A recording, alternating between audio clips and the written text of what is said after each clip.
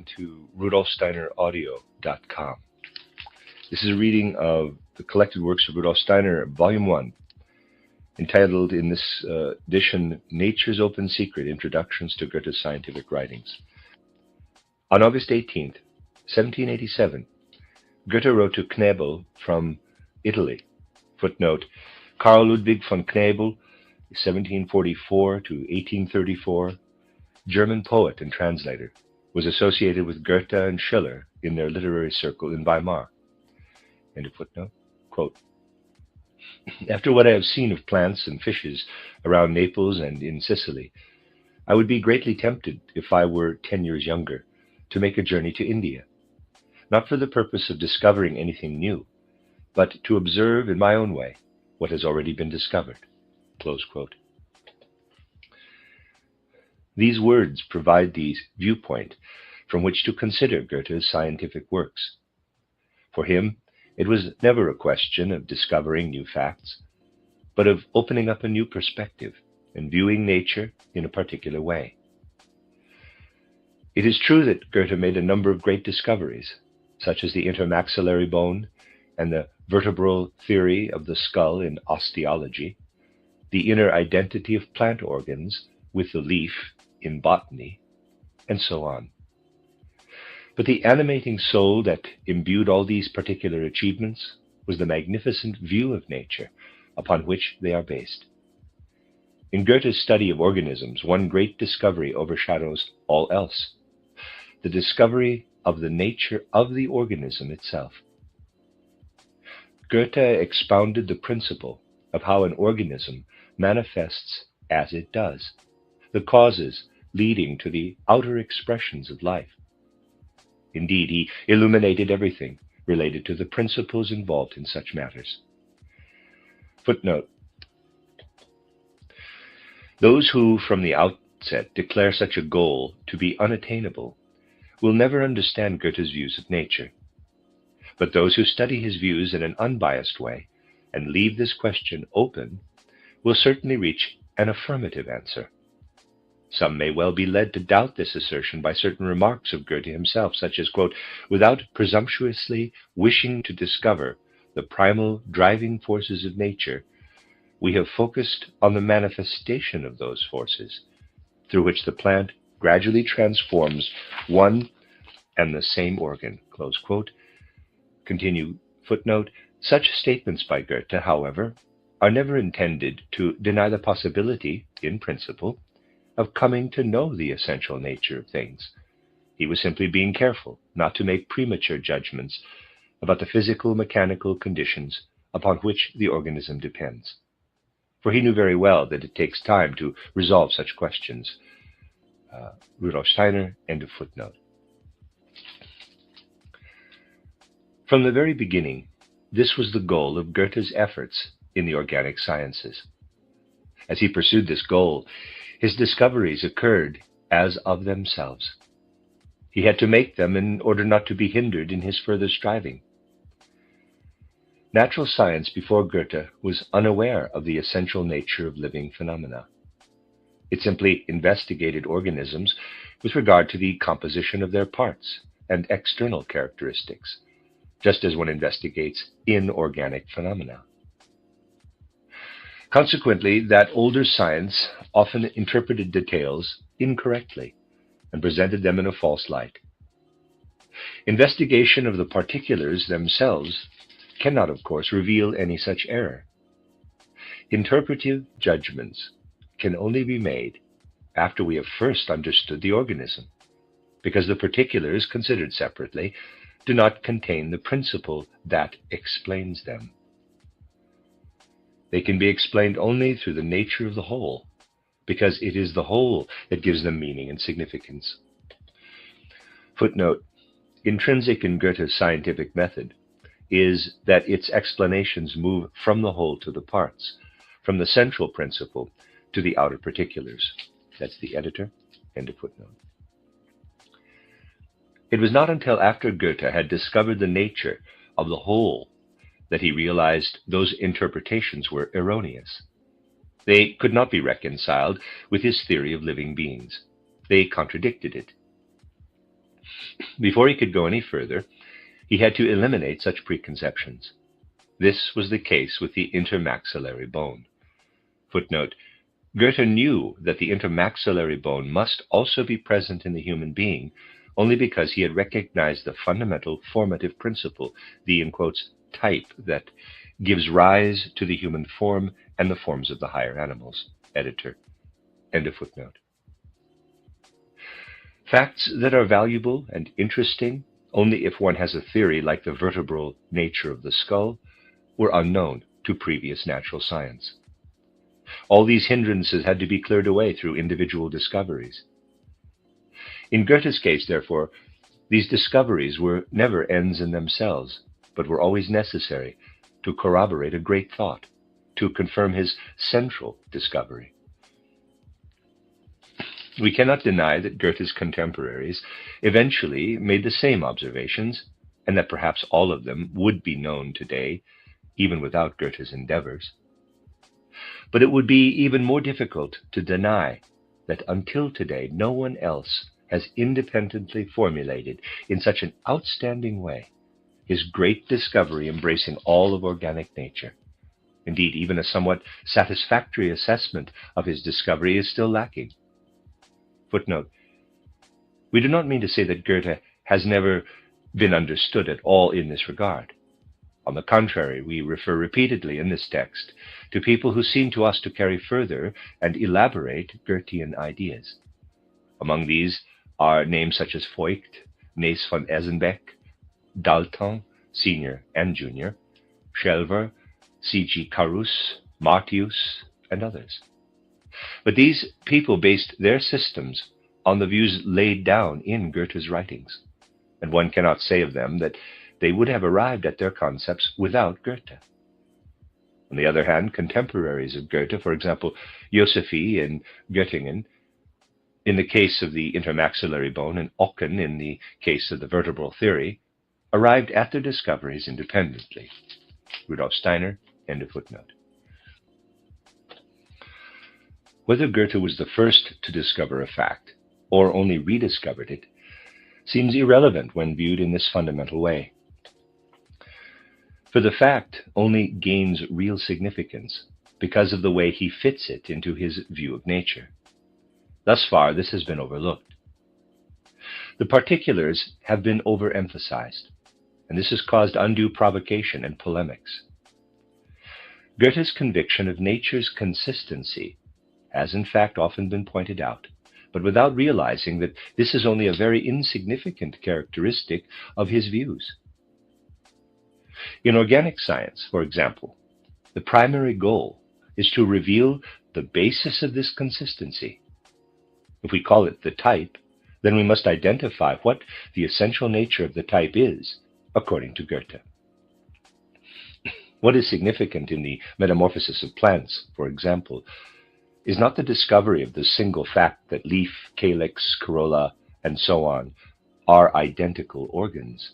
Rather, it is the magnificent thought structure of a living whole, consisting of mutually interpenetrating formative principles. This dynamic thought structure, which arises from that discovery, determines out of itself the details and individual stages of plant development. The greatness of this idea, which Goethe then sought to extend to the animal world as well, dawns on us only when we try to bring it to life in our own mind and attempt to rethink it. That is when we become aware of how this thought is the very nature of the plant itself, translated into the form of an idea, and living in our mind just as it lives in the object. We observe also that we bring an organism to life for ourselves, right down into its smallest parts, when we picture it not as a dead, finished object, but as evolving and becoming and never at rest within itself. As we endeavor in what follows to present in detail all that has been indicated here, we will also come to see the true relationship between the Goethean view of nature and that of our own time, especially modern evolutionary theory. You are listening to RudolfSteinerAudio.com, This is a reading of a book of essays by Rudolf Steiner on Goethe's scientific writings entitled Nature's Ultimate Secret. This is chapter 2, titled The Origin of Goethe's Concept of Metamorphosis. When tracing the historical development of Goethe's thinking on organic morphology, one will certainly wonder what to ascribe to the poet's youth, that is, to the time before he arrived in Weimar. Goethe himself did not think very highly of his knowledge of the sciences during that period. Quote, "I had no concept of what external nature actually is, and not the least knowledge of her so-called three kingdoms." Close quote. On the basis of this statement, it is generally thought that Goethe's scientific reflections began only after his arrival in Weimar in 1775, when he was 26. Nevertheless, it seems necessary to go back further if we do not wish to leave unexplained the whole spirit of his views. The powerful impetus that guided his studies in the direction described below already manifested itself in his earliest youth.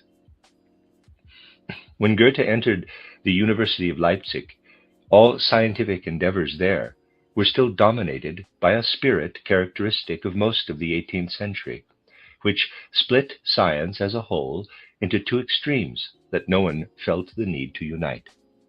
On the one hand, there was the philosophy of Christian Wolff, footnote Freiherr Christian von Wolff, 1679 to 1754, German philosopher and mathematician, editor, and a footnote, entirely immersed in a realm of abstractions. On the other stood the various branches of science that lost themselves in external descriptions of endless details, making no attempt to find higher principles in the world of their investigations. Wolff's philosophy could not find its way out of the realm of abstract concepts into the world of immediate reality, of individual existence. The most obvious things were treated with utmost thoroughness. One learned that a, in quotes, thing is something that contains no contradictions, that there are finite and infinite substances, and so on. But if these generalities were applied to the things themselves, in an attempt to understand their life and working, investigators were soon at a complete loss. They could not apply these concepts to the world that we live in and seek to understand. The actual things around us, however, were described in a manner largely void of any principle, purely according to appearances and external traits. A science of principles that lacked all living content, all loving absorption in immediate reality, was juxtaposed with a science devoid of principles and ideal meaning. These confronted one another without mediation. Each remained fruitless for the other. Goethe's healthy nature found both equally repulsive in their one-sidedness, and by struggling against them, he developed views that later led him to a productive understanding of nature in which idea and experience, in full interpenetration, mutually enliven one another and become one whole. Goethe therefore first developed the concept that those extremes were least able to grasp, the concept of life. A living being, observed in its outer appearance, presents itself as a sum of particulars that appear to us as its members or organs. Describing these members, their shapes, relative positions, sizes, and so on, can become the object of extensive research of the kind conducted by the second school of science mentioned above. But any mechanical assemblage of inorganic bodies can also be described in this way. It was altogether forgotten that in considering an organism, the main thing to keep in mind is that its outer appearance is governed by an inner principle, that the whole is working in every organ. The outer appearance, the spatial juxtaposition of its members, can also be examined after its life has been destroyed, for it continues to exist for a time. But the dead organism before us is in reality no longer an organism. the principle that permeated all the particulars has vanished. Early on, Goethe confronted the approach that destroys life in order to investigate it, with the possibility of and need for a higher view. This can already be seen in a letter dated July 14, 1770, during his Strasbourg period, in which he wrote of a butterfly, quote, "The poor creature trembles in the net, rubs off its most beautiful colors, and if one captures it unharmed, it ends up stuck upon a pin, stiff and lifeless. The corpse is not the whole creature. Something else belongs to it.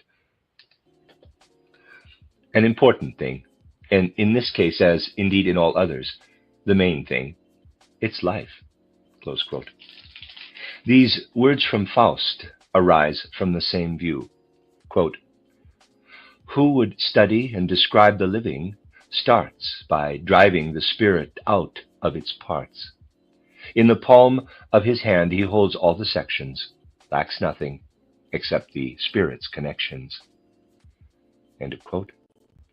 Since it was not in his nature to remain satisfied with the negation of a way of looking at things, Goethe increasingly sought to develop his own view, and we can recognize the seeds of his later works in indications of his thinking available to us from 1769 to 1775.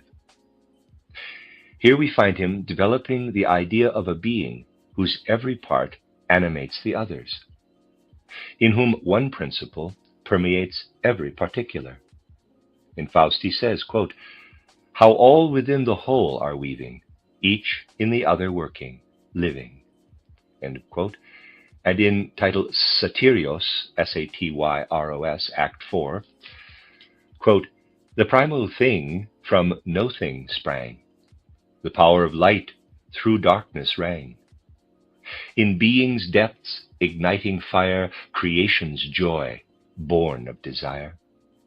The elements poured into the world, rapaciously one into the other whirled, all permeating, all permeated." Close quote. Goethe conceived of this being as subject to continuous changes in time, yet throughout all the stages of these changes, it is always only one and the same being that manifests itself, that asserts itself as enduring and stable amid change. In Satyros, Satyros, there is more about this primordial thing. Quote, "And up and down and in full swing came the all and one eternal thing, ever changing, ever enduring." Close quote. Compare this with what Goethe wrote in 1807 as an introduction to his study of metamorphosis. Quote, "If, however, we observe all forms, especially organic ones, we find that nothing is permanent, nothing is at rest or complete, but rather that everything is in continuous fluctuating movement." Close quote.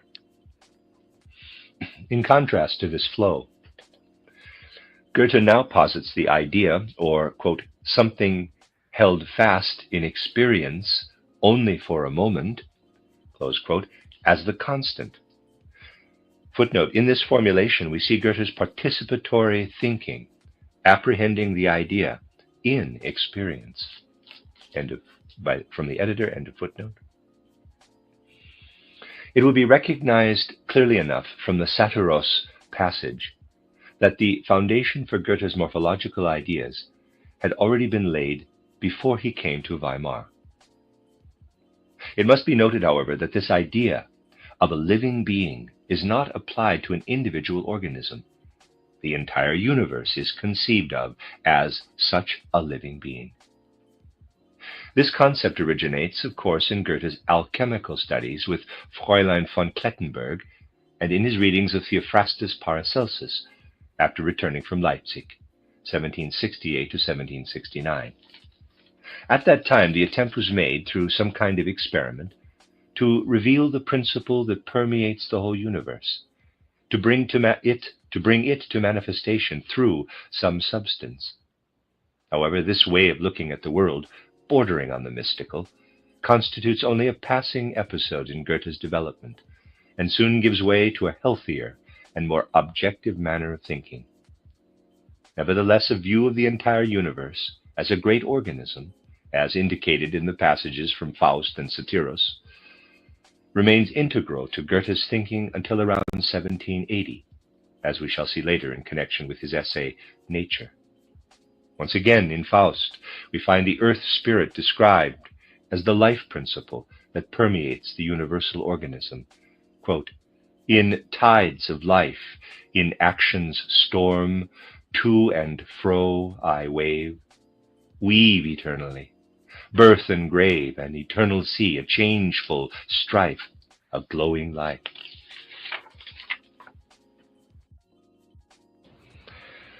While Goethe was thus developing certain views, he came upon a book in Strasbourg that sought to establish a worldview directly opposed to his own, Holbach's Systeme de la Nature. Footnote, Baron Paul-Henri Dietrich d'Holbach, 1723 to 1789, French atheist and materialist who wrote extensively for the Encyclopedia editor. End of footnote. Until then, Goethe had only had to criticize the tendency to describe what was alive as though it were a mechanical conglomeration of particulars. In Holbach, he now encountered a philosopher who actually regarded the living organism as a mechanism. What formerly had arisen merely out of an inability to recognize the roots of life led in Holbach to a life-denying dogma. In his autobiography titled Poetry and Truth, Goethe writes of this, quote, "Matter was supposed to have existed from eternity, to have been in motion from eternity, and now, without further ado, it was to bring forth with this motion, right and left and in all directions, the endless phenomena of existence.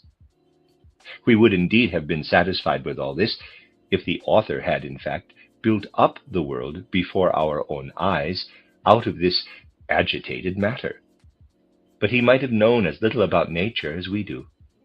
For hardly has he rammed in a few general concepts when he immediately leaves them in order to transform what appears higher than nature, or as a higher nature in nature, into a material, heavy element, in motion to be sure, yet without direction or form. And he believes that he has thus achieved a great deal." Close quote. Goethe could find nothing in all of this but, quote, "matter in motion," close quote, and it was in opposition to this that his own concepts of nature took on ever clearer form. We find these presented as a coherent whole in his essay Nature, written around the year 1780. This essay takes on special significance because it brings together all of Goethe's thoughts about nature, which until then we find only in scattered indications. Here we meet the idea of a being undergoing continuous change, but nevertheless remaining the same. Quote, "Everything is new, and yet always the old. She, nature, is forever transforming herself, and there is within her no moment of standing still, yet her laws are unchangeable." Close quote. We shall see later that Goethe sought the one archetypal plant in the endless multitude of plant forms, a thought already indicated here. Quote, "Each of her nature's works has its own being. Each of her manifestations has the most isolated concept, and yet all constitute one." Close quote. Indeed, even his later position with respect to exceptions, namely, not to regard them simply as defective formations, but to explain them as manifestations of natural laws, is already very clearly expressed. Quote, "Even the most unnatural is nature, and her exceptions are rare." Close quote. Footnote, in section 15, paragraph 103 of his Metamorphosis of Plants, Goethe describes a proliferous rose in which the abnormal growth of a sprouting stem out of the center of a blossom reveals the hidden potential of the blossom's central organs to become a whole plant. Editor, end of footnote. We have seen that even before Weimar, Goethe had already developed a definite concept of an organism. For while Nature was written long after his arrival there, it nevertheless largely contains his earlier views. He had not yet, however, applied this concept to a specific order of natural phenomena, to individual creatures. To do this, he needed access to the actual world of living nature in its immediate reality. Goethe could not be stimulated by a reflection of nature that had passed through the human mind. Conversations about botany with Privy Councillor Ludwig in Leipzig and dinner conversations with his medical friends in Strasbourg had no deeper effect. In his scientific studies, the young Goethe appears to us very much like Faust, who, deprived of the fresh, direct beholding of nature, expresses his longing for it. Quote, "Ah, could I but on mountain height wander in the moon's lovely light, hover with spirits round caves and trees, weave in your twilight through the leas." Close quote. This longing seems to have been fulfilled when, upon his arrival in Weimar, Goethe was permitted, quote, "to exchange chamber and city air for the atmosphere of country, forest, and garden." Footnote from the essay, quote, "History of My Botanical Studies," close quote, editor, end of footnote. The direct incentive for the poet's study of plants was, we find, his involvement with the planting of the garden given him by the Duke Karl August.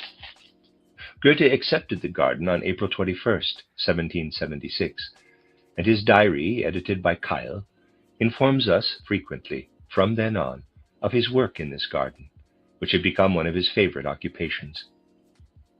An additional field for this kind of endeavor was afforded him by the Thuringian forest, where he had the opportunity to acquaint himself with the phenomena of lower organisms. He was especially interested in the mosses and lichens. On October 31st, 1777, he asked Frau von Stein for mosses of all kinds, with roots and damp, if possible, so that they would continue to propagate. Footnote, Charlotte von Stein, 1742 to 1827, German writer, lady-in-waiting at the court of the Duchess of Weimar, corresponded extensively with Goethe. Editor, end of footnote. It must be considered highly significant that already at this time, Goethe occupied himself with the world of these lower organisms, and later nevertheless derived the laws of plant organization from the higher plants. When we consider these circumstances, we will not ascribe this fact to Goethe's underestimation of the importance of less developed organisms, as many commentators have done, but to his fully conscious intention. From this point on, the poet never left the world of plants. He most probably took up the writings of Linne at a very early date. Footnote, Carl von Linne or Linnaeus, 1707 to 1778, Swedish botanist and professor at Uppsala University. He traveled extensively and wrote many important works in his field. Editor, end of footnote. We first hear of his acquaintance with them in letters to Frau von Stein from 1782. Linne tried to bring a systematic overview into the knowledge of plants. He strove to find a definite sequential order in which every organism would occupy a specific place, so that it could be easily located at any time. Indeed, so that there would be a means of orientation within the infinite multitude of particulars. To this end, plants had to be examined to determine their degree of interrelatedness, and then grouped accordingly. Since the main point was to identify and easily classify any plant within the system, special attention had to be given to the characteristics that distinguish one plant from another. To make confusion impossible, one sought primarily for these distinguishing traits. Thus Linne and his students regarded external traits, size, number, position of individual organs, as characteristic. The plants were indeed ordered sequentially, but in the same way that one might also have arranged a group of inorganic objects, according to traits taken not from the inner nature of the plant, but from their outer appearance. The way they are ordered appears superficial, without any necessary inner connection. Because Goethe had a significant concept of living organisms, this way of looking at them could not satisfy him, for it did not include any research into the essential nature of the plant. Goethe had to ask himself, what is it that makes a particular being of nature into a plant? Moreover, he had to acknowledge that whatever it is, it must occur in all plants in the same way. And yet, there was an endless differentiation of individual entities that demanded explanation. How is it that this oneness reveals itself in such manifold forms? These must have been the questions that Goethe raised as he read Linne's writings, for he himself says, quote, "What he, Linne, tried to force apart could, according to the innermost urge of my own being, only strive toward unity," close quote from History of My Botanical Studies. Goethe's encounter with Rousseau's botanical endeavors came at about the same time as his first acquaintance with Linne. On June 16, 1782, he wrote to Karl August, quote, "Among Rousseau's works there are the loveliest letters about botany, in which he expounds this science to a lady in the most intelligible and charming way. It is truly a model of how one should teach, and a supplement to Emile. I therefore now take occasion to recommend to my beautiful lady friends the beautiful kingdom of the flowers." Close quote. Rousseau's botanical studies were bound to make a deep impression on Goethe. The emphasis upon a nomenclature that arises out of and corresponds to the nature of the plants, the originality of observation, the contemplation of the plant for its own sake, apart from any utilitarian considerations, all these aspects of Rousseau's work strongly appealed to Goethe. The two also had in common that they had not come to the study of plants for any specific scientific purposes, but rather out of general human motives. The same interest drew them to the same subject. Goethe's next thorough observations of the plant kingdom occurred in 1784. Wilhelm Freiherr von Gleichen, called Russwurm, had just published 2 works dealing with research that interested Goethe intensely, titled The Latest from the Plant Kingdom, and titled Selected Microscopic Discoveries in Connection with Plants, Flowers and Blossoms, Insects, and Other Noteworthy Things. Both writings dealt with fertilization processes in plants. Pollen, stamens, and pistils were carefully examined, and the processes occurring within them were portrayed in beautifully executed plates. Goethe now repeated these investigations. On January 12, 1785, he wrote to F.H. Jacobi, quote, "My microscope is set up so that, come spring, I can repeat and verify the experiments of von Gleichen, called Russwurm," close quote. During that same spring, he also studied the nature of the seed, as we see in a letter to Knebel of April 2, 1785, quote, "I have thought through the subject of the seed as far as my experience permits," close quote. In all these investigations, Goethe was not concerned with detail. The goal of his endeavors was to explore the essential nature of the plant. On April 8, 1785, he reported to Merck that he had, quote, "made nice discoveries and combinations in botany," close quote. The expression combinations also shows that his intention was to construct a thought picture of processes in the plant world. His study of botany was rapidly approaching a definite goal. In this connection, we must of course bear in mind that in 1784, Goethe had already discovered the intermaxillary bone, which we shall later discuss in detail, and had thereby come a significant step closer to the secret of nature's way of forming organisms. We must also bear in mind that the first part of Herder's title, Reflection on the Philosophy of the History of Humanity, was completed in 1784, and that Goethe and Herder conversed frequently at that time on subjects pertaining to nature. Thus, Frau von Stein reports to Knebel on May 1st, 1784, quote, Herder's new work makes it seem probable that we were first plants and animals. Goethe is pondering these things very thoughtfully now, and everything that has gone through his mind becomes extremely interesting, close quote. This indicates the nature of Goethe's interest in what were the greatest scientific questions of that time.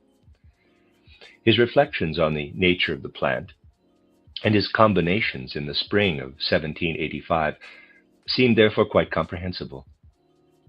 In mid-April of that year, he went to Belvedere for the express purpose of solving his doubts and questions, and on May 15th he shared with Frau von Stein, quote, I cannot tell you how readable the book of nature is becoming for me. My long efforts at deciphering, letter by letter, have helped me. Now, all of a sudden, it is having its effect, and my quiet joy is inexpressible. Close quote. Shortly before this, he had even wished to write a brief botanical treatise for Knebel to win him over for this science. Footnote, quote, I would have gladly sent you a lesson in botany if it were only already written, from a letter to Knebel of April 2nd, 1785, Rudolf Steiner. End of footnote.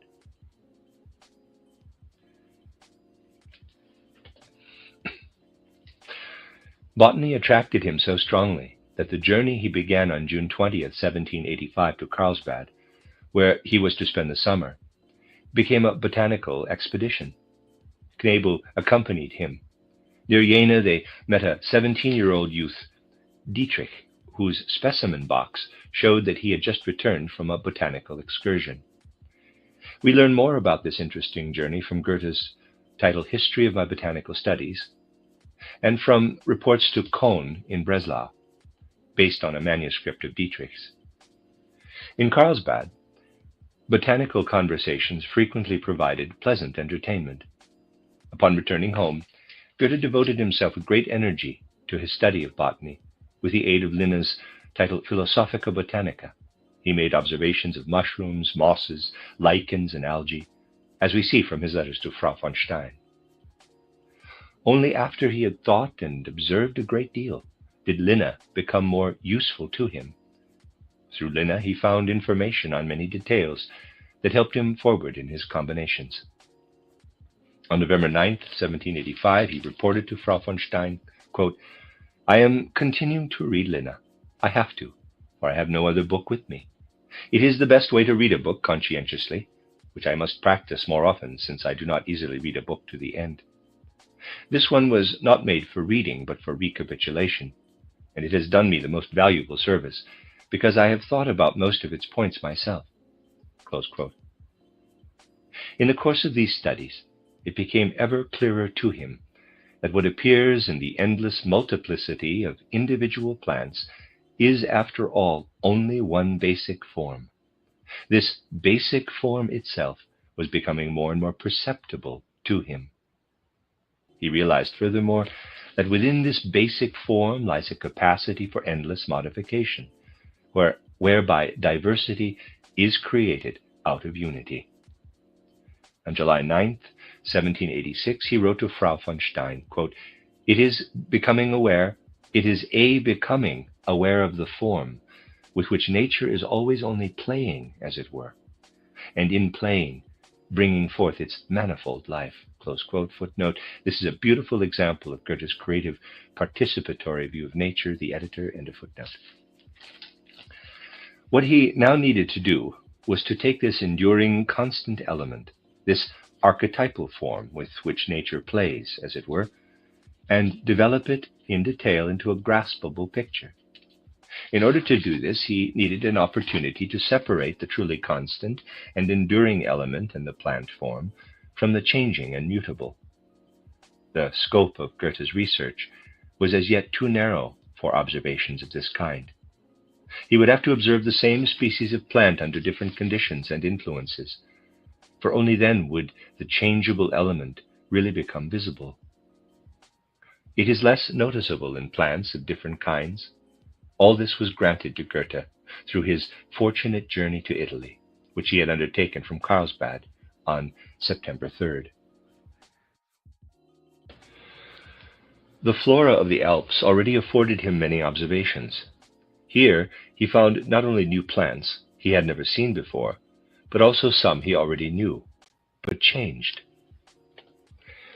Quote, whereas in the lower regions the stalks and stems were stronger and thicker, the buds closer together, and the leaves broad, higher in the mountains the stalks and stems became more delicate, the buds moved farther apart, so that there was more space between the nodes, and the leaves assumed a more lanceolate shape.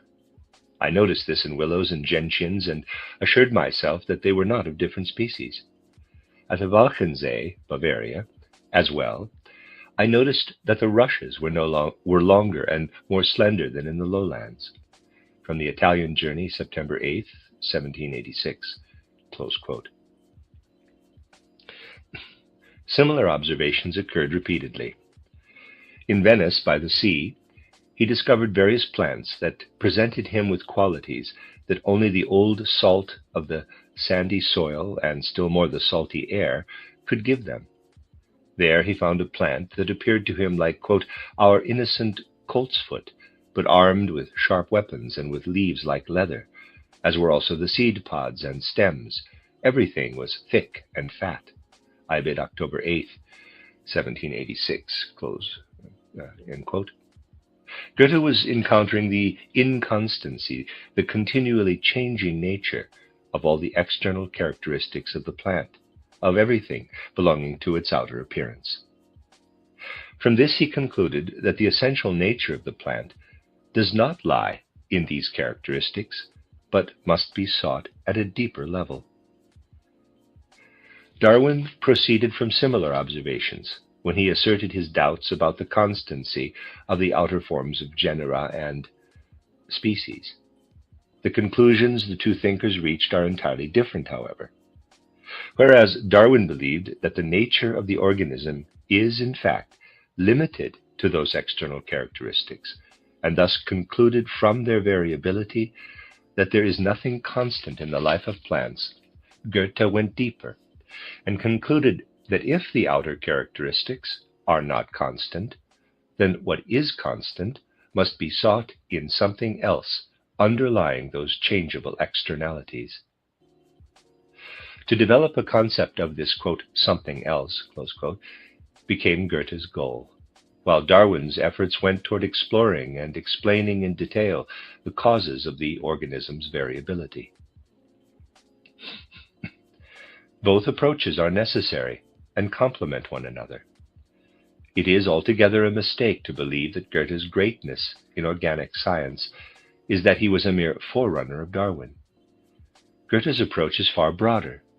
It embraces two aspects. First, the type, that is, the lawfulness that manifests in the organism, the being of the animal, in the animal, the life that unfolds out of itself, which has the power and capacity to develop itself in diverse outer forms, species, genera, through the possibilities lying within it.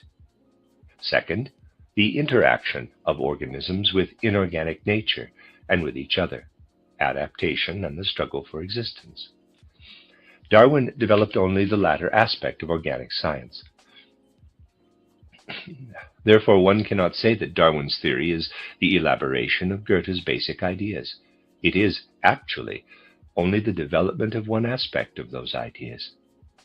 It looks only at those facts that cause the world of living organisms to evolve in a certain way, but not at the, in quotes, something that comes under the determining influence of those facts.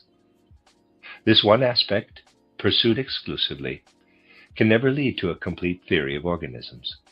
Such a theory must be pursued essentially in the spirit of Goethe. This one aspect must be complemented and deepened through the other aspect of his theory. A simple comparison will make the matter clearer. Take a piece of lead, heat it until it becomes liquid, and pour it into cold water. The lead undergoes two successive stages.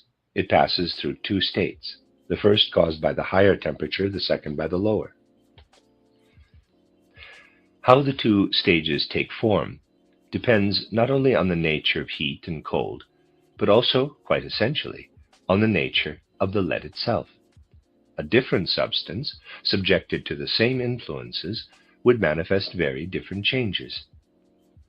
Organisms, likewise, are subject to the influence of their surroundings. As they are affected by this influence, they also take on different states, and they do so very much in accordance with their nature, with that essential being that makes them organisms. And it is this essential being that we find in Goethe's ideas. Only when equipped with an understanding of this, their essential nature can become. Let me read that again. Only when equipped with an understanding of this, their essential nature, can we comprehend why organisms respond to specific influences in one particular way and not another. Only then will we be able to form correct views of the variability in the manifest forms of organisms, and of the related laws governing their adaptation and struggle for existence. Footnote. It should be clear that this view casts no doubt on the modern theory of evolution, and that it does not attempt to restrict its claims. On the contrary, it establishes a firm basis for such claims. Rudolf Steiner, end of footnote. The idea of the archetypal plant assumed an increasingly clear and definite shape in Goethe's mind. In the botanical garden in Padua, where he moved amid a vegetation strange to him, quote, the thought became more and more alive that one could perhaps develop all plant forms out of one. Close quote, Italian Journey, September 26. On November 17th, thus, after all, my little bit of botany is granting me great pleasure, especially in these lands where a happier, less interrupted vegetation is at home. I have already made rather pleasing observations that tend toward the general, and that you will also find agreeable. Close quote. On February 19th, 1787, he wrote in Rome that he was on his way, quote, to discovering new and beautiful relationships, how nature, such an enormity, a baffling profusion, develops the manifold out of the simple. Close quote. On March 25, he requested that Herder be informed that he would soon be ready with the archetypal plant. On April 17th in Palermo, he wrote of the archetypal plant, quote, surely there must be such a thing.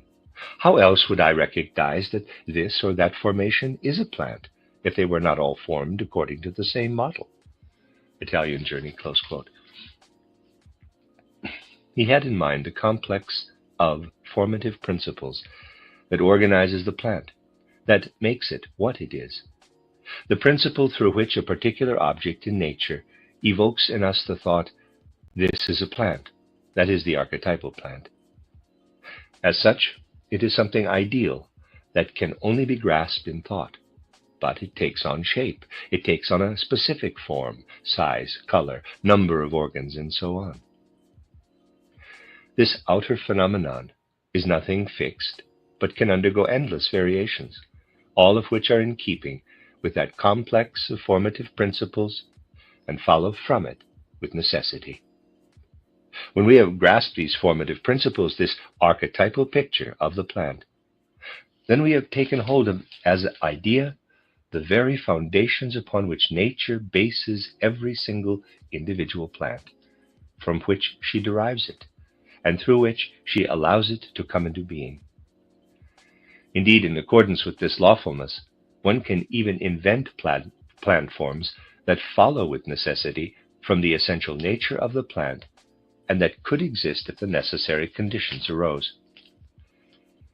Thus Goethe seeks to reproduce in thought what nature accomplishes in the formation of her works. On May 17, 1787, he wrote to Herder, quote, moreover, I must confide to you that I have come very close to the secret of the generation and organization of plants, and that it is the simplest thing one can imagine. The archetypal plant will be the most extraordinary creature in the world, for which nature herself will envy me. With this model and the key to it, one will then be able to invent plans ad infinitum that must be consistent. In other words, even if they do not exist, they could exist and are not merely painterly or poetic whims, but possess an inner truth and necessity. It will be possible to apply the same law to all living things. Ibid, close quote. At this point, a further difference between Goethe's view and Darwin's becomes apparent, especially when we consider how the latter is usually represented. Footnote, we are not referring here so much to the theory of evolution put forward by scientists who base their conclusions on empirical fact, but rather to the theoretical foundations, the principles that underlie Darwinism, especially as represented by the Jena school led by Haeckel. In this first-rate mind, the Darwinian theory in all its one-sidedness has probably reached its most consistent expression. Rudolf Steiner, end of footnote. This view assumes that outer influences work like mechanical causes upon the nature of an organism and modify it accordingly. For Goethe, individual modifications are various expressions of the archetypal organism, which has within it the capacity to take on manifold forms, and in any given case takes on the form most suited to the conditions in its environment. These external conditions are only the outer inducement for the inner formative forces to manifest in a particular way. These forces alone are the constitutive principle, the creative element in the plant. Therefore, on September 6, 1787, Goethe also called them the Hen Kai Pan, one and all of the plant world. Now, when we consider this archetypal plant itself, we can say anything that is alive is a self-contained whole that brings forth its various states out of itself, both in the spatial juxtaposition of its members and in the succession of its stages over time. Every living entity manifests interrelationships that do not appear to be determined by the sense-perceptible characteristics of its members, nor by some kind of mechanical causality through which earlier stages determine later ones. These interrelationships are governed, rather, by a higher principle that stands above the members and stages. It is inherent in the nature of the whole that a specific stage arises as the first, another as the last, and the sequence of the intermediary stages is also determined within the idea of the whole. What comes before is dependent on what comes later, and vice versa. In short, in a living organism, there is development of one thing out of another, transition from one stage into another. There is no finished, completed existence of any one particular, but rather continuous becoming. In the plant, this determination of each single member by the whole arises insofar as all its organs are built according to the same basic form. On May 17, 1787, Goethe conveyed this thought to Herder. Quote, I have come to realize that the organ of the plant we ordinarily call the leaf conceals the true Proteus. Footnote, Proteus was the Grecian god able to assume any shape or form. Editor, close quote. End of footnote. Let me read that again. I'm back to the quote. I'm going to start at the beginning. I have come to realize that the organ of the plant we ordinarily call the leaf conceals the true Proteus, who can conceal and reveal himself in all formations. Backward and forward, the plant is only leaf, linked so inseparably to the future seed that one should not think one without the other. Close quote. Whereas in the animal, the higher principle governing every particular comes to meet us concretely, as that which moves its organs, uses them according to its needs, and so on. The plant still lacks such a palpable life principle. Its life principle manifests only in the less distinctive fact that all its organs are built according to the same formative type. Indeed, that the whole plant is potentially present in each of its parts and can, under favorable conditions, be brought forth from them. This became especially clear to Goethe in Rome, when Councillor Reifenstein, on a walk with him, broke off a twig here and there and asserted that if they were stuck in the ground, they would grow and develop into a whole plant. A plant is thus a being that over successive periods of time develops specific organs that are all built according to one and the same idea, both in relation to one another and in the relationship of each to the whole. Every plant is an harmonious whole composed of plants. Footnote: just how these particulars relate to the whole will be discussed at various points in these introductions. Borrowing a concept for a whole composed of living part entities from contemporary zoology, we could take the example of an insect colony. This is a kind of community of living beings, an individual consisting of independent individuals, an individual of a higher sort. Rudolf Steiner, end of footnote. When Goethe came to see this clearly, it only remained for him to make the individual observations that would enable him to describe in detail the various developmental stages of the unfolding plant. The necessary groundwork for this had already been done. As we have seen, Goethe had already made a study of seeds in the spring of 1785. On May 17, 1787, he reported to Herder from Italy that he had found very clearly and without doubt the point where the germ is concealed. This took care of the first stage of plant. But the unity in the formation of all the leaves also soon revealed itself. In numerous examples, but in fresh fennel above all, Goethe found a strong differentiation of upper and lower leaves that nevertheless always remain the same organ. On March 25, 1787, he asked that Herder be informed that his study of cotyledons was so sublimated that it would be difficult to take it further. Only a small step remained to recognize that petals, stamens, and pistil are also metamorphosed leaves. The research of the English botanist Hill was at that time becoming more generally known. It dealt with the transformation of specific organs of the blossom into others, and paved the way for Goethe in this respect. As the organizing forces of the plant's being come into actual existence, they assume a sequence of spatial formations. What was now called for was a living concept to connect these forms backward and forward. By examining Goethe's study of metamorphosis, as formulated in the title The Metamorphosis of Plants, in 1790, we find that for Goethe this concept was one of alternating expansion and contraction. In the seed, the formation of the plant is most strongly contracted or concentrated. With the leaves, the first unfolding and expansion of the formative forces takes place. What is compressed into one point in the seed now reaches outward into space in the leaves. In the flower, bud, the forces draw together once more around an axial point in the calyx. The corolla is the result of the next expansion. Stamens and pistil come about through the next contraction, and the fruit arises through the third and last expansion, whereupon the entire force of the plant's life, its entelechal principle, once again conceals itself in its most intensely contracted state in the seed.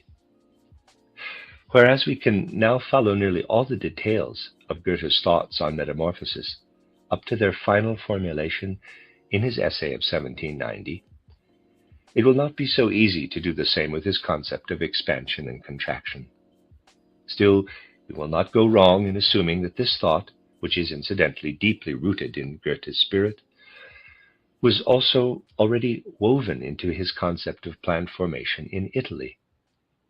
Since it involves a greater or lesser spatial unfolding, as determined by the shaping forces, and since this presents itself directly to the eye, the concept of expansion and contraction will certainly arise most easily when we draw the plant in accordance with its natural formation. In Rome, Goethe found a bush-like carnation plant in which he could perceive metamorphosis with particular clarity. Quote, Seeing no way to preserve this marvelous form, I attempted an exact drawing of it, whereby I deepened my insight into the fundamental concept of metamorphosis." Close quote. He may have made such drawings often, and this may have led to the concept in question. In September 1787, during his second stay in Rome, Goethe expounded the matter to his friend Moritz. He found how alive and vivid it became through such a presentation.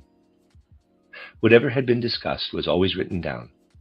From this passage in his Italian journey, and some other remarks of Goethe's, it seems likely that the first, at least aphoristic, formulation of his study of metamorphosis also occurred already in Italy.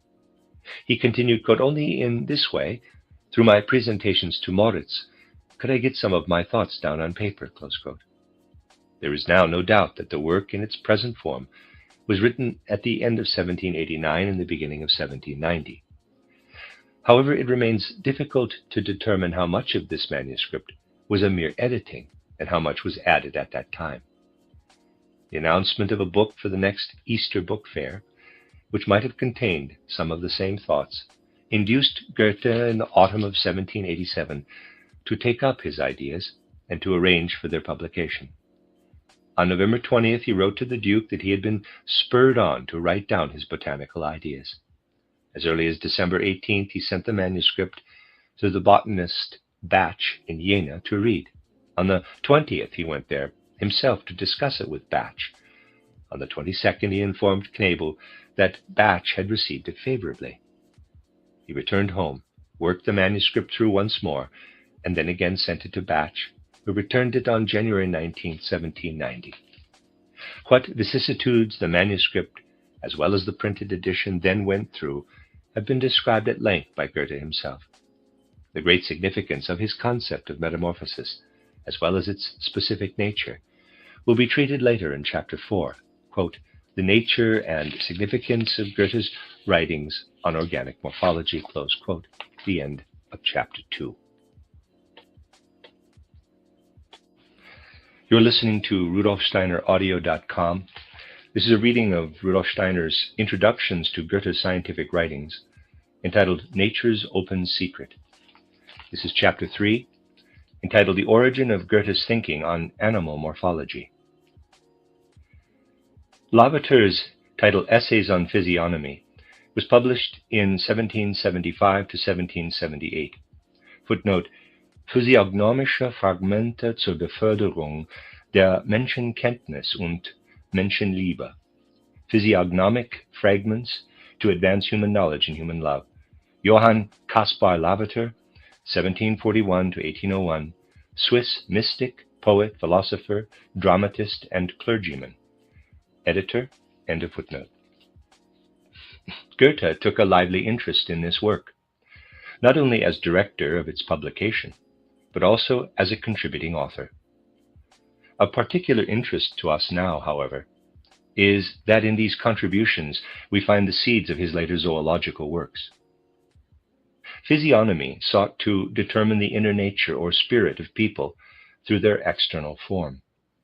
Form was considered not for its own sake, but as an expression of the soul.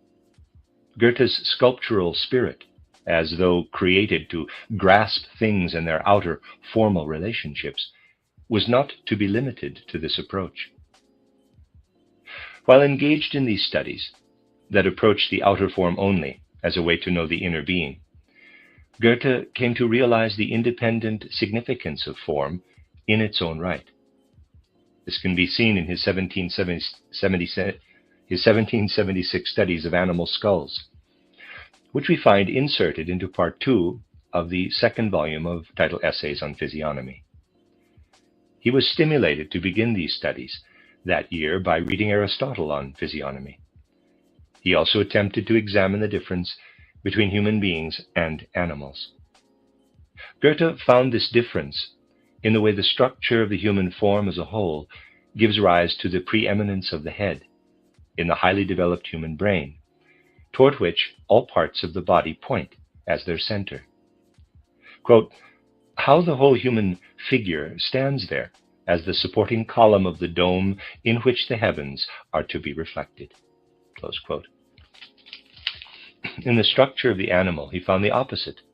Quote, the head only appended to the spinal column, the brain the end of the spinal cord, has no greater compass than necessary for expressing the animal spirits and for directing a creature that lives through its senses in the immediate present. Close quote. With these indications, Goethe went beyond the consideration of individual interrelationships between the outer and inner nature of the human being, to a grasp of a comprehensive whole and to the contemplation of the form as such. He came to view the whole of the human form as the basis for the higher expressions of human life. And in the particular character of that whole, he recognized the precondition that places the human being at the pinnacle of creation. In forming this concept, we must keep in mind that Goethe sought to relate the animal shapes to the fully developed human form. But in the animals, the organs that serve primarily the animal functions predominate, as it were, and become the point toward which their entire organization is directed and which it serves. Whereas the human organism develops those organs in particular that serve spiritual functions. Even at this early stage, we find that what Goethe envisioned as the animal organism is no longer any particular one as we find it in sensory reality. It is rather an ideal organism that develops more toward a lower aspect of its nature in the animals and toward a higher aspect in the human being. Here lies the seed of what Goethe later called the type, by which he did not intend, quote, any particular animal, close quote, but the idea of the animal. Yes, and more. We find here intimations of a law that he formulated later and that has significant implications, namely that, quote, diversity of form springs from a preponderance of one part over the others, close quote. Indeed, the contrast between the animals and the human being is already seen here as arising through the development of an ideal form in two diverging directions, whereby different systems of organs gain a preponderance and give the entire creature its particular character. In the same year, 1776, we also find that Goethe became clear about a way of approaching the forms of animal organisms. He realized that the bones are the foundations of the form, a thought he later upheld in his anatomical studies, in which he always proceeded from osteology. In that year, he wrote the pertinent sentence, quote, the mobile parts form according to them the bones, or better, with them, and play their own role only to the extent that the solid parts allow, close quote. And another indication in Lavater's physiognomy, quote, it may already have been noticed that I consider the skeletal system to be the basic sketch of the human being, the skull to be the foundation of the skeletal system, and all fleshy parts to be scarcely more than the coloration of this drawing, close quote. This was probably inspired by Goethe, who often discussed these things with Lavater. Such views are indeed identical with Goethe's, but Goethe now makes a further observation that we must consider.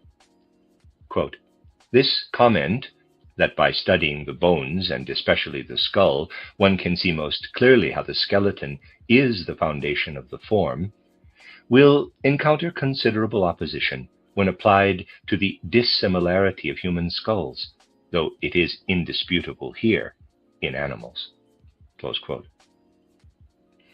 What is Goethe doing here but looking for the simpler animal in the composite human being, as he later put it in 1795?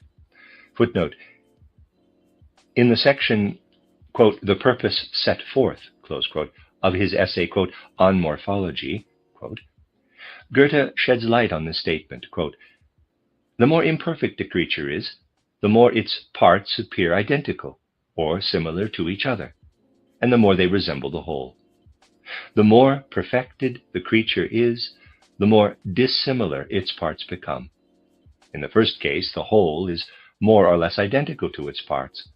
In the second case, the whole is dissimilar to its parts. The more similar the parts, the less they will be subordinated to each other. Subordination of the parts betokens a more perfected creature. Compare also to the statement of Herder, quoted on page 28. Editor, end of footnote. This leads us to conclude that Goethe established the fundamental concepts upon which he based his later thoughts on animal morphology through his preoccupation with Lavater's physiognomy in 1776. This was also the year that Goethe began to study anatomy in detail. On January 22, 1776, he wrote to Lavater, quote, "The Duke had 6 skulls sent to me. I have made glorious observations, which are available to you if you haven't already made them without me." Close quote. Goethe's connections with the University of Jena further stimulated his study of anatomy.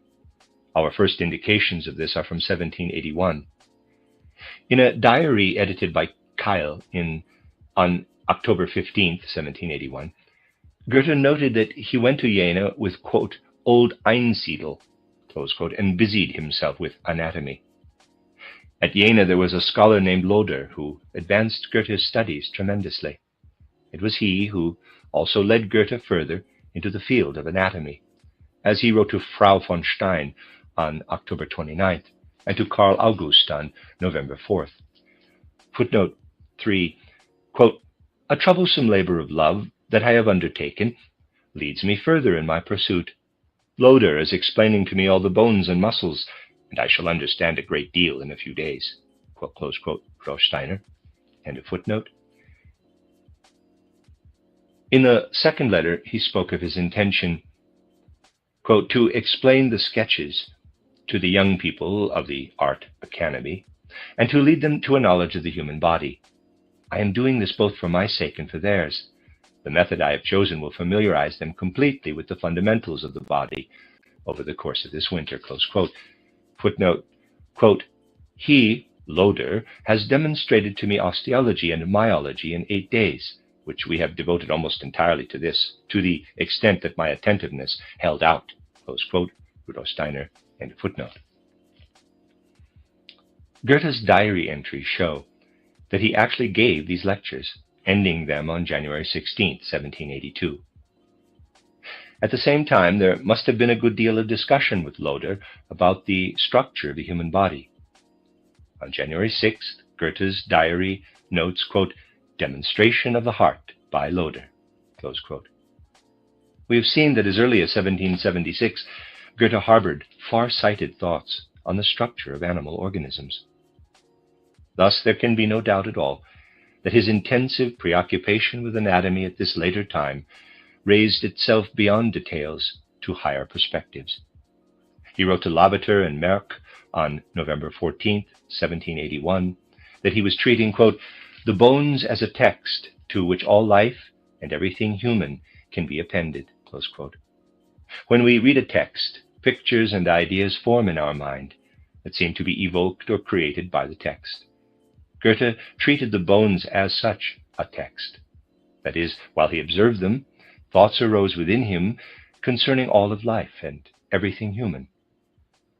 In the course of these contemplations, certain ideas on the formation of the organism must have made an impression on him. Goethe's ode of 1782, quote, "the divine," close quote, can help us understand to some degree his thinking at the time on the relationship of the human being to the rest of nature. The first verse reads, quote, "Let us be noble, helpful, and good, for this alone distinguishes us from all the beings that we know." Close quote. Having characterized the spiritual attributes of the human being in the first 2 lines of this verse, Goethe asserts that these alone distinguish us from all the other beings in the world. This alone shows us very clearly that Goethe considered the physical constitution of the human being to conform entirely with the rest of nature. The thought we drew attention to earlier was growing more and more alive within him, that one basic form governs both human and animal shapes, but that in the human it attains such perfection that it becomes the vehicle for free spiritual beings. With regard to our sense-perceptible characteristics, as human beings, we must also, as the Ode says, quote, complete the circles of our existence according to eternal laws of mighty iron necessity, close quote. But in our case, these laws develop in a way that allows us to do the impossible, quote, we distinguish, choose, and judge, and to the moment give permanent form, close quote. We must also bear in mind that while Goethe's views were becoming more and more definite, he was in lively communication with Herder, who in 1783 was beginning to formulate his title, Reflections on the Philosophy of the History of Humanity. This work might almost be said to have arisen from those two men's discussions, and many of its ideas may well be traced to Goethe. The thoughts expressed there are often entirely Goethean, but phrased in Herder's style, so that we can draw from them a reliable conclusion about Goethe's thought at that time. In the first part of his work, Herder develops the following view of the natural world. We must presuppose a principal form that moves through all beings and realizes itself in various ways. Quote, from the stone to the crystal, from the crystal to the metals, from these to the creation of plants, from plants to animals, from these to the human being. We saw the organizational form ascend, and with it the forces and drives of this creature grow more versatile and finally unite in the form of the human being to the extent that it can encompass them. Close quote. This thought is perfectly clear. An ideal, typical form that as such has no sensory reality, realizes itself in an endless multiplicity of spatially separated and qualitatively differentiated beings, all the way up to the human being. On the lower levels of organization, it always realizes itself in a particular direction and develops toward it in a very pronounced way. As this typical form rises toward the human being, it gathers all the formative principles developed in a one-sided way in the lower organisms, which it distributed among various beings, into one form. This creates the possibility of such high perfection in a human being. Here, nature has bestowed upon one being what she dispersed among many classes and orders of animals. This thought had an uncommonly fruitful effect on subsequent German philosophy. To further clarify this concept, let us quote here its later formulation by Ocken. Quote, the animal kingdom is only one animal. In other words, it represents animality in such a way that each of its organs exists as a whole in itself. An individual animal comes into existence when an individual organ separates from the general animal body, while, nevertheless, accomplishing the essential animal functions. The animal kingdom is merely the dismembered highest animal, the human being. There is only one humankind, one human race, one human species, for the simple reason that the human being is the entire animal kingdom. From Lehrbuch der Naturphilosophie Jena, 1831, close quote. Thus there are, for example, animals in whom the organs of touch are developed, whose whole organization, in fact, is oriented toward touching, in which it finds its goal. There are others in which the organs for eating are especially developed, and so on. In other words, within each species of animal, one organ system becomes prominent in a one-sided way. The whole animal is entirely immersed in it, and all else recedes into the background. In the formation of the human being, however, All organs and organ systems develop in such a way that each leaves the others enough room to develop freely. Each withdraws enough to allow all the others to likewise come into their own. Thus, an harmonious interaction of the individual organs and systems arises, creating a harmony that makes the human the most perfect of beings, uniting the perfections of all the other creatures. These thoughts comprised the substance of Goethe's conversations with Herder, who expressed them in this way, quote, "The human race can be seen as the great confluence of lower organic forces that gather to achieve humanity. Thus we can assume that the human being is a central creature among animals, that is, the finished form in which the characteristics of all the various species are assembled in their finest essence." Close quote. Footnote, Herder, title Reflections on the Philosophy of the History of Humanity, Book 5, Part 1, or Book 2, Part 1, Rudolf Steiner. End of footnote. The following passage from Goethe's letter to Knebel, December 8, 1783, indicates the extent of Goethe's participation in Herder's title Reflections on the Philosophy of the History of Humanity. Quote, "Herder is writing a philosophy of history, new from the ground up, as you can imagine. The day before yesterday we read the first chapters together. They are delightful. World history and natural history are simply raging along with us now." Close quote. Footnote, compare letter of Frau von Stein to Knebel on page 12, editor. End of footnote. Herder's observation that the upright posture inherent in the human organism and everything connected with it is the fundamental precondition for human thinking is directly reminiscent of Goethe's above-mentioned indications of 1776 concerning the generic difference between the human being and the animals, parenthesis in Lavater's title Essays on Physiognomy, close parenthesis. Okay, I have two footnotes here. One, okay, never mind that one. It's just reference to some book things. Second footnote, Essays on Physiognomy, Volume 2, Section 2. See also page 22 of the present volume. Editor, end of footnotes. Herder's expositions are only one formulation of this thought. All of this justifies our assumption, however, that Goethe and Herder essentially agreed at the time, 1783, on the place of the human being in nature.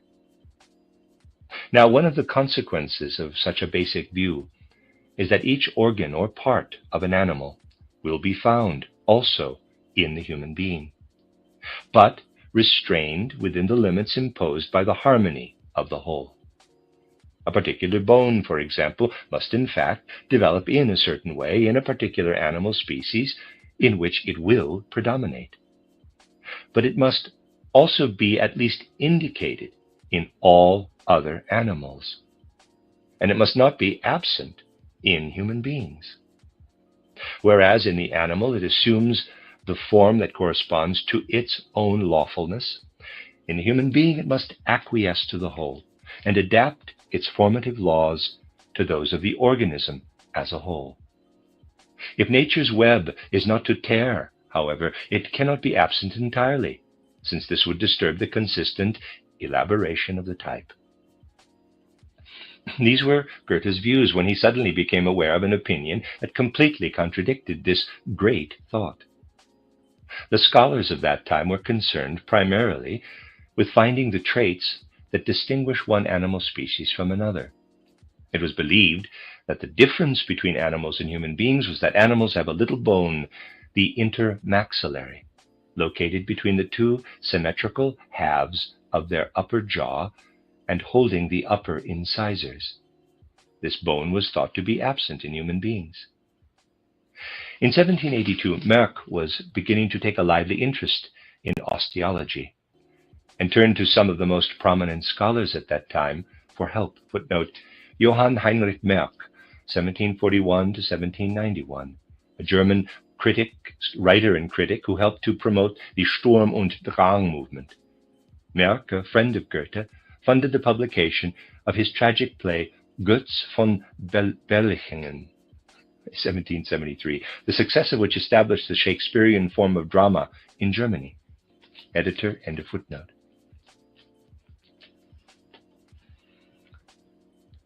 On October 8, 1782, the distinguished anatomist Sommering responded with information regarding the difference between animals and human beings. Footnote first. Samuel Thomas von Sommering, 1755 to 1830, anatomist and professor in Kassel, established the number and names of the cranial nerves, as well as other neuroanatomical discoveries. Editor, end of footnote. Now a quote from him.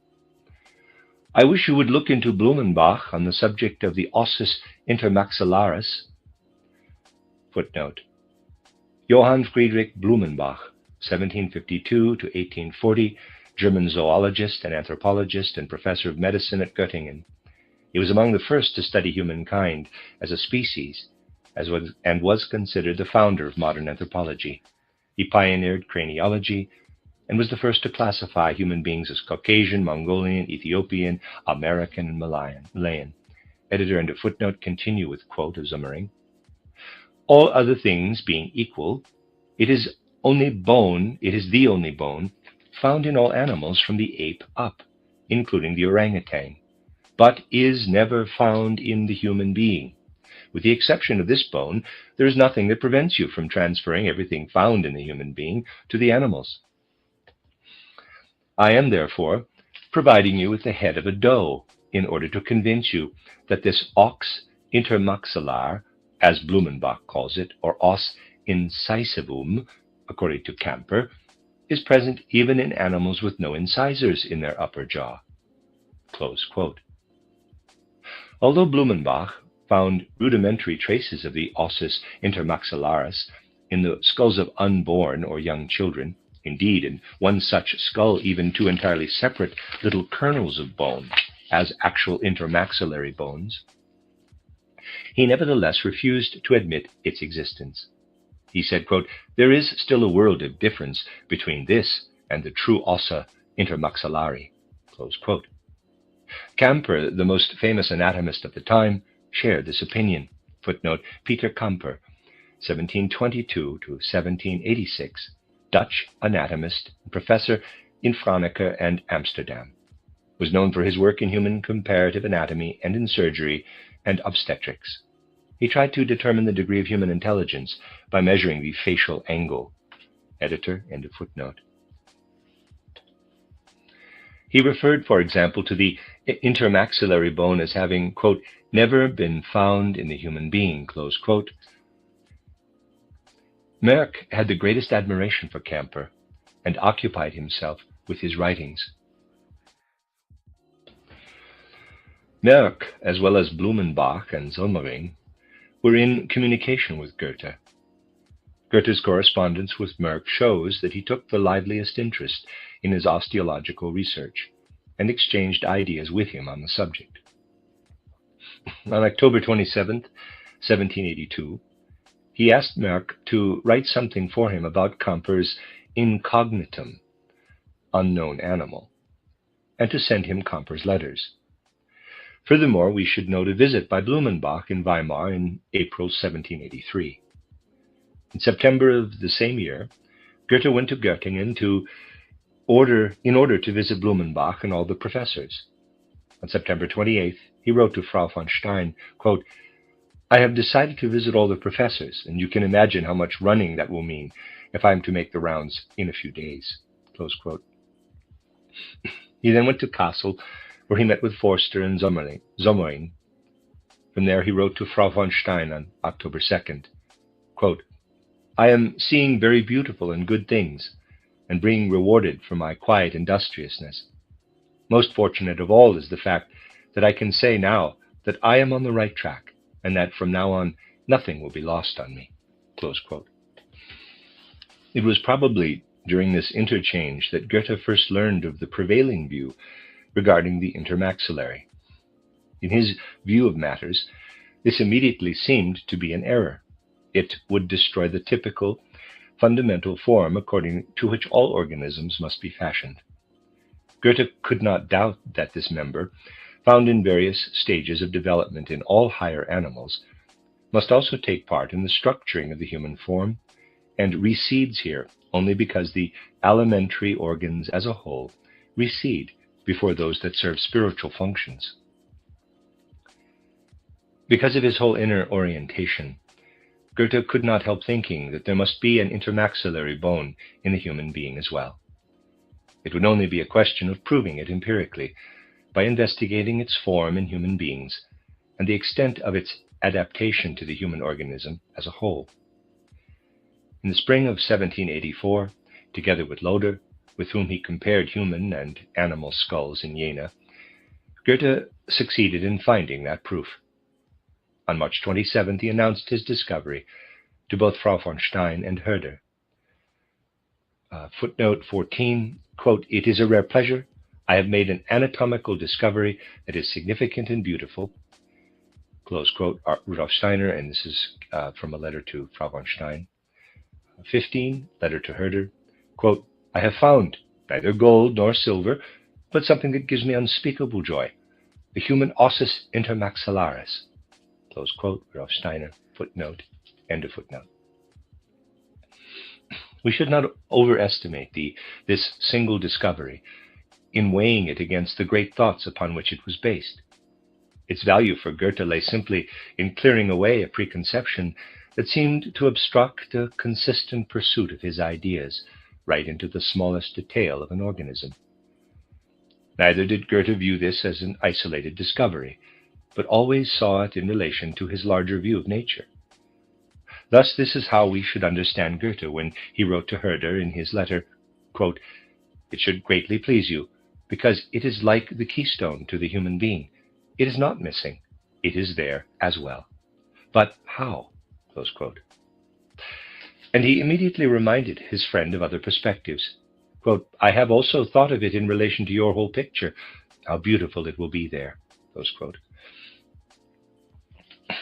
To Goethe, it was meaningless to argue that animals have an intermaxillary bone, but that human beings do not. If the forces that form the organism insert an intermaxillary between the two upper jaw bones in animals, then these same forces must also be active in human beings, in a location that corresponds to where that bone is found in animals, in essentially the same way, but with a different outer expression. Goethe never thought of the organism as a dead, fixed assembly, but one that constantly arises from inner formative forces. Consequently, he had to ask, what are those forces doing in the human upper jaw? He could not ask whether or not the intermaxillary is present, but rather only seek to determine its characteristics and form. This had to be done empirically. As various of his statements show, the thought of writing a more comprehensive work on nature now began to stir in Goethe with increasing vitality. Thus, when sending Knebel his treatise on his discovery in November 1784, Goethe wrote to him, quote, "I have refrained from calling attention at this time to the conclusion, which Herder has already alluded to in his reflections, that the difference between the human being and the animals cannot be found in any particular." Close quote. The most important thing here is that Goethe says he has refrained from calling attention to this fundamental thought at this time. He thus intended to do so later, within a larger context. Furthermore, this statement shows that the fundamental thoughts most interesting to us, Goethe's great ideas about the animal type, were alive in his mind long before that discovery. Here, Goethe admits that they were suggested in Herder's reflections, and the passages in which this occurs were written before the discovery of the intermaxillary bone. The discovery of the intermaxillary is, therefore, only a result of these far-reaching views. To those who did not hold such views, the discovery must have remained incomprehensible. They had been deprived of the single feature in natural history that could distinguish the human being from the animals. They had hardly an inkling of Goethe's prevailing view, that elements distributed among the animals unite harmoniously in the single human form, thus establishing, despite the identity of all particulars, a differentiation of the whole that gives humankind its high rank in nature's hierarchy. Their way of observing was not through ideas, but by external comparison, for which the intermaxillary, in fact, did not exist in the human being. They had little understanding for what Goethe demanded, that is, seeing with the eyes of the spirit. This was also the reason for the difference in judgment between them and Goethe. Whereas Blumenbach, who also saw the matter very clearly, concluded that, quote, there is a world of difference between it and the true ossa intermaxillari, close quote, Goethe judged the matter by asking, how can such an external difference, no matter how great, be explained when there is a necessary inner identity? Goethe now clearly wanted to elaborate this thought in a consistent way, and he occupied himself with it a great deal during the following years. On May 1st, 1784, Frau von Stein wrote to Knebel, quote, Herder's new work makes it seem likely that we were originally plants and animals. Goethe is now pondering these things very thoughtfully, and everything that goes through his mind becomes extremely interesting. Close quote, footnote. The statement was quoted in another context on page 12. See also Goethe's comment to Knebel on page 28, editor, end of footnote. Goethe longed to present his views on nature in a major work, and the intensity of that desire can be seen vividly in the strength with which, with each new discovery, he emphatically told his friends about the possibility of expanding his ideas to embrace all of nature. In 1786, he wrote to Frau von Stein of his wish to expand, quote, to all the kingdoms of nature, to her whole kingdom, close quote, his ideas on how nature produces her manifold life by playing, as it were, with one primary form. And in Italy, when the concept of metamorphosis in the plant world stood before his spirit with sculptural clarity, right down into every detail, he wrote in Naples on May 17, 1787, quote, it will be possible to apply the same law to all living things, close quote. The first essay in his titled Morphological Notebooks, 1817, contains the words, quote, thus, what in my youthful enthusiasm I often dreamt of as a completed work now presents itself as a draft, as a fragmentary collection, close quote. We must regret that such a work never flowed from Goethe's pen. Judging by all that we do have, such a production would have far surpassed anything of its kind achieved in recent times. It would have become the standard body of principles from which every scientific endeavor would have had to proceed, and against which we could weigh its spiritual substance. The most profound philosophical spirit, parenthesis, which only a superficial mind fails to see in Goethe, close parenthesis, would have been united there with loving immersion in what is given through sensory experience. Far from a one-sided obsession with systems claiming to encompass all things in one general scheme, his work would have done justice to every single individual. Here we would have had the work of a mind that never favors one area of human endeavor at the expense of all the others, but for which, even while devoted to a single subject, the whole of human existence is always present in the background. In this way, each individual activity takes its rightful place in relation to the whole. When the mind objectively immerses itself in the contemplated objects, it enters them fully. Thus, Goethe's theories do not appear as though abstracted from objects, but rather as though they were formed by the objects themselves, in a mind that forgets itself in contemplation. This strictest objectivity would make Goethe's work the most perfect of scientific works, an ideal toward which every scientist would have to strive. For philosophers, it would be an archetypal model for discovering the laws of objective world contemplation. We can assume that epistemology, now arising everywhere as a philosophical foundation of science, will not become fruitful until it makes Goethe's way of observing and thinking its point of reference. In the title Annals of 1790, Goethe himself gave the reason why this work never came about. Quote, "The task was so great that it could not be resolved in a single distracted lifetime." Close quote. From this point of view, the available fragments of Goethe's scientific work assume tremendous significance. Indeed, we will never value and understand them properly until we see how they arose from that greater whole. In 1784, however, the treatise on the inner maxillary bone was to be formulated merely as a preliminary exercise, so to speak. To begin with, it was not intended to be published. As Goethe wrote to Sommering, March 6, 1785, quote, "Since my little treatise has no claim whatever to publicity, and should be regarded as merely a first draft, I would be pleased to hear whatever you might wish to share with me on this subject." Close quote.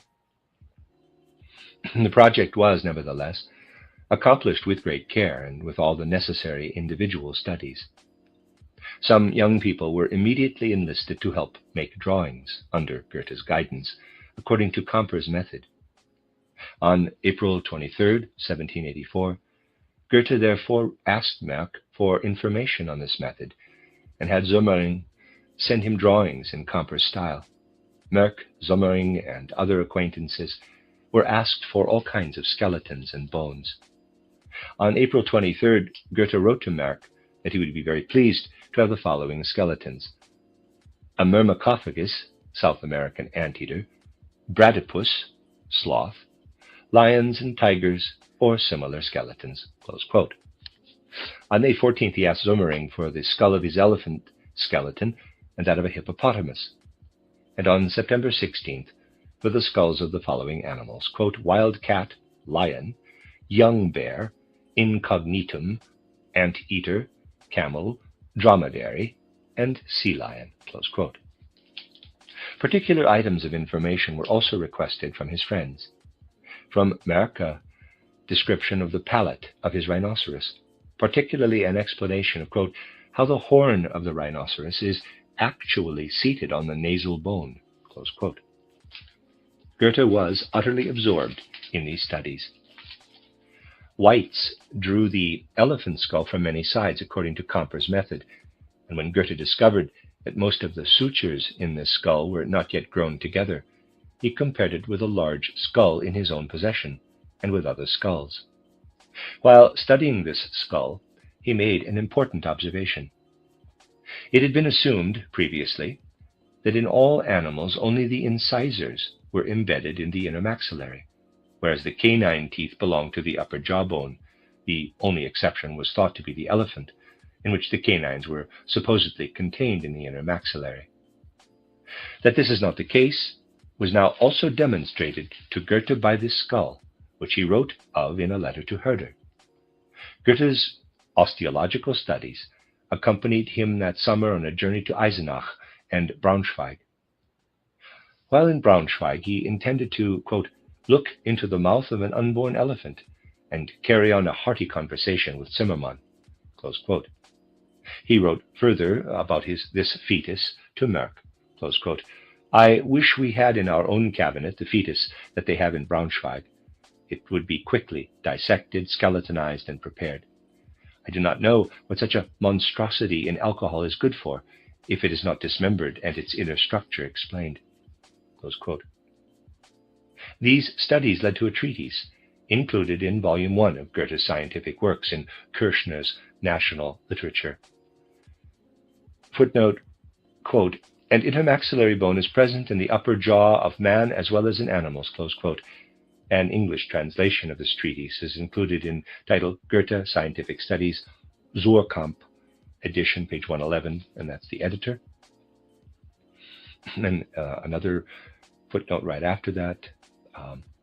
The volume mentioned here, the Kirchner National Literature volume, was introduced by the essays of Rudolf Steiner that comprise chapters 1 through 4 of this book.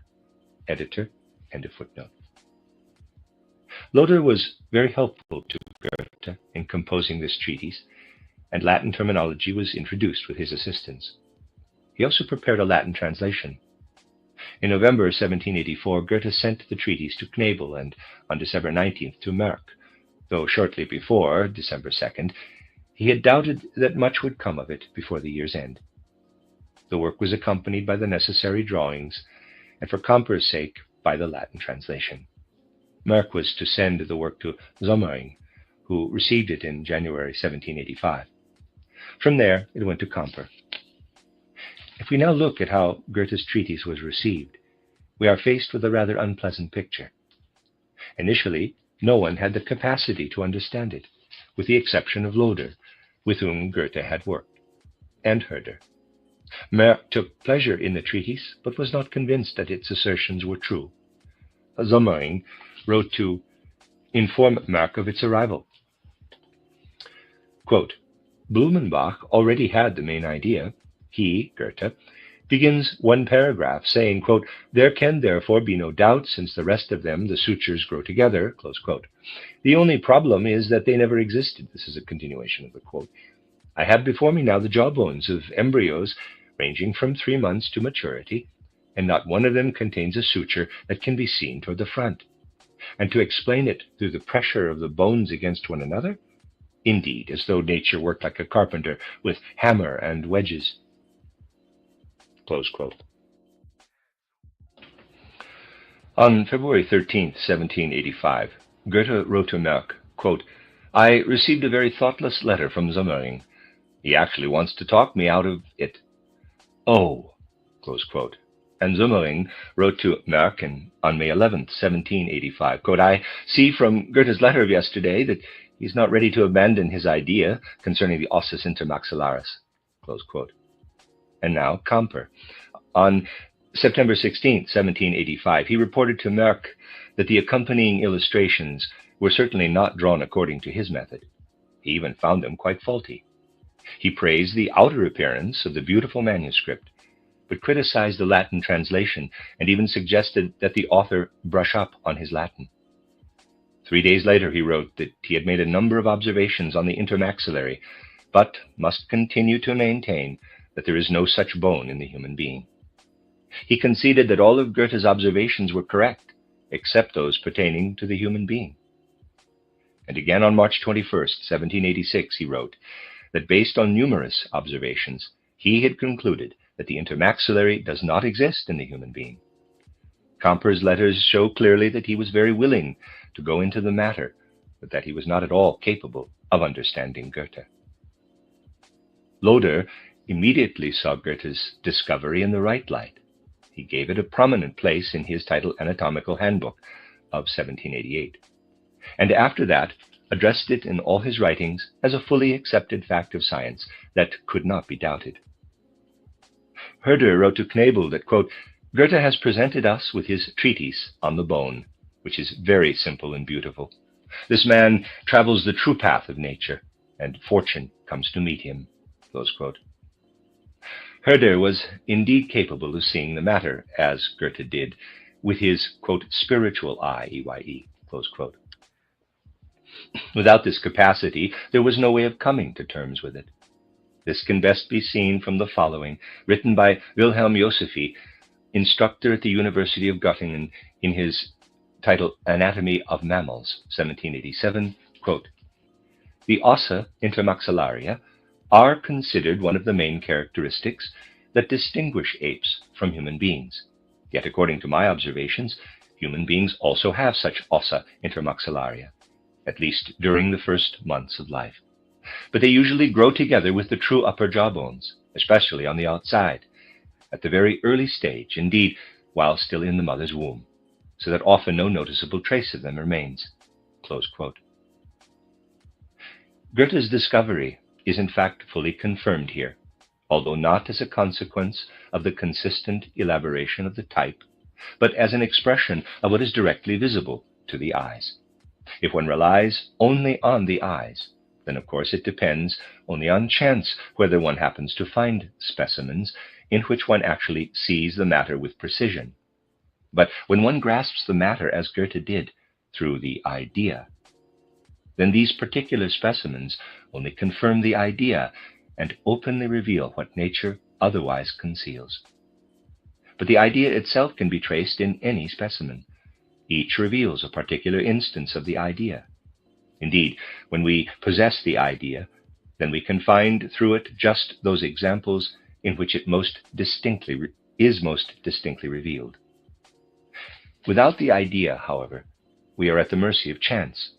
It can in fact be seen that after Goethe had given the impetus through his great thought, the scientific community was gradually convinced of the truth of his discovery through the observation of numerous cases.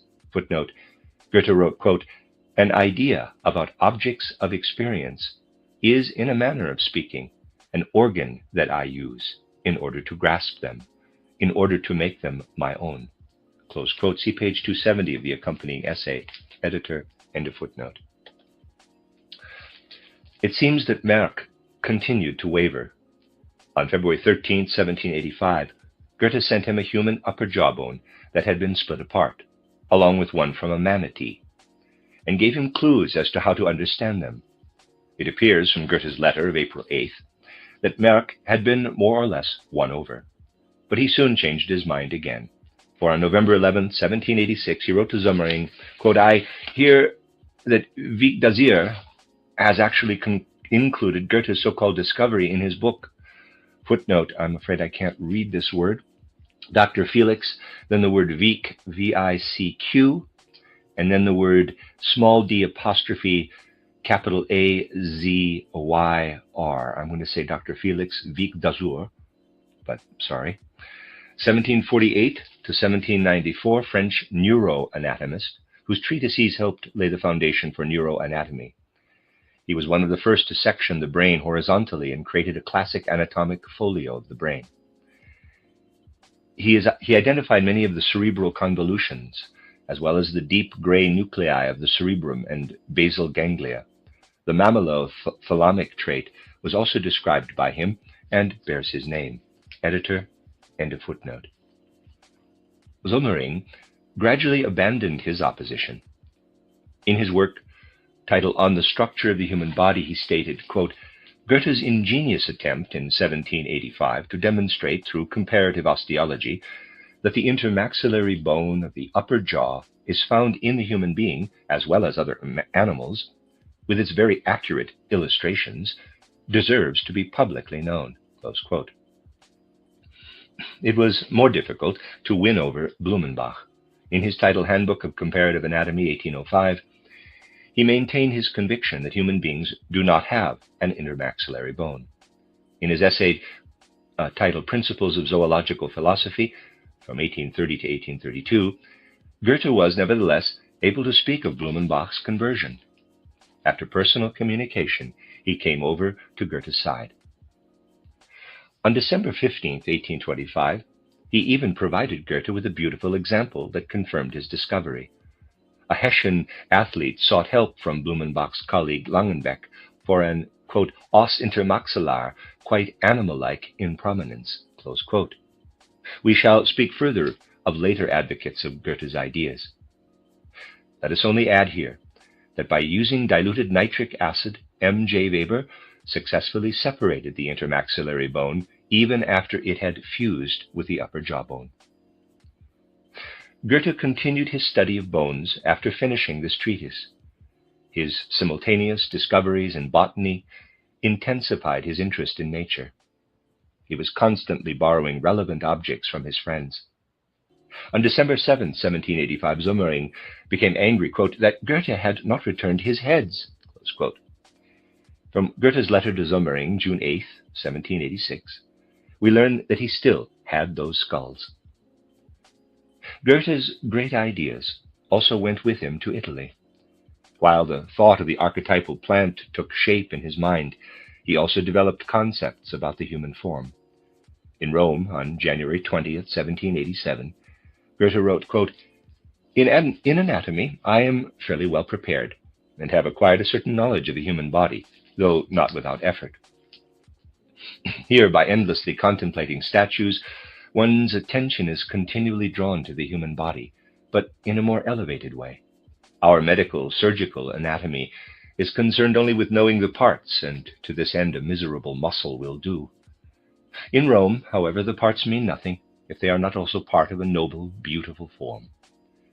In the great hospital of San Spirito, a very beautiful musculature model, has been set up for artists in a way that fills one with admiration for its beauty.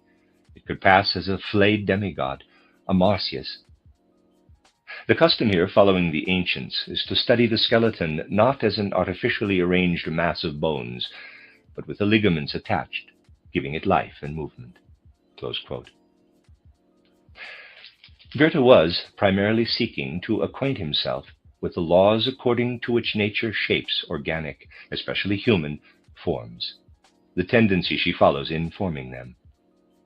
Just as Goethe searched amid the multiplicity of innumerable plant forms for the archetypal plant, with which one can endlessly invent plants that are necessarily consistent, that accord perfectly with nature's tendency, and would exist if corresponding conditions arose, he was likewise intent on studying animals and the human being, quote, to discover ideal characters, close quote, that accord fully with the laws of nature.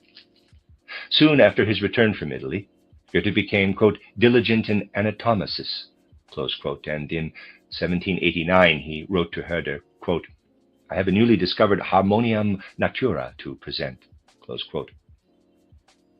His new discovery may have been part of his vertebral theory of the skull. The completion of this discovery, however, came in 1790. Before then, he knew that all the bones that make up the back of the head represent 3 modified spinal vertebrae. Goethe conceived of the matter this way. The brain represents a mass of spinal cord material raised to the highest level of perfection, whereas the nerves, serving primarily the lower organic functions, end in and branch out from the spinal cord. The nerves, serving the higher mental functions, primarily the sensory nerves, end and begin in the brain. What appears in the brain is simply the fully developed form of what is indicated but latent in the spinal cord. The brain is a fully developed spinal cord, the spinal cord an unelaborated brain. Now, the vertebrae of the spinal column are shaped in complete conformity with the various parts of the spinal cord and form the protective structures necessary to enclose them. If the brain is in fact a spinal cord raised to its highest potential, it would seem probable that the bones enclosing it are also simply vertebrae that are more highly developed. Thus, the entire head appears to be preformed in the bodily organs existing at a lower level. The forces active on a subordinate level are also at work here, but they are developed to their highest potential. Again, Goethe was concerned only with determining how this matter actually manifests in external reality. He said that he recognized this relationship very early on in relation to the occipital bone at the back of the cranium and the posterior and anterior sphenoid bones. But on his journey to northern Italy, when he found a sheep's skull that had burst open upon the dunes of the Lido, he recognized that the palatine bone, the upper jaw, and the intermaxillary are also modified vertebrae. The sheep's skull had fallen apart in such a fortunate way that the various pieces could be recognized clearly as individual vertebrae. On April 30th, 1790, Goethe showed this beautiful discovery to Frau von Kalb and said, quote, "Tell Herder that I have come a whole formula closer to the animal form and its various transformations, and that through the strangest accident." Close quote. The significance of this discovery is very far-reaching. It showed that all members of an organic whole are identical in idea, and that inwardly unformed, in quotes, organic masses develop in different ways as they open up toward the outside. In other words, one and the same thing manifests at a lower level as spinal nerve, and on a higher level reaches out as a sensory nerve into the organs of the senses, which take in, grasp, and comprehend the outer world. Thus, everything living was revealed in its capacity to form itself from the inside out as form-creating force. Only now could it be comprehended as a truly living entity. Goethe's essential ideas about the formation of animals had now also reached a conclusion. It was time to work them through, though he had planned to do this earlier, as shown in his correspondence with F.H. Jacobi. When Goethe followed the Duke into the Silesian encampment, Breslau, July 1790, he was busy studying animal morphology, and it was there that he began to write out his thoughts on the subject. On August 31st, he wrote to Friedrich von Stein, quote, "Amid all this commotion, I have begun to write my discourse on animal morphology." Close quote. In a larger sense, the idea of the animal type is contained in the poem, quote, "Metamorphosis of Animals," close quote, first published in 1820 in Goethe's second, quote, "Morphological Notebook," close quote. Between 1790 and 1795, Goethe primarily pursued his scientific research into color. At the beginning of 1795, he was in Jena, along with the von Humboldt brothers, Max Jacobi and Schiller. Goethe presented his ideas on comparative anatomy to these friends, who found his presentations so significant that they urged him to write them down. Goethe's letter to the elder Jacobi shows that he immediately complied with that suggestion by dictating to Max Jacobi his outline of comparative osteology. The introductory chapters were elaborated in 1796. These discourses contain Goethe's basic views on animal morphology, just as his views on plant morphology may be found in his, quote, "attempt to explain the metamorphosis of the plant," close quote. Footnote, this was the original title of Goethe's treatise, title now, "The Metamorphosis of Plants," editor, end of footnote. Through his friendship with Schiller, begun in 1794, his views took a turn in that he now began to observe his own methods of research, thereby becoming conscious of his way of observing things. Footnote, Steiner's formulation is, and there's a German phrase here, I'll give it a try, quote, "wobei ihm seine Anschauungsweise gegenständlich wurde," close quote. The original meaning of gegenständlich is, quote, "standing over and against," close quote. That is, becoming able to clearly observe something because one has gained the necessary distance from it. Through his acquaintance with Schiller, Goethe became able to observe his own way of thinking. In this sense, it became gegenständlich to him. Editor, end of footnote. Having followed these historical developments, we will now consider the nature and significance of Goethe's views on the formation of organisms. The end of chapter 3. You are listening to RudolfSteinerAudio.com. This is a reading of the collection of essays that were introductions to Goethe's scientific writings by Rudolf Steiner, entitled Nature's Open Secret. This is chapter 4, entitled The Nature and Significance of Goethe's Writings on Organic Morphology. Goethe's morphological works are so important because they establish the theoretical foundations and methodology for studying organic nature, a scientific accomplishment of the highest order. To properly appreciate this fact, we must above all consider the tremendous difference between inorganic and organic phenomena. The collision of two billiard balls, for example, is an inorganic phenomenon. If one ball is at rest and another strikes it from a certain direction with a certain velocity, the one at rest will begin to move in a certain direction with a certain velocity. We can comprehend such phenomena only by transforming what is given directly to the senses into concepts. We are able to do this to the extent that nothing sense-perceptible remains that we have not penetrated conceptually.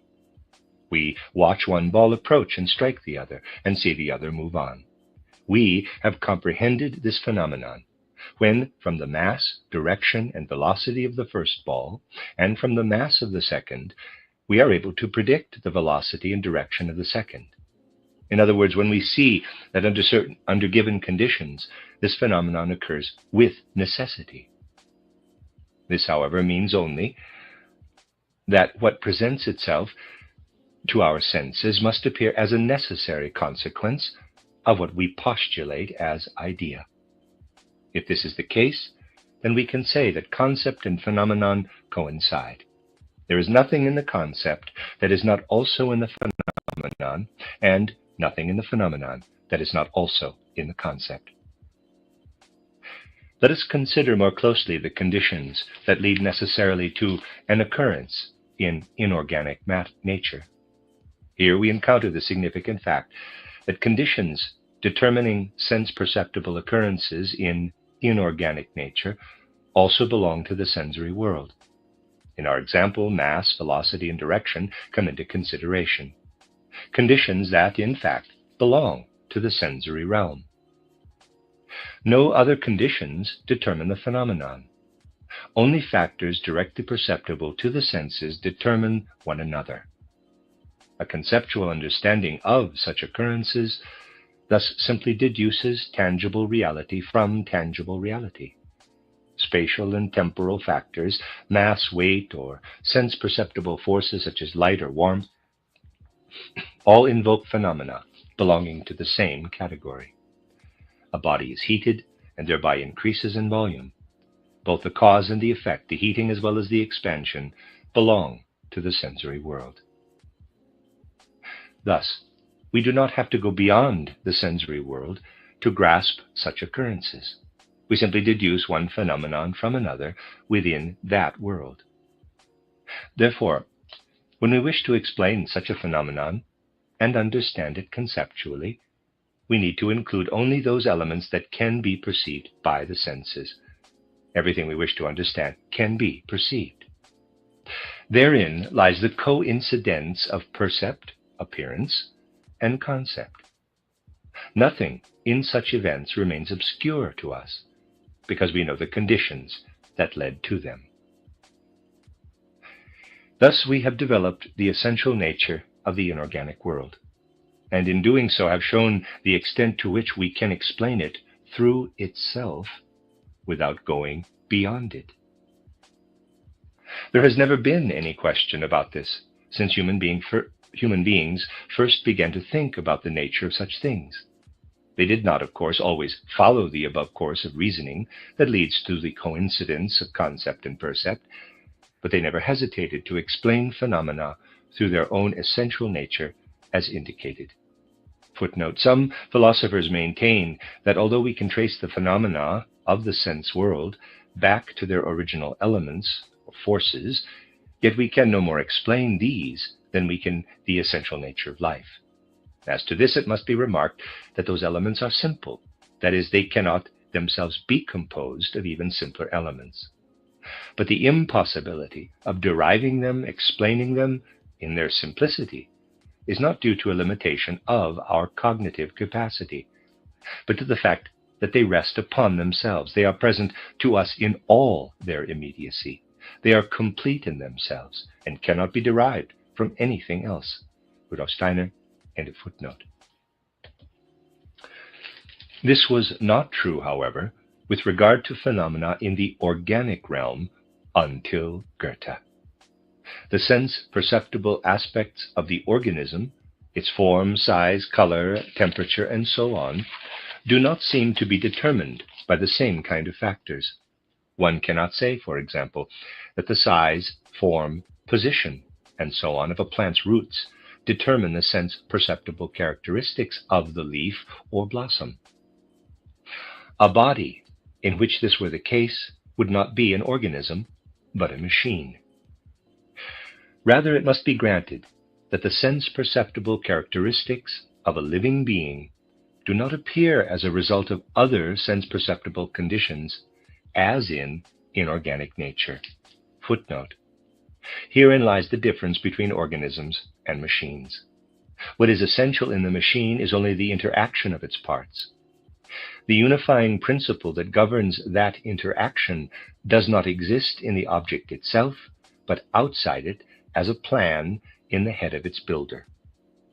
Only the most extreme short-sightedness can deny that the difference between an organism and a mechanism is precisely the fact that in a machine, the determining principle governing the interrelationship of its parts is external and abstract, whereas in an organism it assumes a real existence in the object itself. Thus, the sense-perceptible conditions of an organism do not appear merely to follow one from another, but are governed by an inner principle that is imperceptible to the senses. In this sense, this principle is no more perceptible to the senses than the plan in the builder's head, which is also present only to the mind. Essentially, it is such a plan, except that it has entered the organism's inner being and affects it directly, not through a third party, the builder. Rudolf Steiner. End of footnote. Indeed, all sensory qualities arise in an organism as the result of something no longer perceptible to the senses. They appear as the result of a higher unity, hovering over the sense-perceptible processes. It is not the form of the root that determines that of the stem, and not the form of the stem that determines that of the leaves, and so on. All of these forms are determined, instead, by something that exists above them, and whose form is inaccessible to the senses. The perceptible elements exist for one another, but not as a result of one another. They are not mutually determined by one another, but by something else. Here, what we perceive with our senses cannot be reduced to other sensorial factors. We must include in our concept of events elements that do not belong to the world of the senses. We must go beyond the sensory world. What we perceive is no longer enough.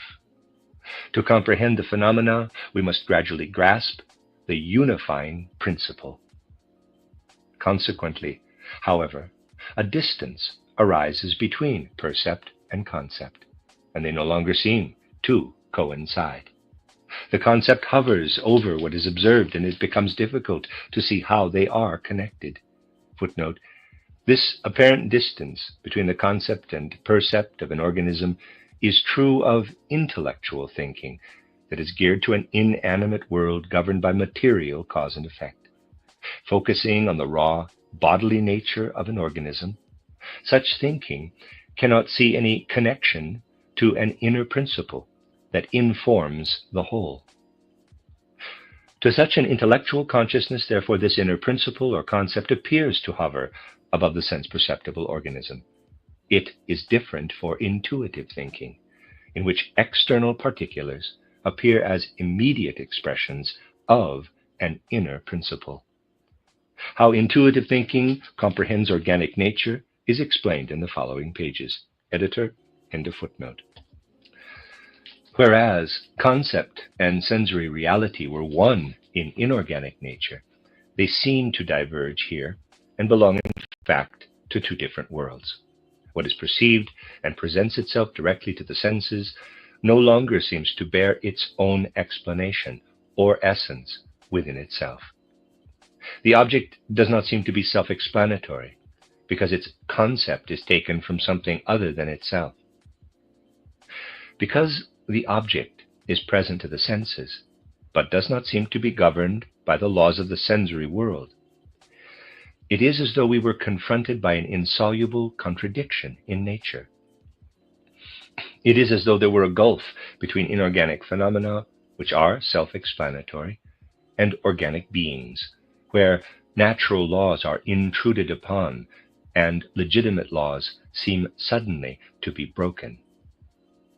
This chasm was in fact generally taken for granted in science, until Goethe, who succeeded in solving this mystery.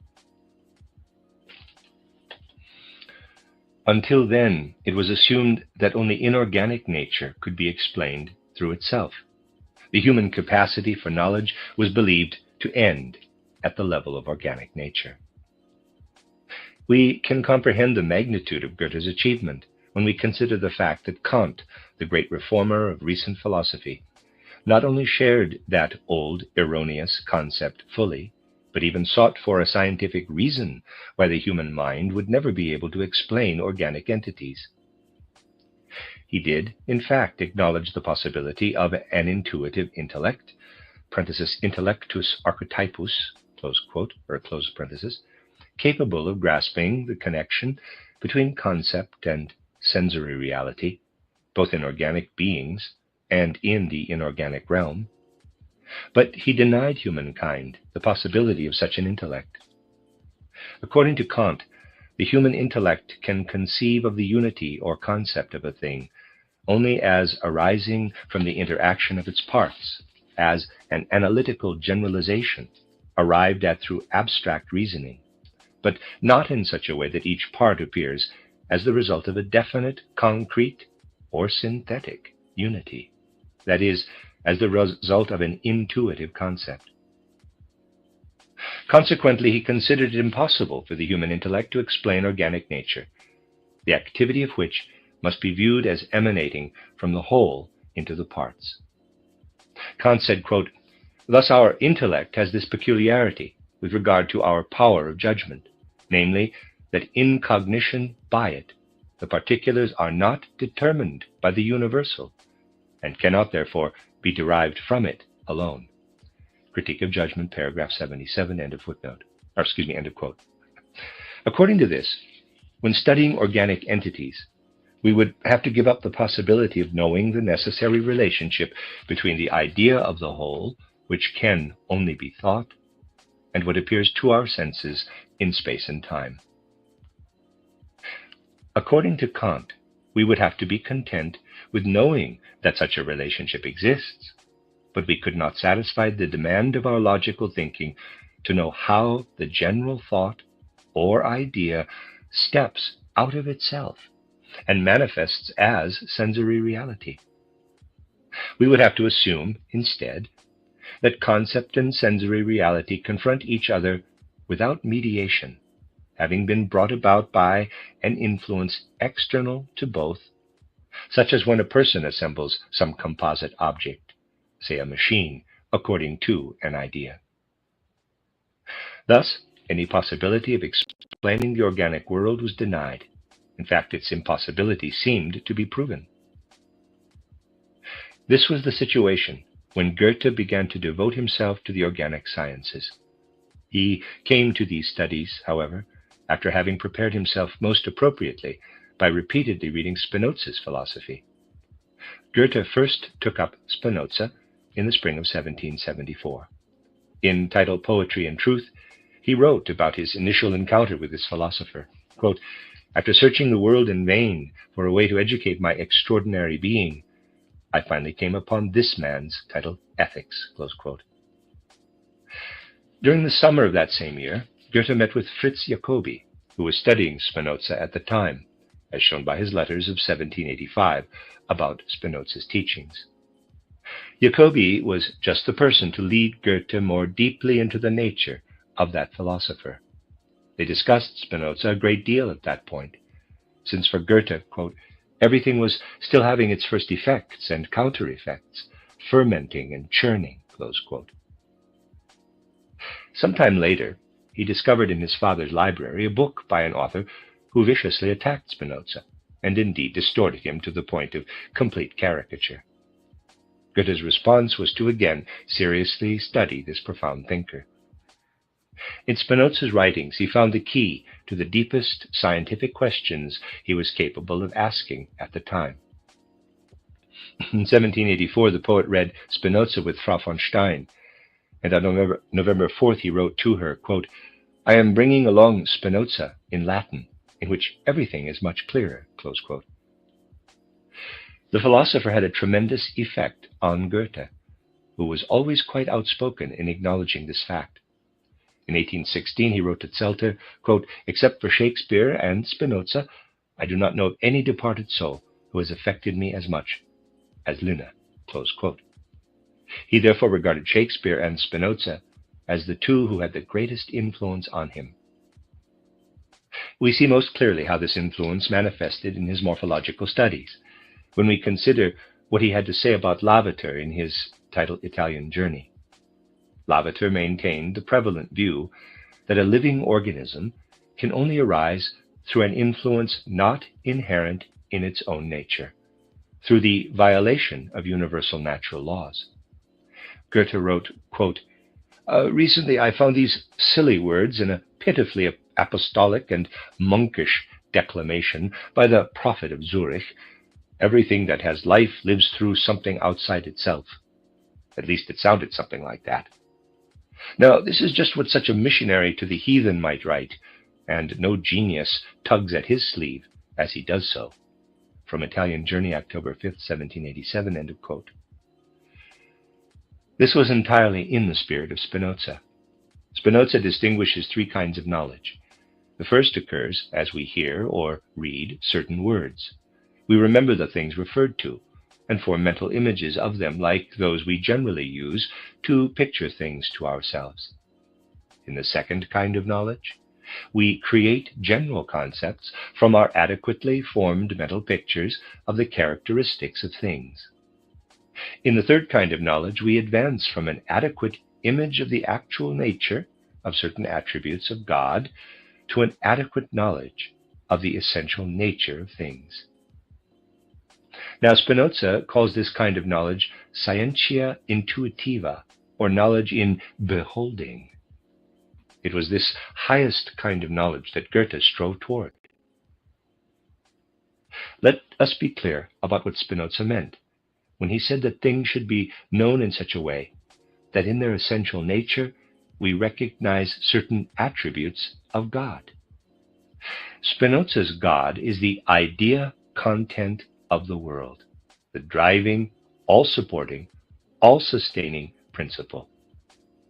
Now, we can imagine this by postulating that principle is a being that is independent and exists for itself, isolated from the finite world, and maintaining itself apart from finite beings, while governing and animating them. On the other hand, we can conceive of this being as having entered the finite world, no longer abiding above and alongside temporal things, but existing only within them. This view in no way denies that primordial principle, but fully acknowledges it. However, it views this principle as having been poured out into the world. The first view sees the finite world as a revelation of the infinite, but this infinitude remains within its own being and relinquishes none of itself. It never goes beyond itself, but remains as it was before its revelation. The second view also sees the finite world as a manifestation of the infinite. It assumes, however, that this infinite being, by manifesting, has gone entirely beyond itself, that it has laid its own being and life into its creation, and now exists only in that creation. Now, since knowledge is clearly a perception of the essence of things, and since this essence exists only in the degree that it participates as a finite being in the primal principle of all things, thus knowing means perceiving the infinite in things. Footnote, that is, certain attributes of God within them. Rudolf Steiner, end of footnote. Before Goethe, it was indeed assumed, as we have described above, that inorganic nature could be explained through itself, that it contains its own explanation and its own nature within itself, but that this was not the case with organic nature. Here, the essential nature, or being, that manifests in the object could not be found within the object itself. Consequently, it was assumed to exist outside the object. In other words, organic nature was explained according to the first view, and inorganic nature according to the second. As we have seen, Spinoza proved the necessity of a unified knowledge. He was too much the philosopher, however, to demonstrate this theoretical insight in the various specialized branches of organic science. This task remained for Goethe, whose unwavering adherence to Spinoza's views is demonstrated not only by the statements quoted, but by many others as well. Entitled Poetry and Truth, he wrote, quote, "Nature works according to eternal, immutable laws, so divine that the Godhead itself can alter nothing in them." Close quote from Part 4, Book 16. Referring to a book by Jacobi, published in 1811, titled Of Divine Things and Their Revelation, Goethe remarked, quote, "How could I welcome the book of such a dearly loved friend, and after finding that it developed the thesis that nature conceals God, With my pure, profound, inborn, and practiced way of contemplating things, which had taught me above all to see God in nature and nature in God, so that this way of thinking formed the foundation of my whole existence, must not such a strange, one-sidedly limited assertion forever estrange me spiritually from this noblest of men, whose heart I have revered and loved? Close quote. Footnote from Tag und Jahreshefte 1811, Rudolf Steiner, end of footnote. Goethe knew full well that the step he was taking had far-reaching significance for science. He realized that by breaking down the boundary between inorganic and organic nature, and thus advancing Spinoza's thinking, he was significantly changing the direction of science. That recognition is expressed in his essay, quote, "Judgment Through Intuitive Perception," close quote. Goethe expressed his opposition after noting Kant's attempt, entitled Critique of Judgment, to prove the inability of the human intellect to explain an organism. Quote, "It is true that the author seems to refer here to a divine intellect. However, if in fact we seek in the moral sphere, through faith in God, virtue, and immortality, to raise ourselves up into a higher realm, and to approach the primal being, then may we not also in the intellectual sphere, through the contemplation of an ever-creating nature, make ourselves worthy of spiritual participation in her productions?" Since I had, after all, ceaselessly pressed on, at first unconsciously and out of an inner urge, toward the archetypal, the typical, since I had even succeeded in demonstrating how it unfolds in accordance with the laws of nature, there was nothing to stop me now from boldly embarking on the adventure of reason, as the sage of Königsberg himself called it. Close quote. This is the essential thing, an occurrence in inorganic nature, that is, something that takes place only in the sensory world, is caused and determined by a process that likewise occurs only in the sensory world. Imagine that the causal process consists of elements m, d, and v, mass, direction, and velocity of a moving billiard ball, and the resulting process of elements m prime, d prime, and v prime. Whenever m, d, and v are given, m prime, d prime, and v prime will be determined by them. If I wish to understand this occurrence, I must formulate the entire event, consisting of cause and effect, with one concept that includes both. But this kind of concept cannot exist within the occurrence itself and determine it. It encompasses both processes in a common expression, but it does not cause or determine.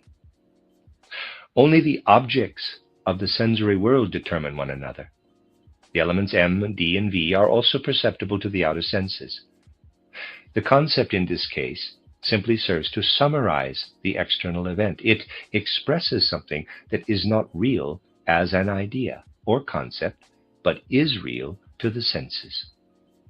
This, in quotes, something it expresses is an object of sensory perception. Knowledge of inorganic nature is based on the possibility of comprehending the external world through the senses and expressing its interactions through concepts. Kant regarded the possibility of knowing things in this way as the only kind of knowledge accessible to the human being. He called this kind of thinking discursive. What we wish to know is an external perception. The concept, or combining unity, is merely a means. Let me read that last sentence again. What we wish to know is an external perception.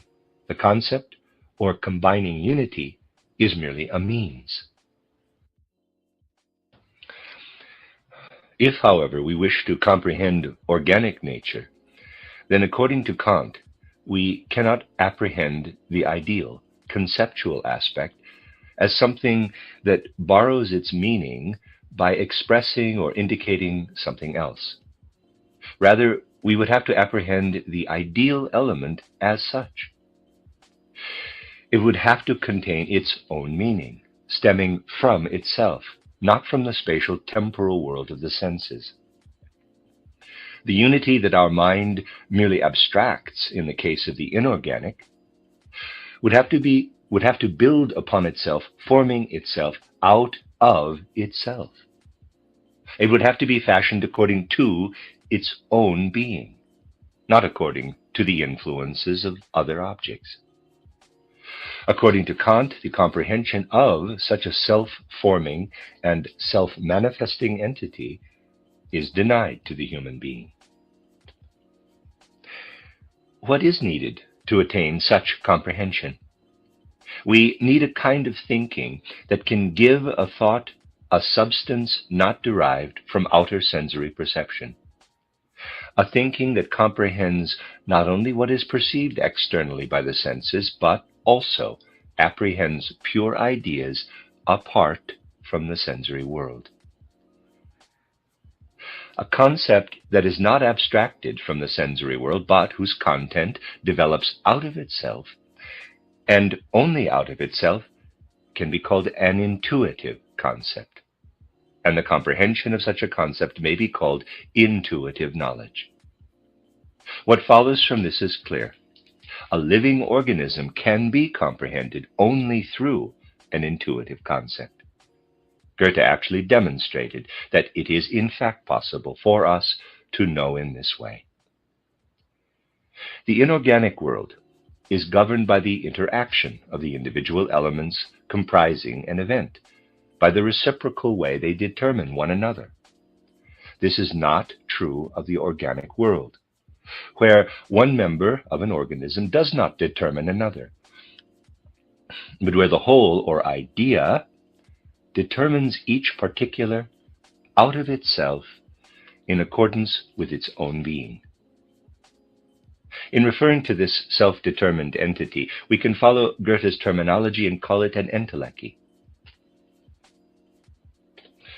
An entelechy, therefore, is a force that calls itself into being. The resulting manifestations have sensory existence, but they are determined by this entelechial principle. This creates an apparent contradiction. The organism is self-determining and creates its characteristics out of itself according to a postulated principle, and yet it has sense-perceptible reality. An organism thus attains sense-perceptible reality in a way that is completely different from the other objects of the sensory world. Consequently, it seems to arise unnaturally. It is also entirely understandable that externally an organism is exposed to the effects of the sensory world, as is any other body. A tile falling from the roof can strike a living creature as well as an inorganic object. An organism is related to the outer world through its intake of nourishment and so on. It is affected by the physical circumstances of the outer world.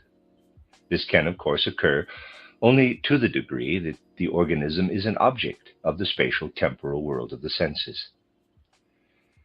This object of the outer world, the entelechial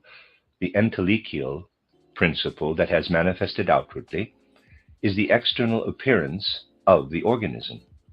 Consequently, it seems neither to fully accord with itself, nor to adhere strictly to its own nature.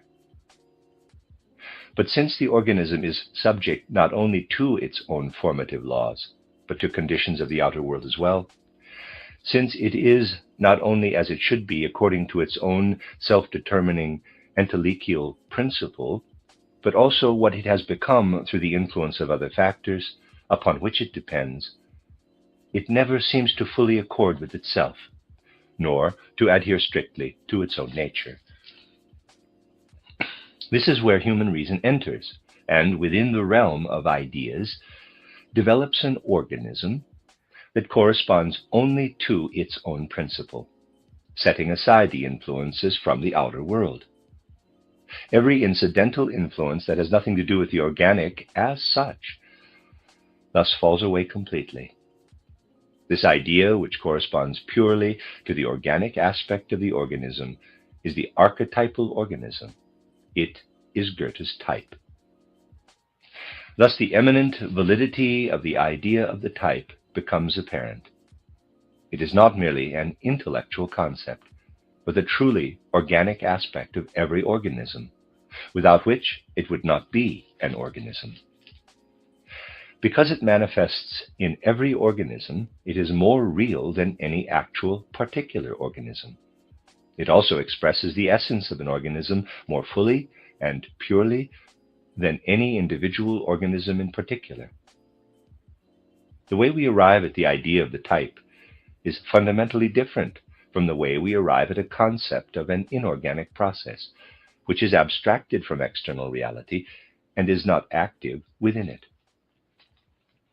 The idea of the organism, on the other hand, works actively within the organism as its entelechy. It is the essence of the entelechy itself in a form apprehended by our reason. The idea is not a summary of experience. It produces experience. Goethe expresses this as follows, quote, "A concept is the sum of experience. An idea is its result. To understand a concept requires intellect. To comprehend an idea requires reason." Close quote. This explains the kind of reality that must be attributed to Goethe's archetypal organism, the archetypal plant or animal. This Goethean method is clearly the only way we can apprehend the essential nature of the organic world. Footnote: here, Steiner introduces a new concept of scientific method. The distinction he makes here between concept and idea has important consequences, particularly for the methodology of organic science. The dynamic, living idea of the type leads research along a very different path and to a very different result than do the analytical methods of inorganic science. Grasping the idea of the type requires a different quality of thinking, here called reason, or in the following, judgment through intuitive perception, which is essential to Goethe's method of organic science. It is only this kind of active participatory thinking that can apprehend the type in its various metamorphoses. Thus, exact participatory thinking becomes the method of organic science. This method is discussed in the section on Goethe in the concluding essay of this volume, and in Henri Bortoff titled The Wholeness of Nature, Goethe's Way Toward a Science of Conscious Participation in Nature. Editor, end of footnote. Within the inorganic realm, we must realize the essential circumstance that the phenomenon, in its multiplicity, is not the same as the lawfulness that explains it, but merely points to this lawfulness as to something external to it. The relationship between what we perceive, the material element in our knowledge given through the outer senses, and the concept, or formal means of recognizing the necessity of what we perceive, is their objective need of each other. But this relationship is such that the concept does not live in the particulars of an experienced event, but in the interrelationship of those particulars. This interrelationship, which combines the multiplicity into a unified whole, is based on the particulars of the given, but as a whole, or unity, it does not actually manifest concretely. Only the particulars of that relationship manifest in outer existence, in the object. The unity or concept as such manifests only in our intellect, whose task is to combine the multiplicity of the phenomena. The concept is related to this multiplicity as its sum. Here we are dealing with a duality, the manifold phenomena we perceive and the unity we think. In organic nature, the diverse particulars of an organism do not have such an external relationship to one another. The unity manifests in what is perceived. It comes into existence together with the diversity and is identical with it. The relationship between the individual members of a phenomenal whole, an organism, has become a reality and manifests concretely. no longer only in our intellect, but in the object as well, where it produces multiplicity out of itself. The concept does not merely play the role of a summarizing element with its object outside itself. It has united with its object completely. The object of our perception is no longer different from the concept through which we think it. We perceive that concept itself as idea. Footnote, we see the concept or idea as it manifests in the organism itself. Editor and a footnote. Therefore, Goethe calls the capacity through which we grasp organic nature judgment through intuitive perception. That which explains the formal element in our knowledge, the concept, and that which is explained, the material element or percept, are identical. The idea through which we comprehend the organic is therefore essentially different from the concept, through which we explain the inorganic. It does not merely combine a given multiplicity, like a summary, but brings forth its own content out of itself. It is the result of the given, of experience. It is concrete appearance. Footnote, thus, for example, the concept of a clock does not express itself directly through its parts, but can be comprehended only through an intellectual understanding of their interactions and purpose. Here, the unity or purpose does not manifest directly through the parts. In an organism, this is different. The formation of every organ of an animal, for example, and every aspect of its behavior are direct expressions of its essential nature, or idea. This idea can be perceived directly and enlivened and deepened through experience. In this sense, it is the result of experience. Editor, and a footnote. This is why in inorganic science we speak of laws, natural laws, and use them to explain the facts, whereas in organic science we use types. A law is not the same as the perceived multiplicity it governs, but stands above it. In the type, however, the ideal and the real have united. The multiplicity can only be explained as arising from a point within the whole, with which it is identical. The significant aspect of Goethe's research is its insight into this relationship between inorganic and organic science. It is wrong, therefore, to say, as it often is today, that Goethe's science anticipated a kind of monism whose goal is a unified view of nature that encompasses the organic and the inorganic by reducing the organic to the same principles, mechanical and physical categories and laws used to determine inorganic nature. We have seen how Goethe conceived of a monistic view. His method of explaining the organic was fundamentally different from his approach to the inorganic realm. Whenever principles of a higher nature were involved, he wanted to see mechanistic explanations strictly rejected. Footnote, quote, we see significant things assembled in parts. Consider the works of architecture. We see how many things arise in a regular or irregular fashion through agglomeration. Therefore, atomistic concepts are very convenient, and we do not shy away from applying them in cases involving organic life.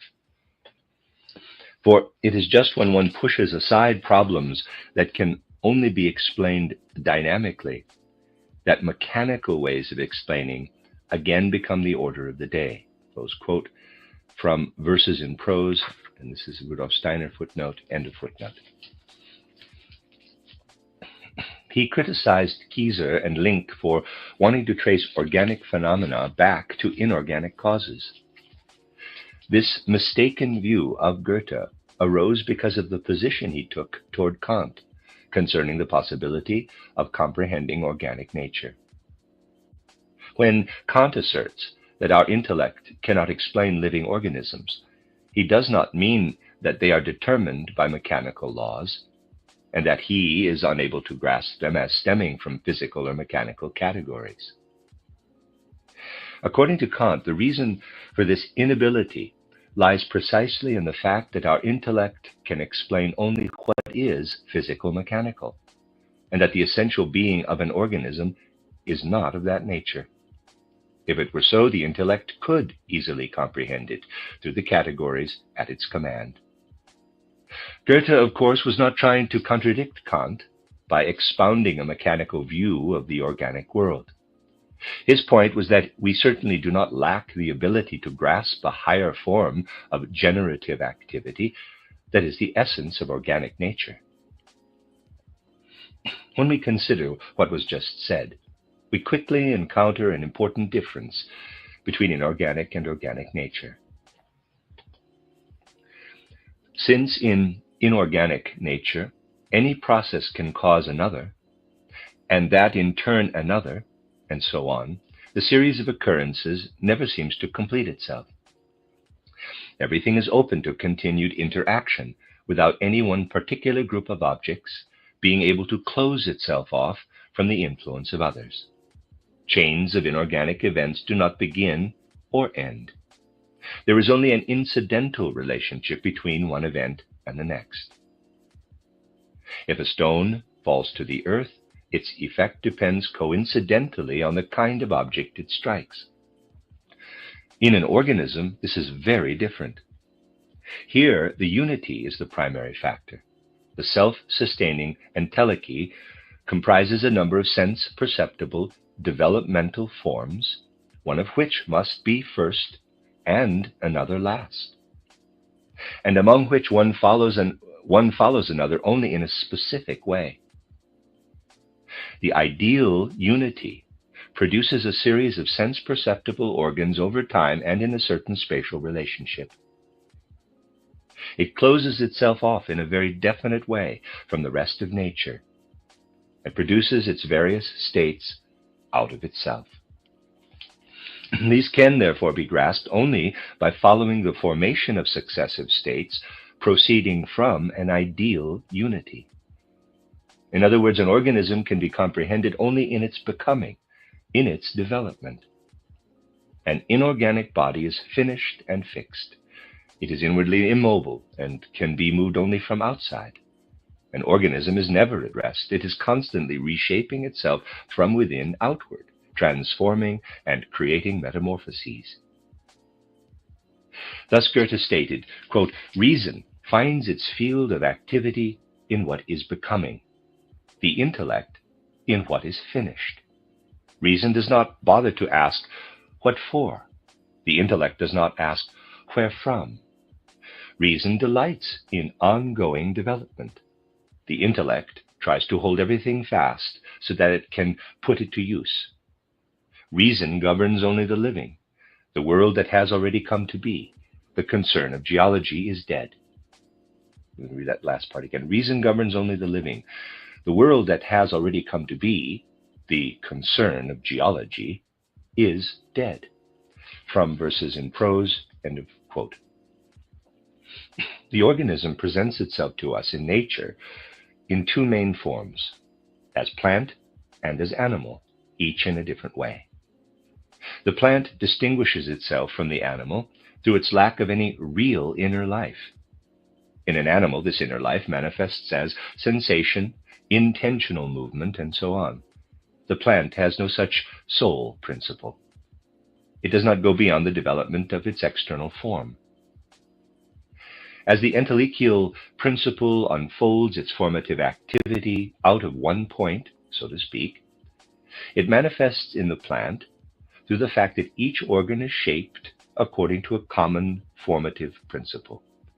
The entelechy appears here as the force that forms the individual organs. The organs are all shaped according to one formative type, and they appear as the modifications of one fundamental organ.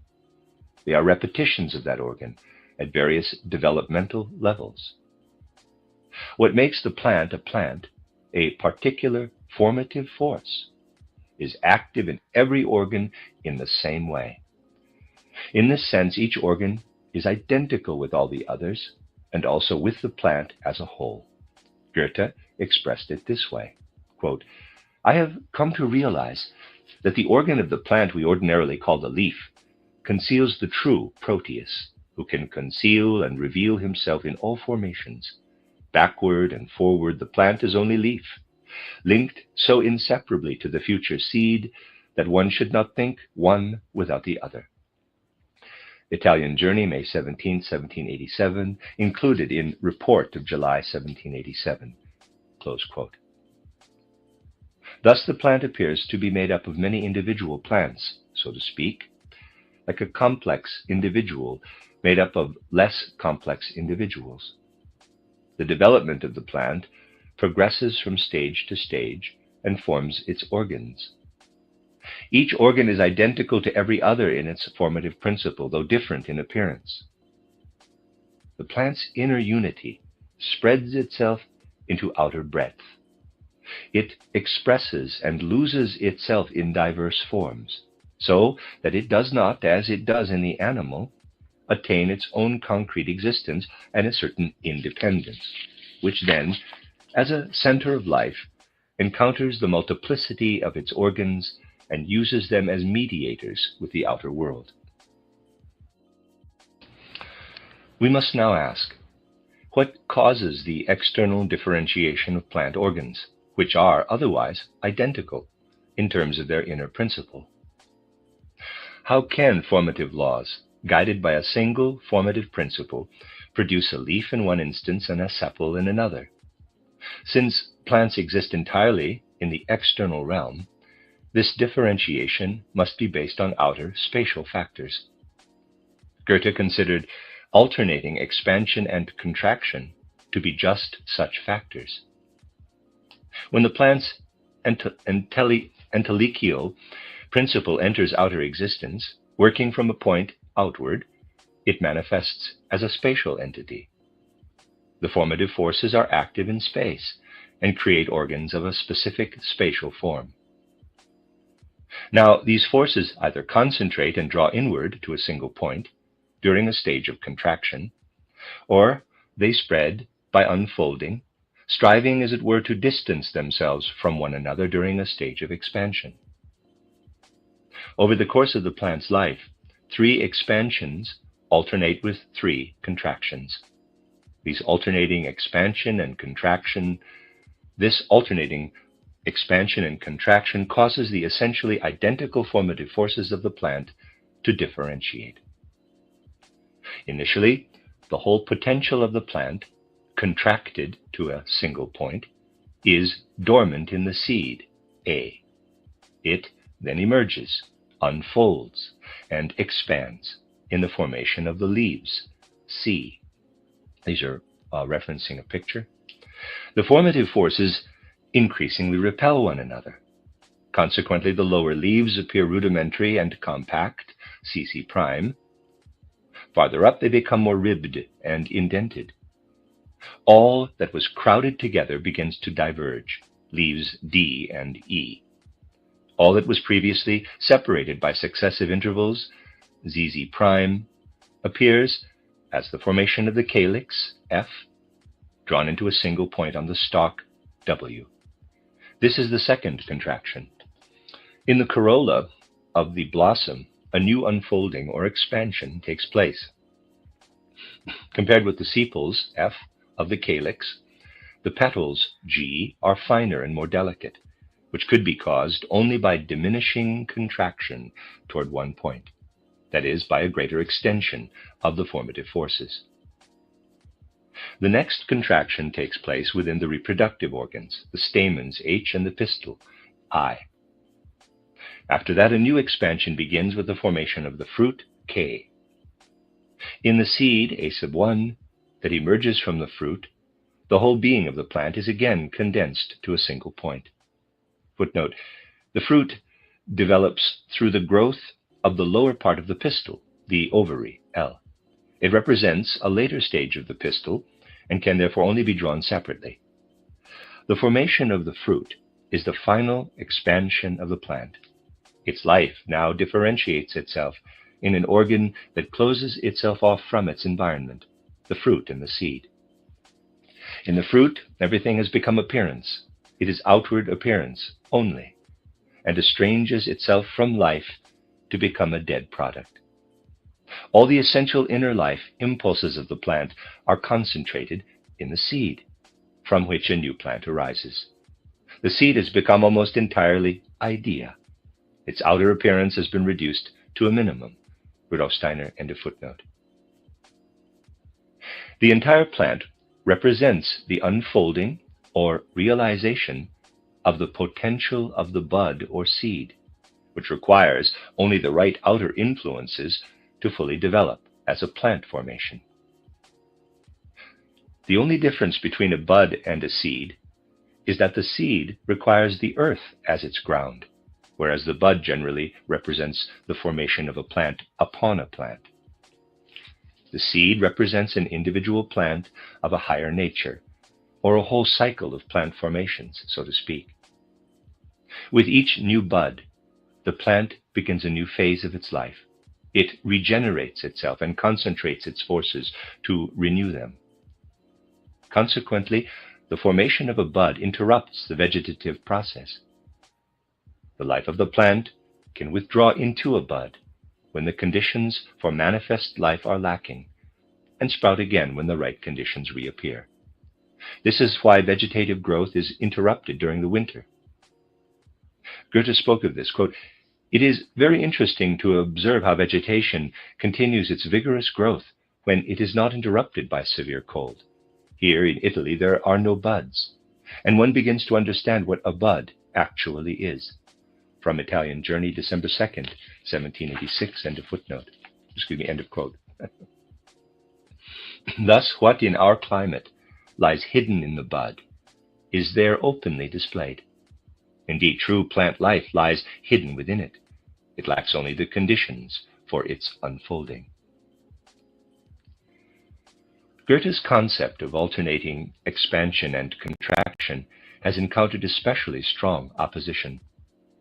All of those attacks, however, stem from a misunderstanding, the belief that these concepts cannot be valid unless a physical cause can be found for them, and unless it is possible to demonstrate the means whereby the inner laws of the plant cause this expansion and contraction. This, however, places the cart before the horse. Nothing should be postulated as the cause of expansion and contraction. On the contrary, everything else follows from them. They themselves cause the progressive metamorphosis, stage by stage.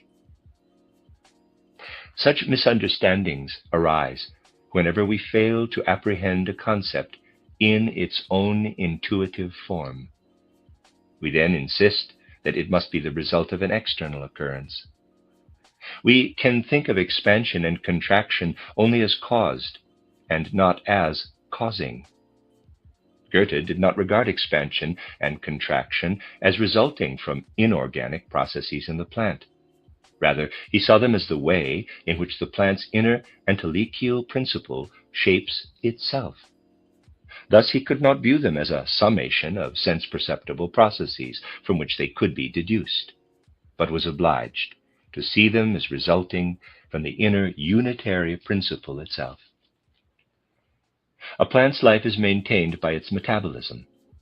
There is a fundamental difference between the metabolism of those organs closer to the roots that take in nourishment from the earth, and those receiving nourishment that has passed through other organs. The organs closer to the earth seem to depend directly on their inorganic environment. The other organs, on the other hand, depend on the parts of the organism that precede them. Each succeeding organ thus receives nourishment especially prepared for it, as it were, by the preceding organs.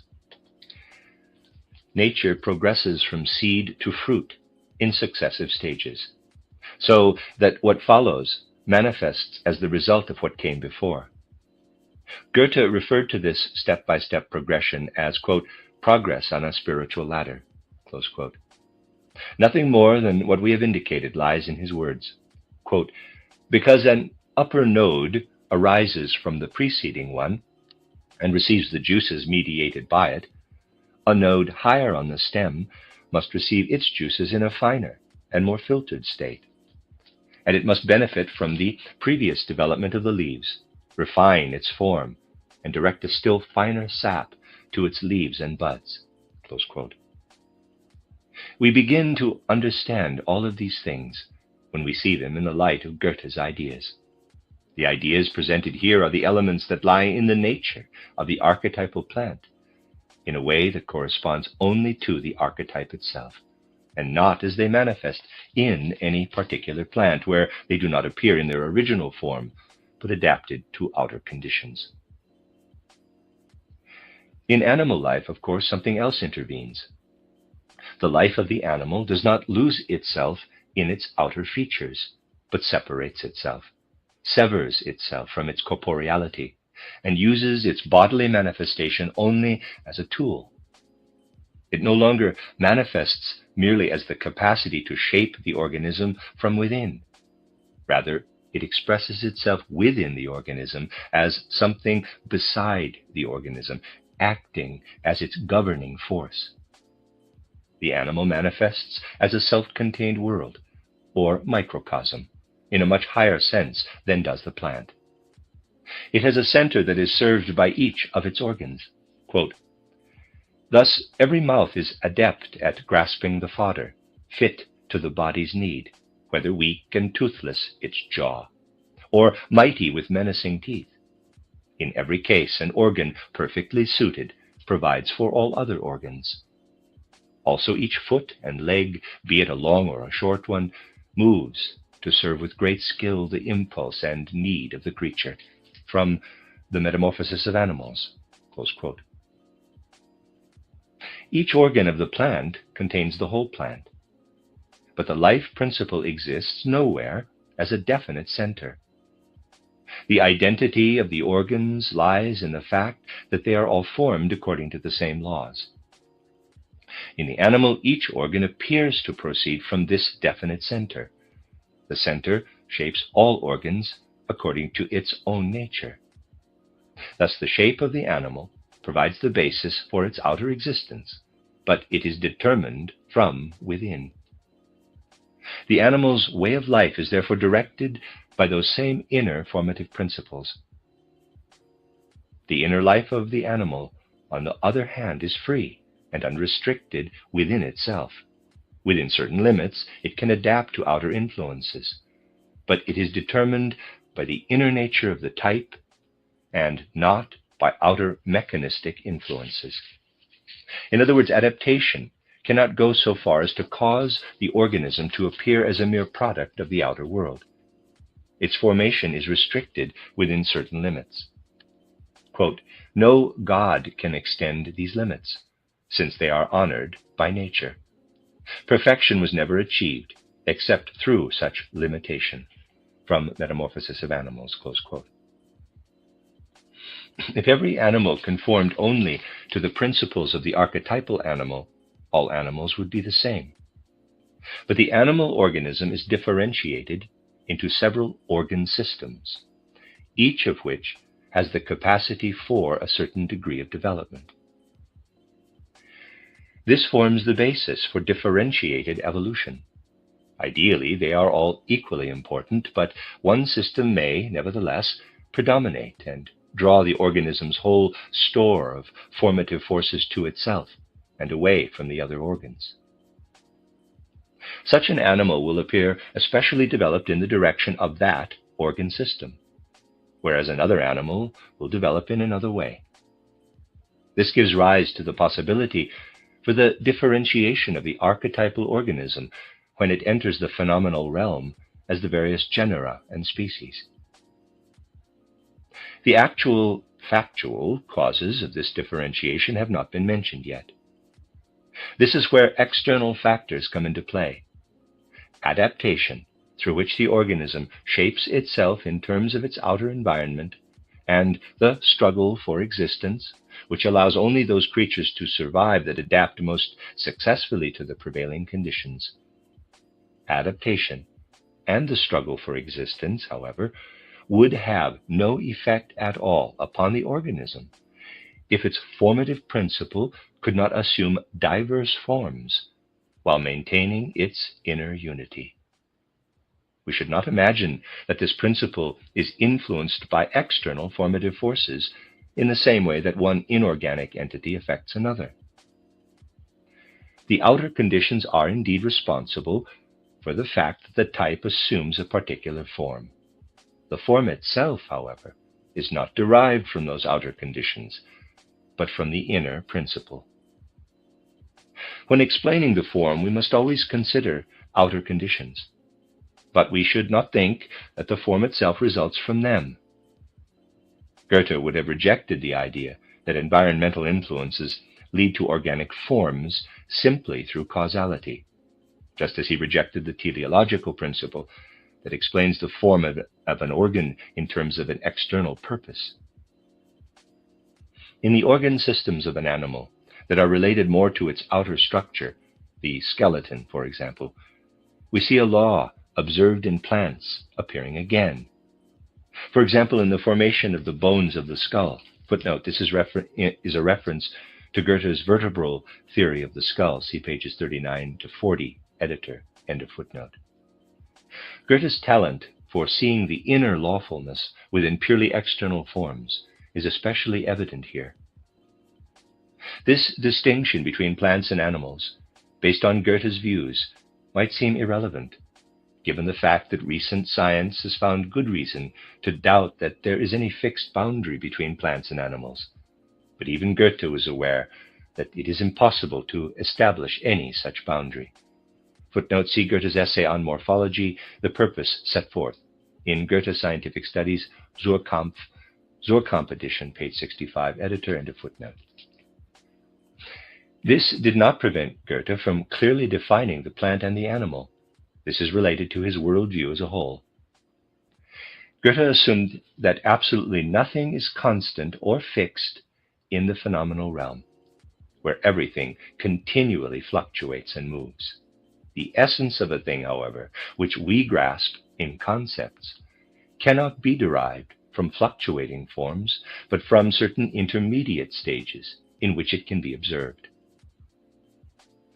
The way Goethe views the world naturally establishes certain definitions, which nevertheless are not rigidly held when we experience particular transitional forms. In fact, this is exactly where Goethe sees the flexibility of natural life.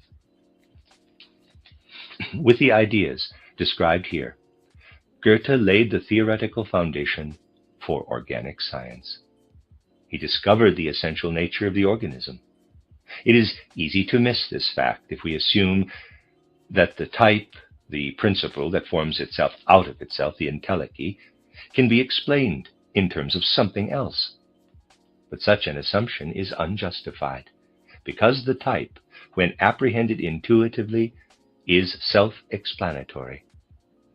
Anyone who has understood this, quote, forming itself according to itself, close quote, of the entelechial principle, will see this as the solution to the mystery of life.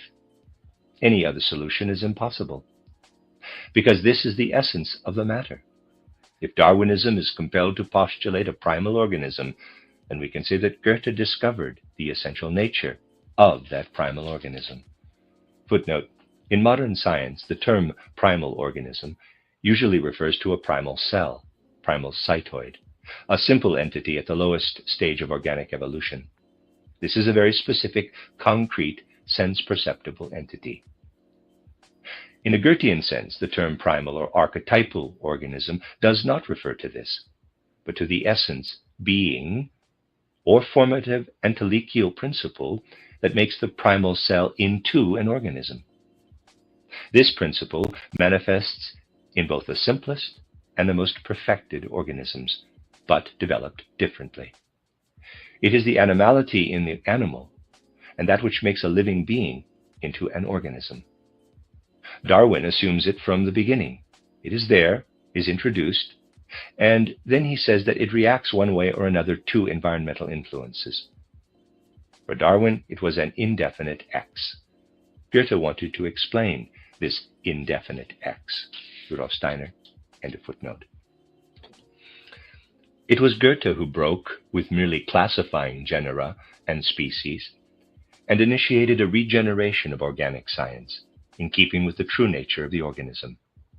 Whereas systematizers before Goethe required as many different concepts or ideas as there are externally differentiated species, between which they could find no mediation, Goethe declared all organisms to be the same in idea, differing only in appearance.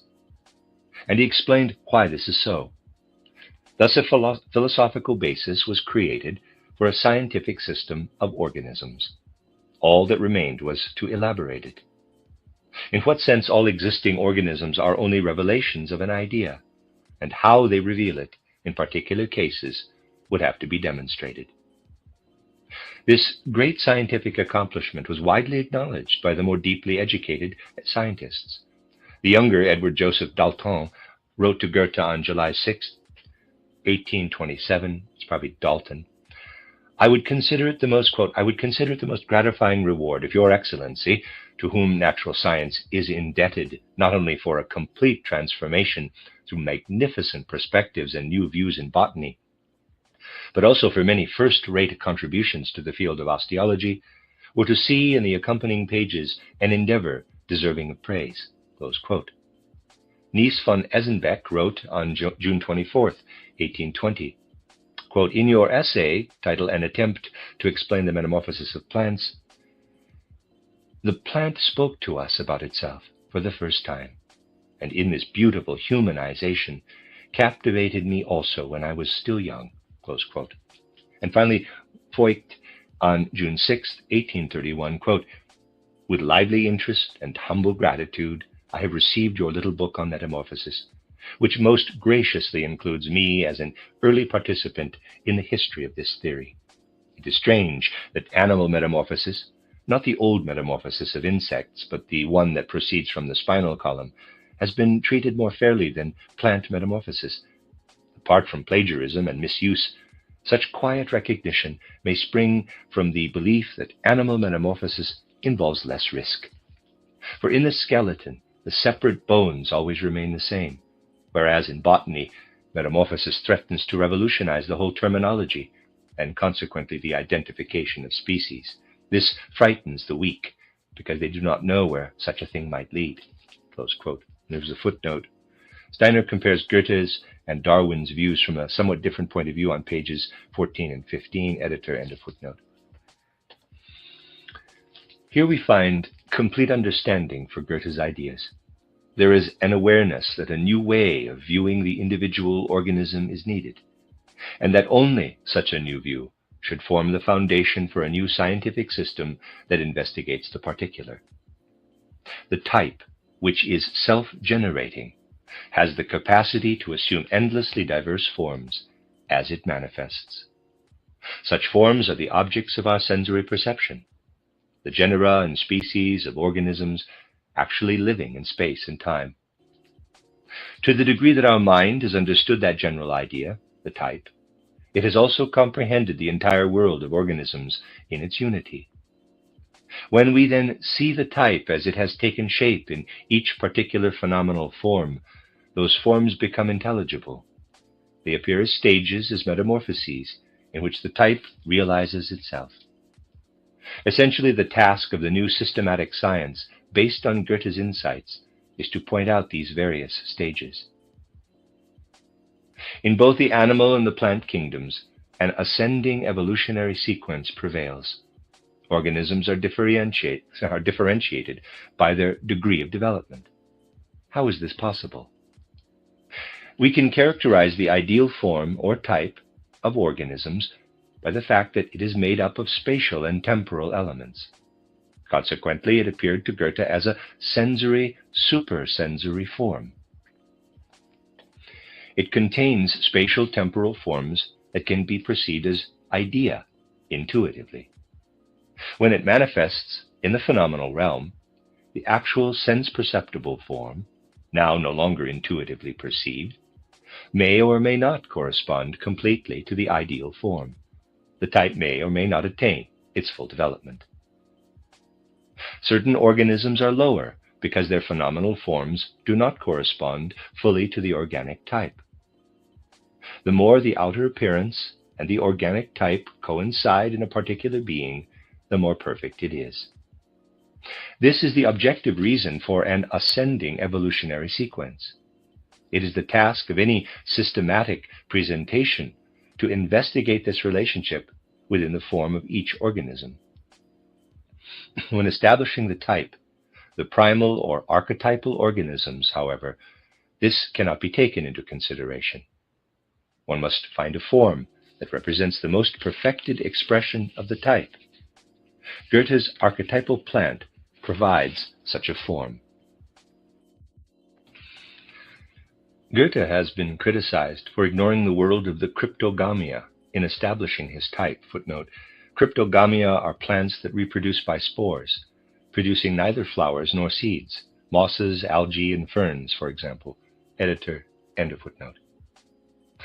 We have already noted the fact that this must have been a fully conscious decision, because he had also studied such plants. This has objective reasons. Cryptogamia are, in fact, plants in which the archetypal plant manifests only in an extremely one-sided way. They represent the idea of the plant only in a one-sided, sense-perceptible form, and may be assessed according to the established idea. But the idea itself achieves its actual breakthrough only in the phanerogamia. Footnote: Phanerogamia are flowering, seed-producing plants. Editor, end of footnote. The important matter here, however, is that Goethe never elaborated his basic thoughts. He did not go deeply enough into the realm of particulars. All his works thus remain fragmentary. A statement in his Italian journey, September 27, 1786, shows that he also intended to clarify this realm, and that his ideas would make it possible, quote, to truly determine genera and species, which until now, I think, has occurred only in a very arbitrary way, close quote. He did not follow through with this intention by presenting in any concerted way the connection between his general ideas and the world of particulars, the reality of specific forms. This he himself regarded as a deficiency in his fragments, to which he referred when writing to J.F. Sorret, June 28, 1828, about De Candelo. Quote, I also see with increasing clarity how he regards the intentions with which I continue to live, and which are expressed clearly enough in my little essay about metamorphosis, but whose connection with empirical botany, as I have long known, does not emerge clearly enough. It seems also, close quote, it seems also that this is why Goethe's views have been so misunderstood. They were misunderstood simply because they were not understood at all. Goethe's ideas also provide a conceptual explanation for a discovery by Darwin and Haeckel that the development of an individual, ontogeny, represents a repetition of its entire evolution, phylogeny. After all, what Haeckel presents here must be considered no more than an unexplained fact. That is, the fact that each individual passes in an abbreviated way through all the developmental stages described by paleontology as individual organic forms. Haeckel and his followers attributed this to the law of heredity, but that law itself is only an abbreviated expression of this fact. The explanation is that the various paleontological forms, as well as any living individuals, are all manifestations of a single archetype, which, over successive periods of time, unfolds the formative forces that lie within it as potential. Each higher individual is, in fact, more perfected because favorable environmental influences allow it to develop freely according to its inner nature.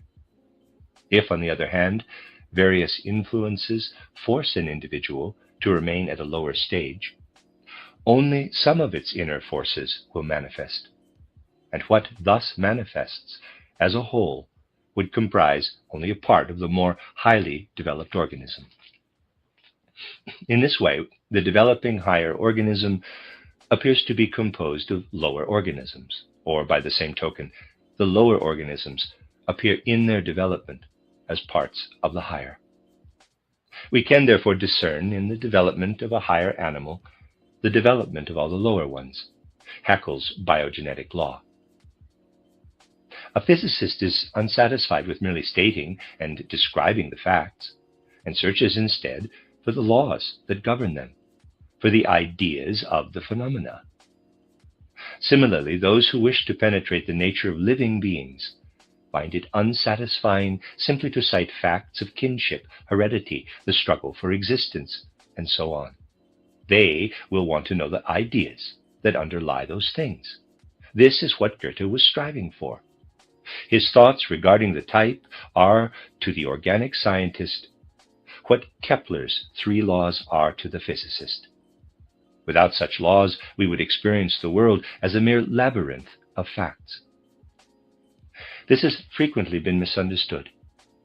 Some insist that Goethe's idea of metamorphosis is merely an image that arises abstractly in our intellect, that he did not realize that the concept of leaves transforming into the organs of the blossom is meaningful only if these organs, the stamens, for example, had once actually been leaves. But this turns Goethe's view on its head. It makes one sense-perceptible organ primary in principle, and derives the other organ from it in a literal way. Goethe never intended it that way. For him, the organ that arises first chronologically is not at all primary in terms of the idea or principle. Stamens are not related to leaves because they were once actual leaves. No, it is because they are related to in principle, through their inner nature, that they once appeared as leaves.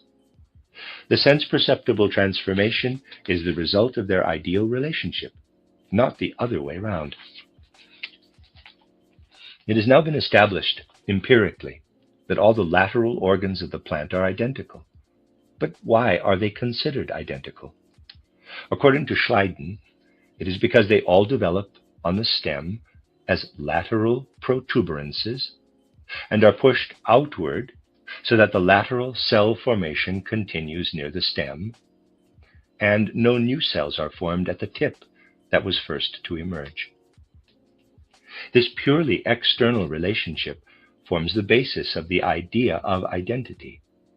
Again, according to Goethe, the matter is different.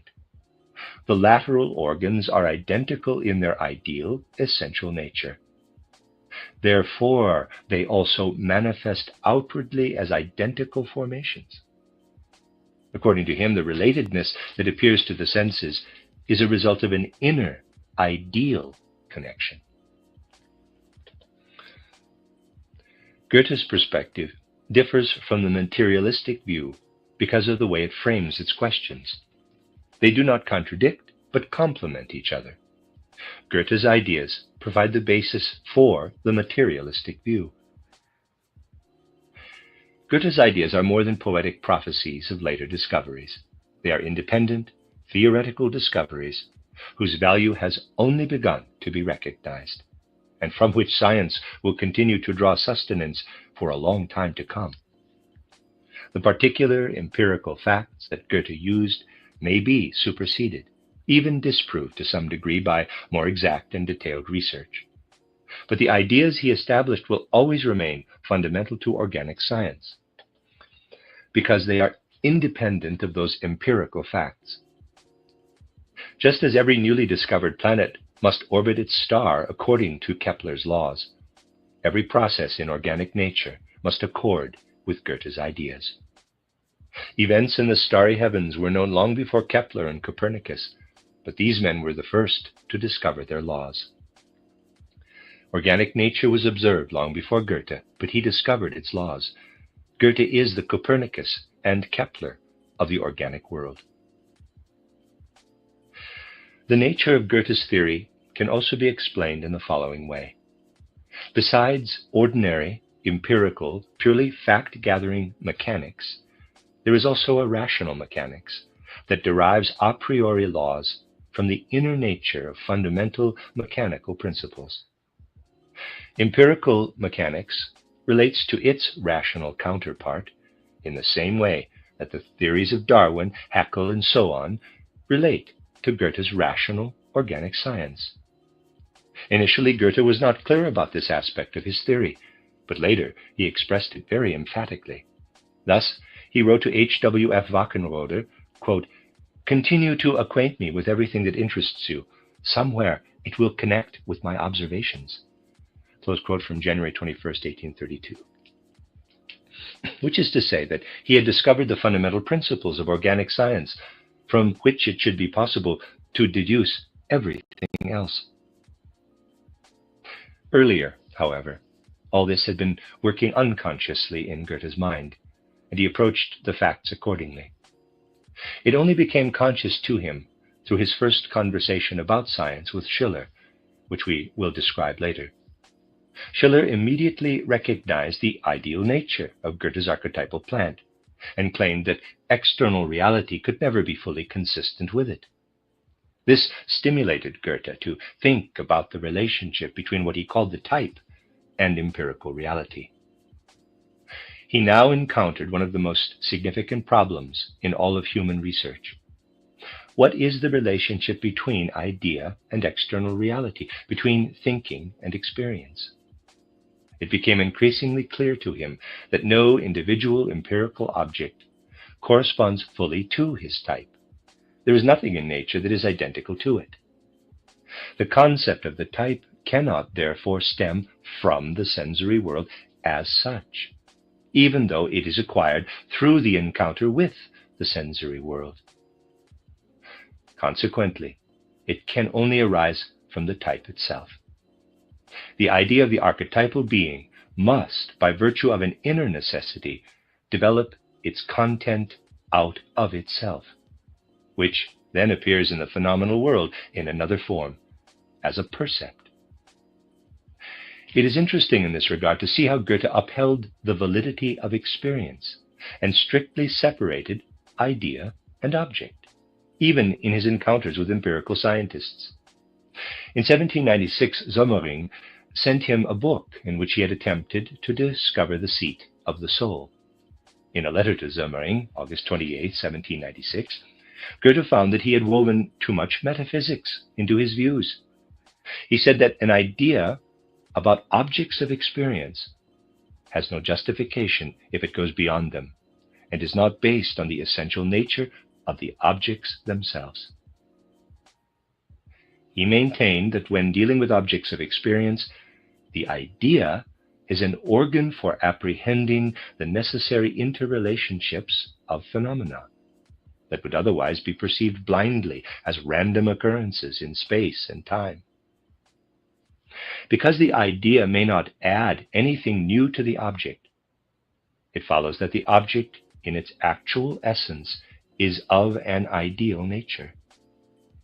In fact, all of empirical reality must have two sides, one through which it is of a particular individual nature, and another through which it is of an ideal, universal nature. Goethe's association with the philosophers of his time and their works allowed him a number of perspectives on this question. He was stimulated by Schelling's title, On the World's Soul, and his first, quote, Outline for a System of Natural Science. See Goethe's Annals, 1798 to 1799. And Henrik Steffen's title, Fundamentals of Philosophical Natural Science. He also discussed many questions with Hegel. All this finally led Goethe to again study the work of Kant, which he had done before at Schiller's urging. In 1817, see his Annals, he assessed how years of studying Kant had influenced his ideas about nature and natural phenomena. These reflections led to the following essays, in which Goethe addresses the most central questions of science: fortunate encounter, judgment through intuitive perception, reconsideration and resignation, the formative impulse, the enterprise justified, the purpose set forth, the content prefaced, history of my botanical studies, the origin of the essay on the metamorphosis of plants. These essays all express the thought mentioned, that every object has two sides, the immediate one of its appearance, phenomenal form, and the second containing its essence or being. Goethe thus came to the only satisfactory view of nature, and it laid the foundation for the one truly objective method. Any theory that views the idea as alien to the object itself, as merely subjective, cannot claim true objectivity if it uses ideas at all. Goethe, on the other hand, can claim to add nothing that does not already lie within the object.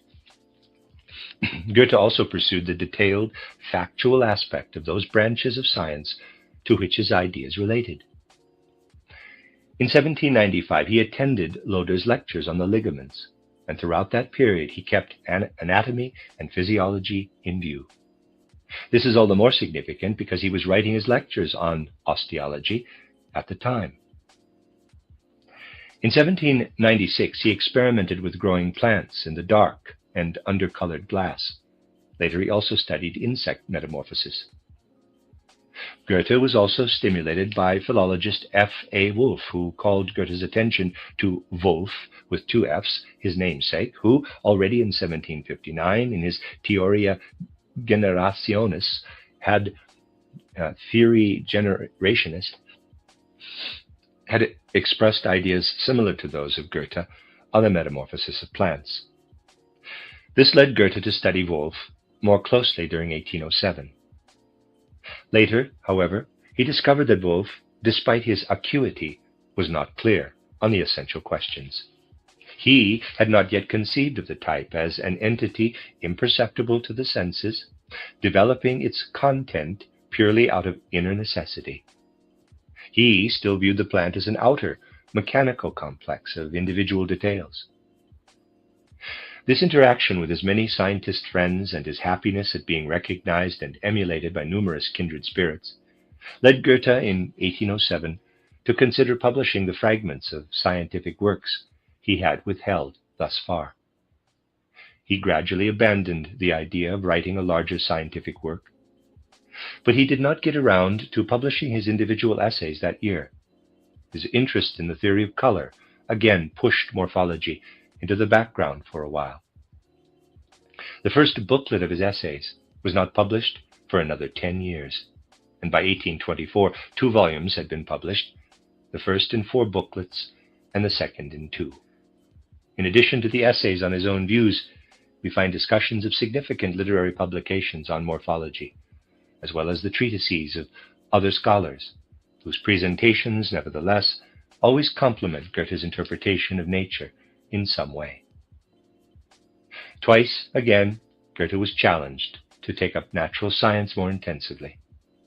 Both instances involved significant scientific publications that were intimately connected with Goethe's own work. The first was stimulated by works on the spiral tendency in plants by botanist Carl Friedrich Philipp von Martius, 1794 to 1868. The second by a scientific dispute in the French Academy of Sciences. Martius saw the plant's form in its development as a combination of a spiral and a vertical tendency. The vertical tendency leads it to grow in line with the root and stem. The spiral tendency is revealed by the spreading leaves, blossom, and so on. Goethe saw in this thought only an elaboration that emphasizes the spatial (vertical and spiral) aspects of his own ideas, which had been established in 1790 with his essay on metamorphosis. We refer here to our comments on Goethe's quote on the spiral tendency of vegetation, close quote, which make it clear that Goethe did not, in this essay, present anything essentially new in relation to his earlier ideas. We emphasize this especially for those who say they see a regression in Goethe's essay from his earlier clear views to the, quote, deepest depths of mysticism, close quote. At a very advanced age, Goethe finished 2 more essays, 1830 to 1832, on the dispute between French scientists Georg Baron von Cuvier and Etienne Geoffroy Saint-Hilaire. Sorry about the French. These essays contain the principles of Goethe's view of nature, again assembled with striking conciseness. Cuvier was an empiricist of the old school. He sought appropriate individual concepts for each animal species. He believed that within the conceptual edifice of his system of organic nature, he had to include as many types as there are various animal species displayed in nature. But these types stood side by side without any mediation whatsoever. He disregarded the fact that those who strive for knowledge are not satisfied with the particular as such, confronting us in its immediate phenomenal form. But because we approach an object in the sensory world with the intention to know it, we should not assume that we are unsatisfied with the particular because we lack the capacity for knowledge. Rather, the object itself must contain the reason for our dissatisfaction. The nature of the particular is by no means exhausted in this its particularity. As we strive to understand it, we are urged not toward anything particular, but something general. This general idea is the real being, the essence of all that exists as particular. Its particularity is only one side of its existence. Its other aspect is the general, or the type. Footnote, Goethe states, quote, "The fundamental characteristic of a living whole, to separate, to unite, to merge into the universal, to abide in the particular, to self-transform, to specify itself, and, because living things tend to manifest under 1,000 conditions, to come forward and to vanish, to solidify and melt, to rigidify and flow, to expand and contract.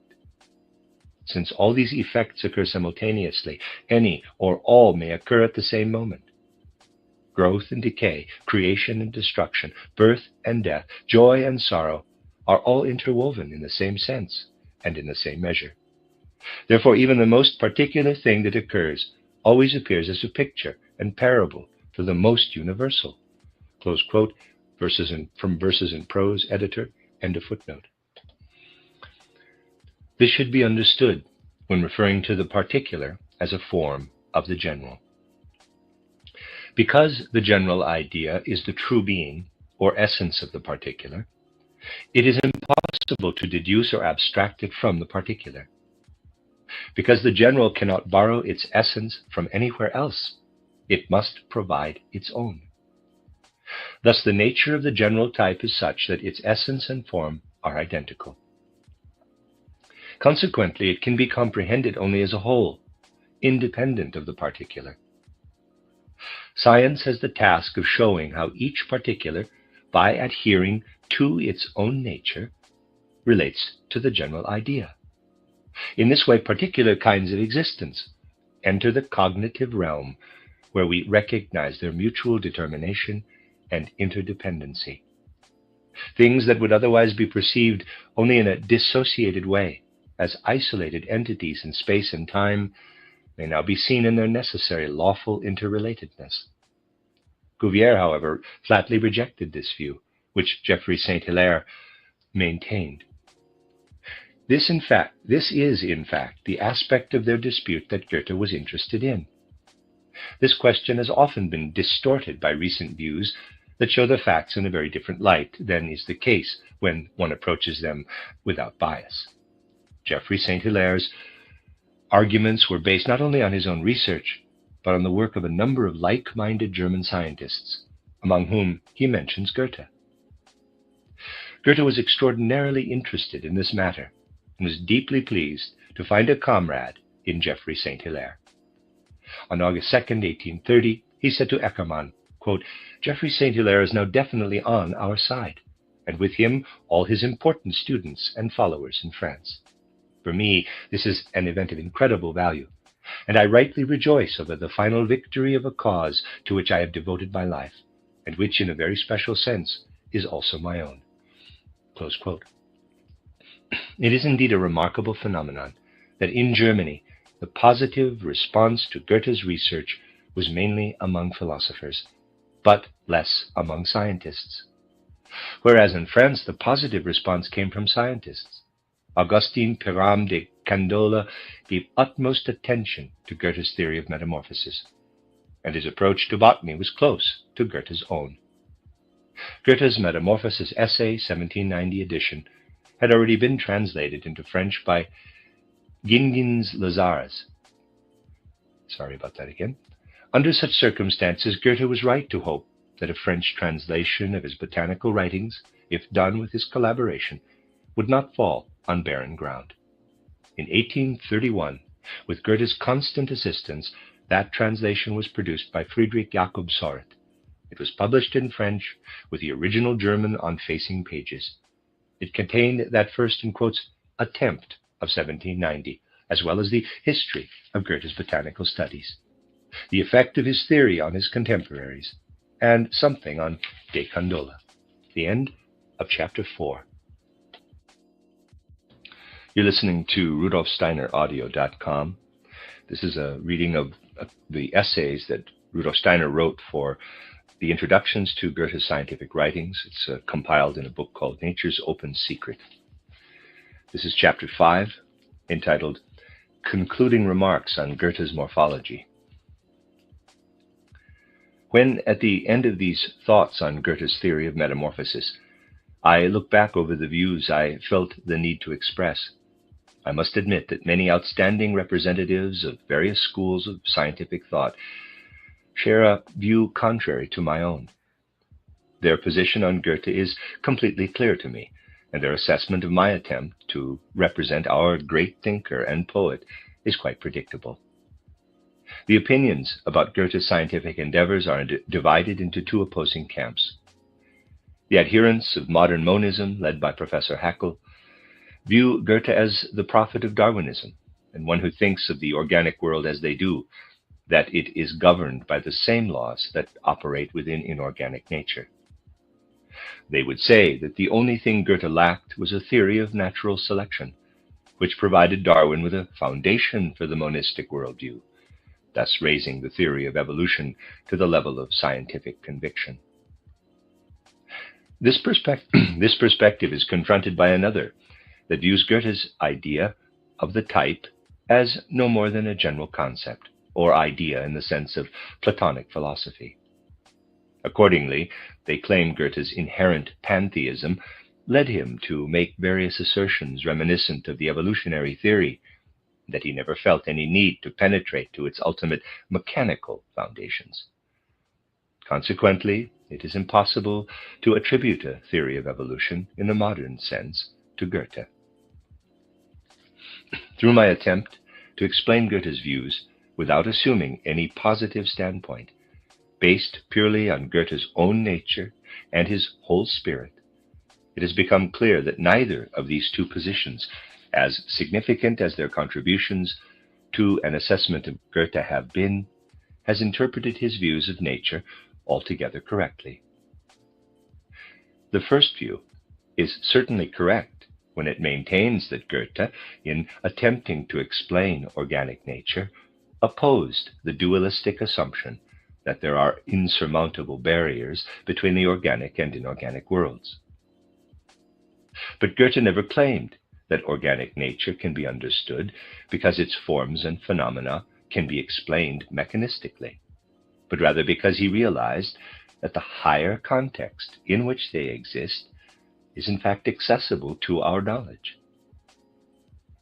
In fact, he conceived of the universe in a monistic way, as an undivided unity, from which he in no way excluded the human being. For this very reason, however, he saw that within this unity we can distinguish levels that obey their own laws. Even in his youth, Goethe rejected the tendency to picture this unity as uniformity, and to think of the organic world, indeed anything that manifests at a higher level within nature, as governed by the laws that operate in the inorganic world. Later, this rejection also led him to assume the validity of judgment through intuitive perception as a means of comprehending organic nature, and to distinguish it from the discursive intellect that comprehends inorganic nature. Goethe conceived of the world as a circle of circles, each with its own explanatory principle. Modern monists recognize only one circle, one governed by inorganic laws. Footnote: Materialistic monism is still the basis of mainstream science. Nobel laureate Ilya I'm going to say Prigogine, but I'm not sure how to pronounce this name. Prigogine, Ilya Prigogine, for example, explains the transition from the inorganic to the organic in terms of physico-chemical fluctuations that produce irreversible advances toward more complex systems. He does not recognize a higher principle working from the whole into the parts in the development or behavior of organisms. See From Being to Becoming, The New Science of Connectedness. Editor, end of footnote. The second view recognizes that in Goethe we are dealing with something other than modern monism. But because those who represent this view believe that science must explain organic nature in the same way as it does the inorganic, they recoil in horror from views such as Goethe's and consider it completely useless to look more closely at his endeavors. Goethe's high principles can thus never be fully validated by either camp. And it is precisely these principles that constitute the outstanding element in his endeavors. When it becomes clear that some of the details of Goethe's research need to be corrected, these principles lose none of their significance for those who recognize their full profundity. It thus becomes incumbent upon anyone seeking to expound Goethe's views to draw attention to what is central to the Goethean view of nature, and not to become mired in a critical assessment of the details of his findings in some particular area of science. Having attempted to carry out this task, I face the possibility of being misunderstood by those whose misunderstanding I would most regret, the pure empiricists. I am referring to those who explore every aspect of the factually demonstrable interrelationships of organisms, the material that presents itself empirically, and who, today, hold open the question of the primary principles of the organic world. My presentations cannot possibly be directed against them because they do not relate to them. On the contrary, a part of my hopes are built on the empiricists precisely because all avenues remain open to them. They are the ones who will be able to set straight some of Goethe's assertions, for in the factual realm he occasionally erred. In this regard, even a genius cannot overcome the limitations of his time. In the realm of principles, however, Goethe arrived at basic views that have the same significance for organic science as Galileo's basic laws have for mechanics. To establish this fact was the task I set for myself. May those who remain unconvinced by my words at least recognize the honest intention with which I have endeavored, setting aside all consideration of persons and focusing entirely on the subject at hand to solve the problem I have indicated, to explain Goethe's scientific writings out of the whole of his nature, and to express what is for me an inspiring conviction. The fact that a happy and successful beginning has been made at interpreting Goethe's poetry in this way is in itself a challenge to re-explore all his works using the same approach. This is bound to occur sooner or later, and I will not be the last to rejoice when my successor succeeds better than I have. May youthfully striving thinkers and researchers, especially those whose views not only attain breadth but penetrate directly to central insights, give my reflections their attention and follow in droves to present more perfectly what I have attempted to set forth. The end of Chapter 5. You are listening to RudolfSteinerAudio.com. This is a set of essays by Rudolf Steiner for introductions to Goethe's scientific writings. It's entitled Nature's Open Secret. This is Chapter 6, entitled Goethe's Way of Knowing. Johann Gottlieb Fichte sent Goethe the first section of his titled Theory of Science in June 1794.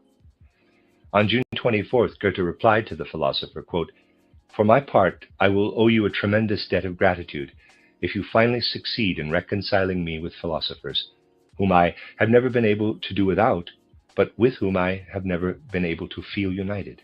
Close quote. What the poet was asking of Fichte he had sought earlier from Spinoza, as he would later from Schelling and Hegel, a philosophical worldview that corresponded fully with his own way of thinking. But none of the philosophical approaches he encountered satisfied him completely. This makes our task all the more difficult, for we intend to approach Goethe from a philosophical perspective. If he had claimed a scientific stance, we would refer to it, but this is not the case. Thus, our task is to consider all of the poet's work that is available, discern its philosophical center, and sketch its salient features. We maintain that the correct approach to this matter is to follow a line of thought based on German idealistic philosophy, which tried in its way to satisfy the same highest human needs to which Goethe and Schiller devoted their lives. It arose from the same cultural movement and is therefore much closer to Goethe than the views that generally dominate science today. From this philosophy, we will be able to construct a view from which Goethe's poetic and scientific works can be derived. We would never be able to do this on the basis of contemporary tendencies in science. Today we are very remote from the way of thinking inherent in Goethe's nature. It is indeed true that we have advanced in every area of culture, but it can hardly be maintained that this has also been an advance in depth. In the end, the significance of an era can be measured only by its progress in terms of depth. One is inclined to say, however, that our age is best distinguished by its wholesale rejection of the possibility of any real human deepening. We have become faint-hearted in all areas, especially in our thinking and will. When it comes to thinking, there is an endless accumulation of information, but there is no courage to place it into the context of a comprehensive scientific view of reality. German idealistic philosophy, on the other hand, is accused of being unscientific because it had such courage. Today, people want to perceive with their senses, but not think. All confidence in thinking has been lost. Thought is considered incapable of penetrating into the mysteries of the world and of life. People have resigned themselves completely to living without any solution to the great riddles of existence. The only thing considered possible is to create a system out of what is provided by sensory experience. Footnote: since Steiner's time, this scientific approach has been refined through systems theory and quantum mechanics, and an immense amount of empirical research has been done. There has been no progress in depth, however, because, as Steiner pointed out 100 years ago, the central constitutive role of thinking in creating our insight into reality has not been recognized. Editor, end of footnote. We forget that this perspective leads us to a position believed to have been overcome long ago. When deeply considered, the rejection of all thinking and the exclusive reliance on sensory experience are based on the same kind of blind faith in revelation that we find in religions. Ultimately, such faith rests merely on the fact that we are asked to believe what the churches hand down as ready-made truths.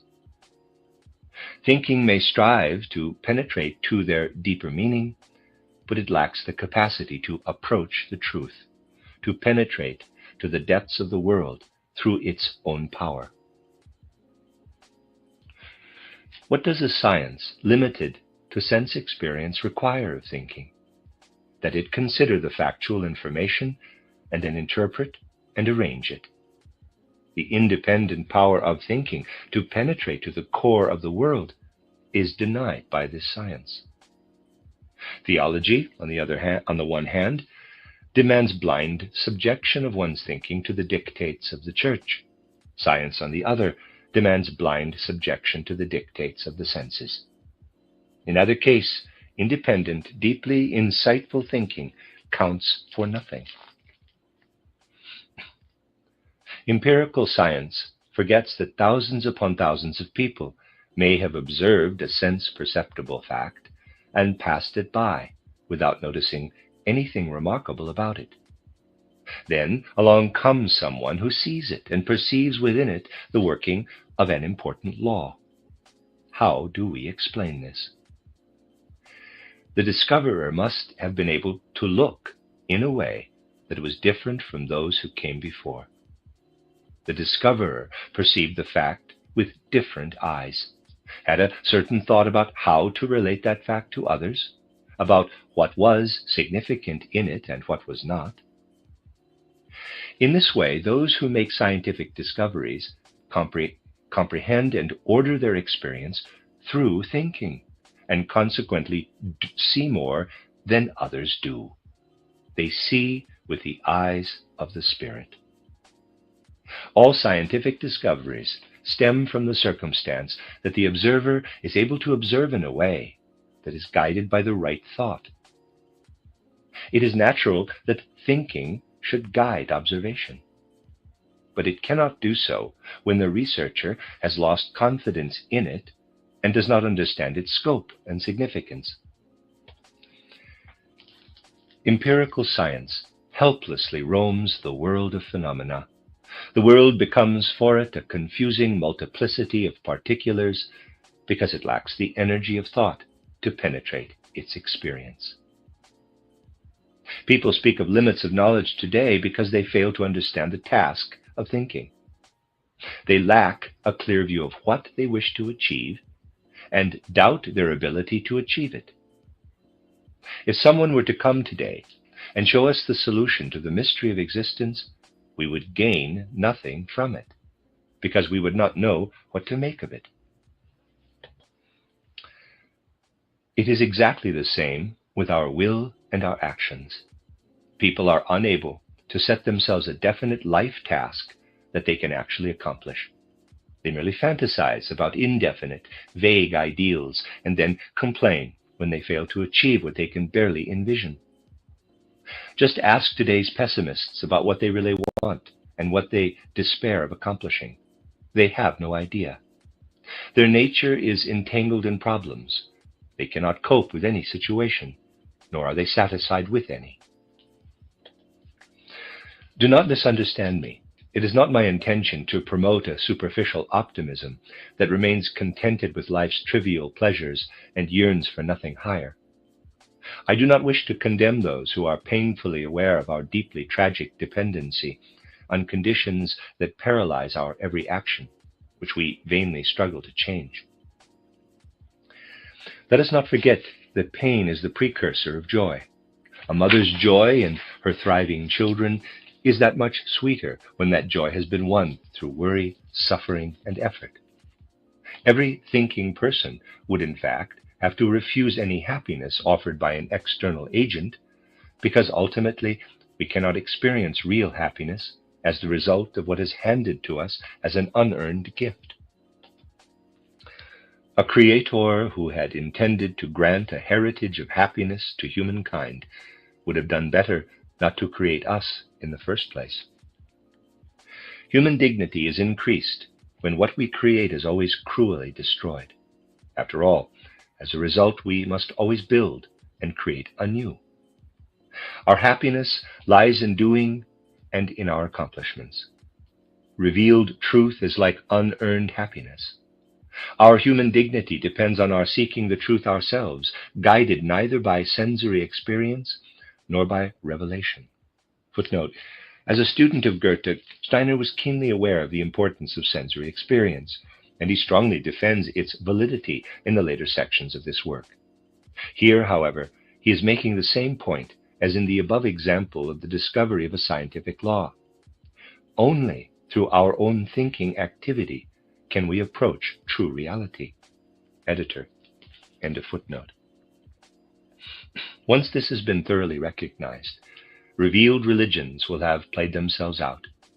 People will no longer look for revelations from God, nor hope for freely bestowed blessings.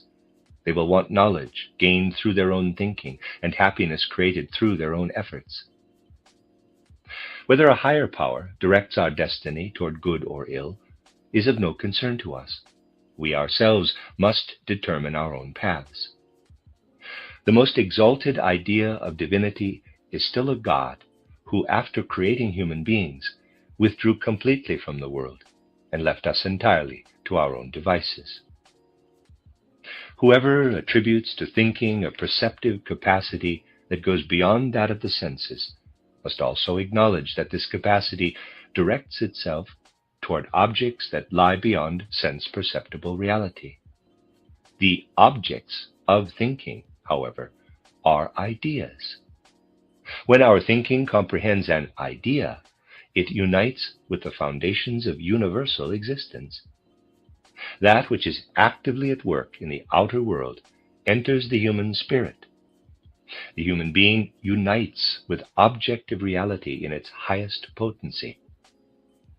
Beholding the idea in outer reality is the true communion of the human being. Thinking relates to ideas as the eye, EYE, relates to light and the ear to sound. It is an organ of perception. This view can bring together two approaches, currently considered completely incompatible: the empirical method and idealism as a scientific worldview. Footnote: Steiner uses idealism in the broad sense, which views ideas as the ultimate reality, as in the German idealism of Fichte, Schelling, and Hegel. This view also includes moral idealism, as implied by the English use of the word. By uniting empirical method with idealism, Goethe's scientific view bridges the gap between the two. Editor, end of footnote. It is generally believed today that the acceptance of the empirical method necessarily leads to the rejection of idealism. This is certainly not true. Of course, this must be our conclusion if we believe the senses are our only organs for perceiving objective reality. The senses provide only those relationships between things that can be reduced to mechanical laws. Footnote: This sentence seems to contradict one of Steiner's main insights. He himself often points out that sensory perception alone does not provide any interrelationships whatsoever. These are established only through thinking. See Chapter 9, Goethe's Theory of Knowledge, pages 93 and 101 in the front, farther down in the book. This contradiction is resolved when we consider the following. We gain insight into organic nature to the extent that we apprehend the external particulars as manifestations of an inner lawfulness or idea.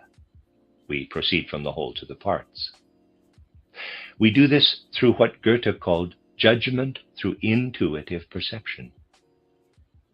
When we observe the particulars in and of themselves, however, this relationship to the idea is lost, and we then resort to explaining their behavior as arising through mechanical cause and effect. We proceed to explain the whole in terms of the interaction of its parts. We do this through our intellect. See also Steiner's characterization of intellect and reason, pages 110 forward in the book. Close parenthesis. We can now understand the sentence in question to mean, quote, the senses combined with the intellect provide only those relationships between things that can be reduced to mechanical laws. And a close quote from the editor, end of footnote. Based on this, the mechanistic worldview would be the only true one. This view, however, makes the error of simply ignoring other equally objective elements of reality that cannot be reduced to mechanical laws. What is objectively given does not in any way coincide with what is given to the senses, as the mechanistic view maintains. What is given to the senses is only half of the given. The other half consists of ideas, which are also objects of experience, admittedly of a higher experience, and accessible to the organ of thinking. Ideas can thus also be attained through the inductive method. Contemporary empirical science follows an entirely correct method. It adheres to the given, but adds the inadmissible stipulation that this method must lead to sense-perceptible, factual results. Rather than limiting itself to the question of how we arrive at our views, it determines from the outset what the nature of these views must be. The only satisfactory scientific approach is an empirical method that leads to ideas as its results. This is idealism, not the kind that pursues a vaguely fantasized universal oneness, but one that attempts to apprehend the concrete idea of reality with the same certainty of experience with which today's extremely exact sciences seek facts. Footnote. Steiner describes Goethe's scientific method more concretely in Chapter 7, page 83, and in Chapter 10, Part 1, editor, end of footnote. By approaching Goethe with these views, we believe that we are penetrating to the very nature of his being. We hold to idealism, but base its development not on the dialectic method of Hegel, but on a higher, more purified empiricism. A similar view also underlies Edward von Hartmann's philosophy. Footnote, Edward von Hartmann, 1842 to 1906, German philosopher, who synthesized the views of Schopenhauer, Kant, and Hegel into a doctrine of evolutionary history based on conflict between the unconscious will and conscious reason. He is generally considered a pessimist, though he shared Hegel's broader sense of optimism. See also Steiner's discussion of Hartmann in his autobiography, Chapter 16, Chapter 6 in earlier editions, editor, end of footnote. He searched for the ideal unity in nature as it yields itself in a positive form to a content-filled thinking. He rejected the merely mechanistic view of nature and hyper-Darwinism, which clings to outer appearances. In science, he established a concrete monism. He looked for concrete ideas in history and in aesthetics. In all of this, he followed empirical, inductive methods. Hartmann's philosophy differs from mine only with regard to the question of pessimism and his metaphysical emphasis on the unconscious, which we will consider later. What Hartmann presents as the grounds for pessimism, the view that nothing in the world can fully satisfy, that dissatisfaction always outweighs pleasure, is precisely what I would call our good fortune as human beings. To me, what he offers merely proves that it is useless to pursue happiness. Indeed, we must give up all such efforts and find our life's purpose in selflessly accomplishing the idealistic tasks established by our reason. What else can this mean but that we should seek our happiness only in the unceasing activity of creating? The only people who ever manage to fulfill their destiny in life are those who are active, indeed only those who are magnanimous in their actions, with no desire for reward. It is foolish to desire a reward for our activity. There is no real reward. These are the insights upon which Hartmann ought to build. He should point out that under such circumstances, there is really only one possible motive for our actions. Once the prospect of attaining a desired goal falls away, the motivating force cannot be anything but selfless devotion to the object itself. It can only be love. Only action that arises from love can be moral. In science, our guiding star must be the idea. In our actions, it must be love. And this brings us back to Goethe. Quote, "An active human being is concerned with doing the right thing, not about whether the right thing happens. The art of living involves giving up our existence in order to exist." From Verses in Prose, close quote. I did not arrive at my worldview only by studying Goethe, or Hegel for that matter. I began with the mechanical, naturalistic worldview. Then I realized that intensive thinking renders such a perspective untenable. Proceeding strictly according to scientific method, I found that objective idealism is the only satisfactory worldview. My title, Theory of Knowledge, shows how thinking, when it comprehends itself and does not contradict itself, arrives at this view. Then I found that this objective idealism, in its fundamental thrust, fully permeates Goethe's worldview. Indeed, for years my own views have developed parallel with my study of Goethe, and I have never found my basic outlook to conflict in principle with Goethe's scientific work. If I have succeeded, at least in part, first in developing my point of view so that it comes to life in others as well, and second in convincing them that this really is Goethe's position, then I consider my task fulfilled. The end of chapter 6. You are listening to RudolfSteinerAudio.com. This is a reading of Steiner's essays that are introductions to Goethe's scientific writings, entitled Nature's Open Secret. This is chapter 7, titled The Arrangement of Goethe's Scientific Writings. In my responsibility as editor of Goethe's writings on natural science, my guiding idea has been to enliven the study of the details by showing the magnificent world of ideas that underlies them. I am convinced that Goethe's every assertion gains a whole new meaning, indeed its true meaning, if we approach it with a full understanding of his deep and comprehensive worldview.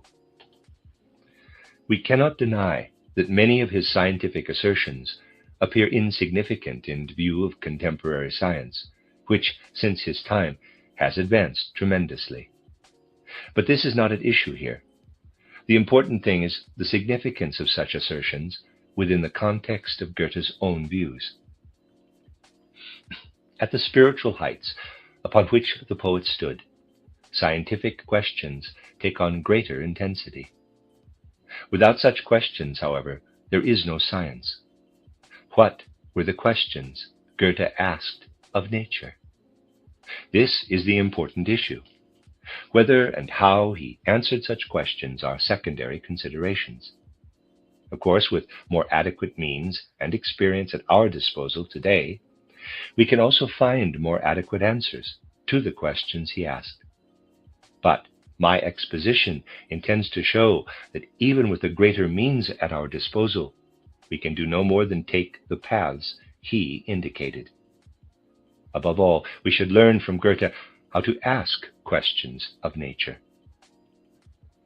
We ignore what is most important by merely crediting Goethe with various observations that since his time have been rediscovered and now occupy a significant place in our worldview. In Goethe's case, the research results are not as important as the way he arrived at them. Appropriately, he himself states, quote, "Venturing opinions is like moving pieces on a chessboard. They may be taken, but they have begun a game that will be won." Close quote. Goethe developed a method that is completely in harmony with nature. With the means at his disposal, he tried to introduce this method into science.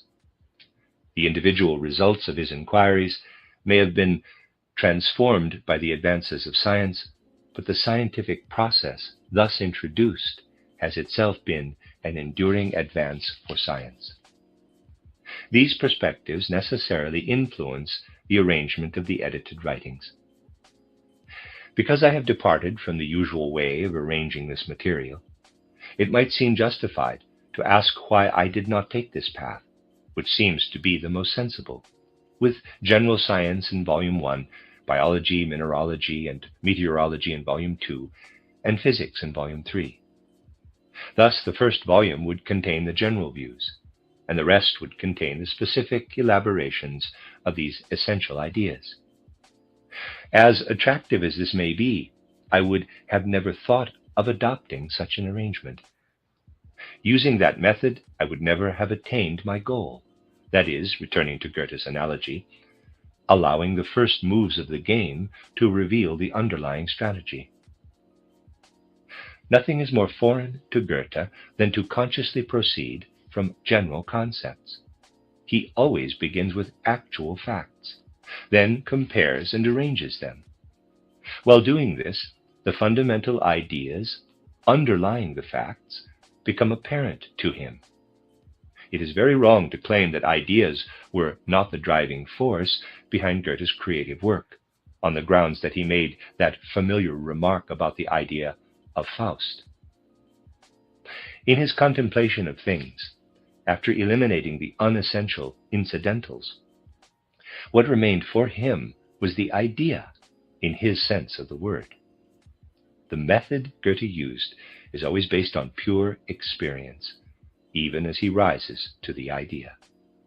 He never allows a subjective element to slip into his research. He simply freed the phenomena of the incidental so that he could move toward their deeper foundations. His subject intends only to interpret the object in a way that discloses its innermost nature. Quote, "Truth is godlike and does not appear directly. Rather, it must be apprehended through its manifestations." Close quote. One must combine those manifestations in such a way that the, in quotes, truth can be seen. In observation, the truth or idea is already contained in the fact we confront, but we must remove the veil that conceals it.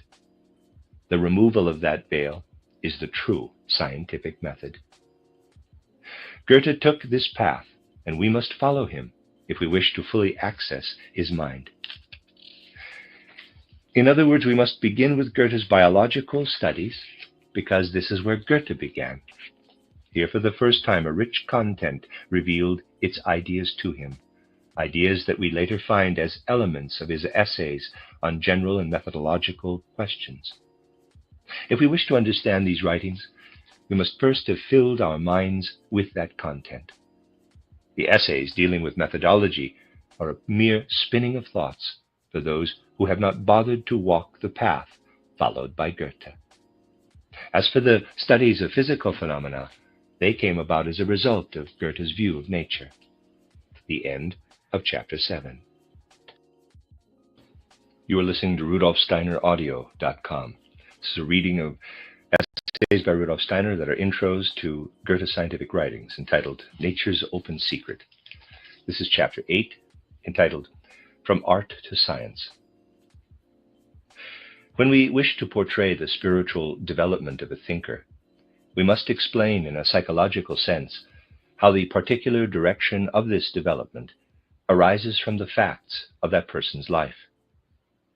In presenting Goethe the thinker, however, we need not only to justify and explain his particular scientific direction, but more importantly, to show how this genius became active as a scientist in the first place.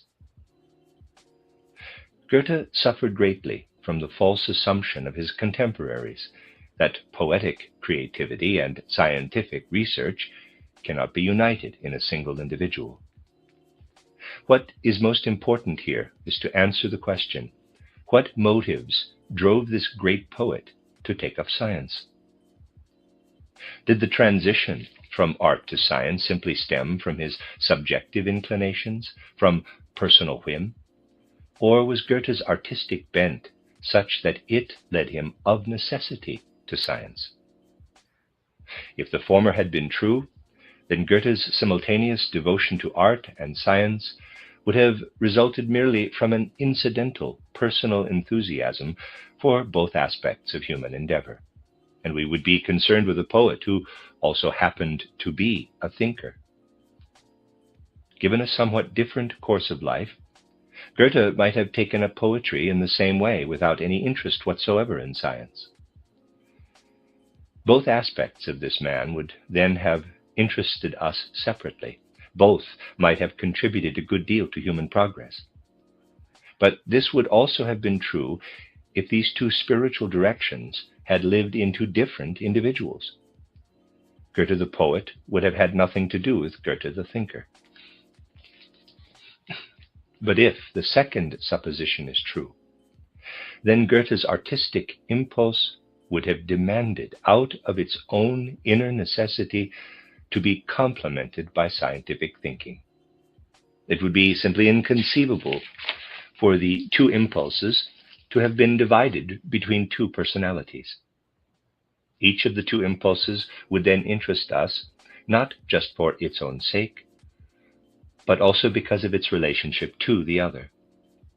There would then be an objective transition from art to science, a point where they meet in such a way that mastery in one field demands mastery in the other. If this is the case, then Goethe was not merely following a personal inclination. Then it was the artistic impulse to which he was devoted that awakened needs within him that could be satisfied only through scientific activity. Our age believes in keeping art and science as far apart as possible. They are thought to be polar opposites in human cultural development. Science, presumably, will give us the most objective picture of the world, show us reality as in a mirror.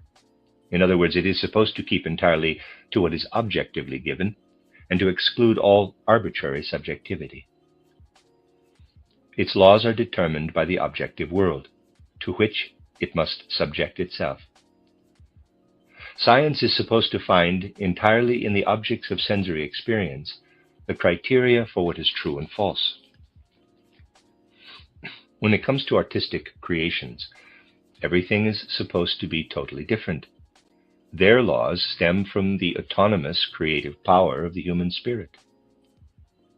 In science, every interference of human subjectivity is considered a falsification of reality, a transgression of experience. Art, on the other hand, is thought to thrive on the subjectivity of genius.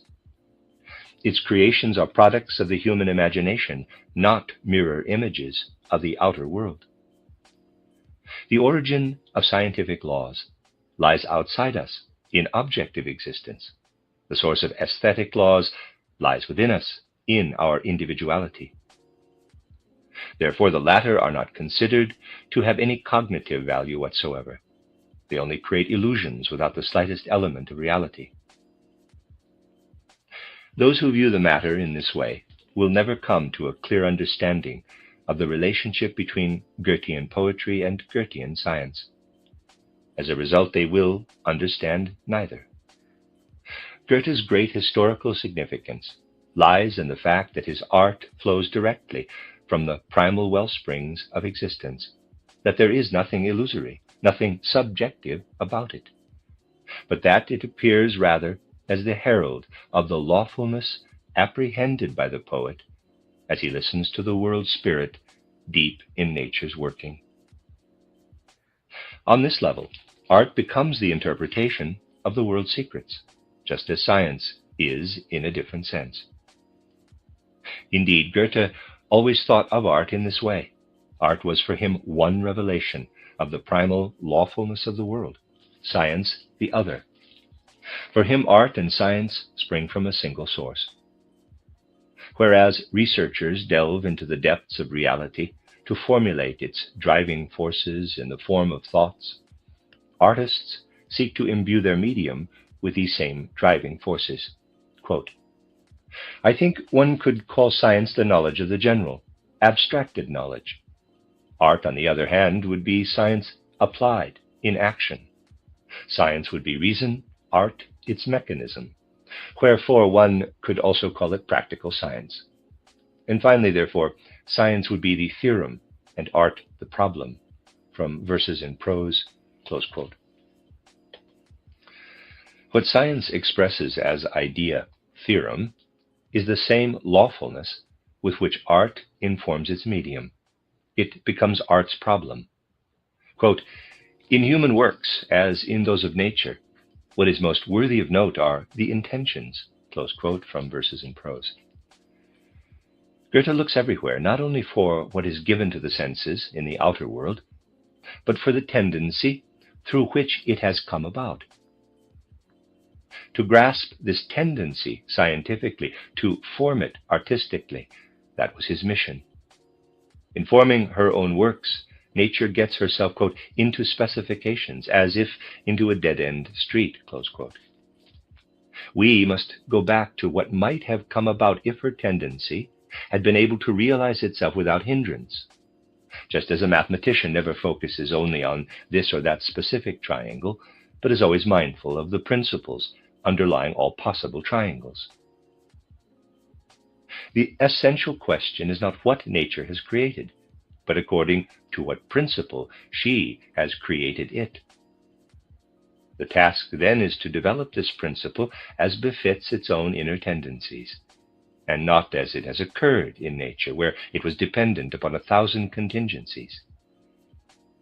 The artist's task is, quote, to develop out of the common the noble, out of the misshapen the beautiful, close quote. Goethe and in its full profundity. The beautiful is, quote, a manifestation of secret laws of nature, which without its appearance would have forever remained hidden from us, close quote from Verses in Prose. A glance into the poet's title, Italian Journey, is sufficient to realize that this was not an empty phrase, but profound inner conviction, as when he says, quote, the great works of art are at the same time the most sublime works of nature, brought forth by human beings according to true and natural laws. Everything arbitrary, everything fanciful falls away. Here is necessity. Here is God. September 6, 1787, end of footnote. It is evident that for him, nature and art have a common source. With regard to the art of the Greeks, he says in this vein, quote, I have a hunch that they proceeded according to the same laws as nature herself, laws whose traces I have been following, close quote. And of Shakespeare, quote, Shakespeare joins company with the world spirit. He plumbs the world as it does, and nothing is hidden to either. But if it is the business of the world spirit to keep a secret before, often even after the fact, the poet is of a mind to give the secret away, close quote. Here we should also recall the, quote, joyful time, close quote, that the poet owed to Kant's title Critique of Judgment, and that he actually owed only to the fact that here he, quote, saw the creations of art and of nature, one treated like the other, that the capacities of aesthetic and teleological judgment each illuminated the other. I was pleased that the art of poetry and comparative studies of nature were thought to be so closely related, since both are subject to the same power of judgment, close quote. In his essay, quote, significant furtherance through a single ingenious word, close quote, Goethe placed his objective, in parentheses, participatory poetry,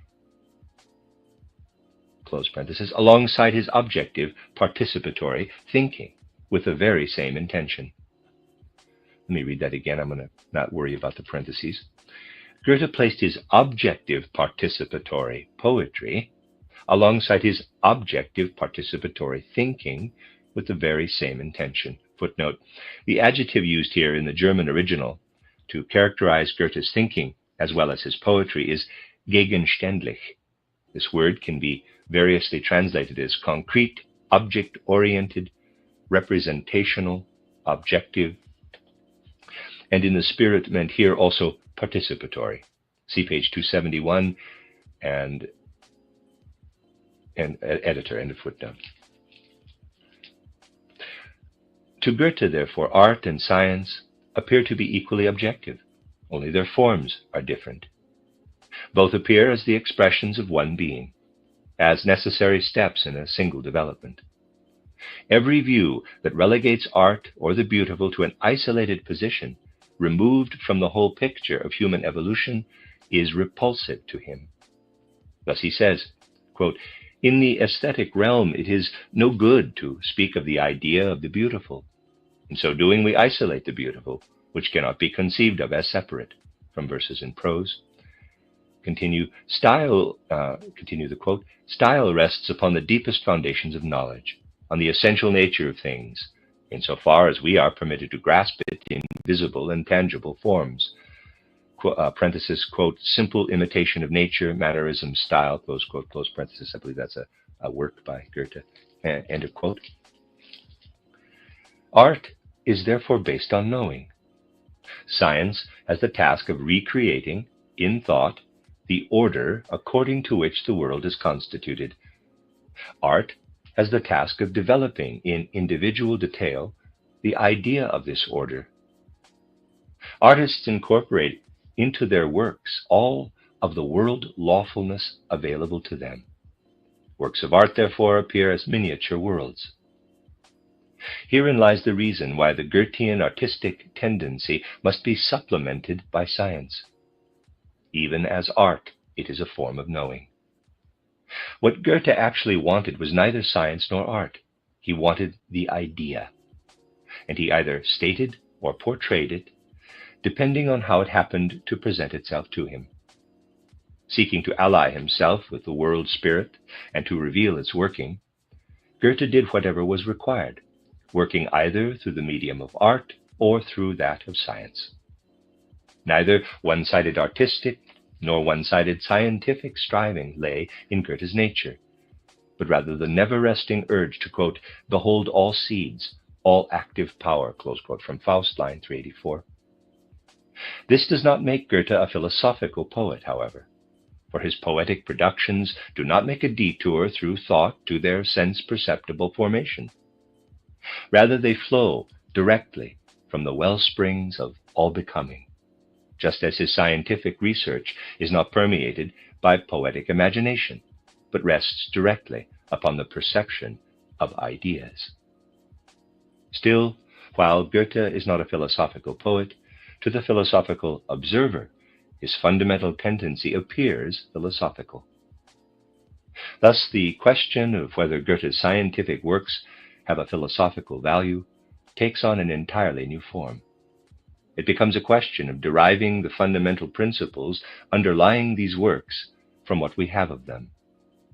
What must we posit so that Goethe's scientific assertions appear to flow from these premises? Our task is to express what Goethe left unexpressed, but which alone will make his views comprehensible. The end of Chapter 8. You are listening to RudolfSteinerAudio.com. This is a set of essays by Rudolf Steiner, intros to Goethe's scientific writings, entitled Nature's Open Secret. This is Chapter 9, entitled Goethe's Theory of Knowledge. In the previous chapter, we pointed to the fact that Goethe's scientific worldview was never formulated as a complete whole, or developed out of a single principle. We have before us only individual manifestations that show how this or that thought appears in the light of his way of thinking. This is true of his scientific works, and of the brief indications he gives about one concept or another in his verses in prose, and in letters to his friends. The artistic formulation of his worldview, finally, can be found in his poetic works, which also offer the most diverse clues to his basic ideas.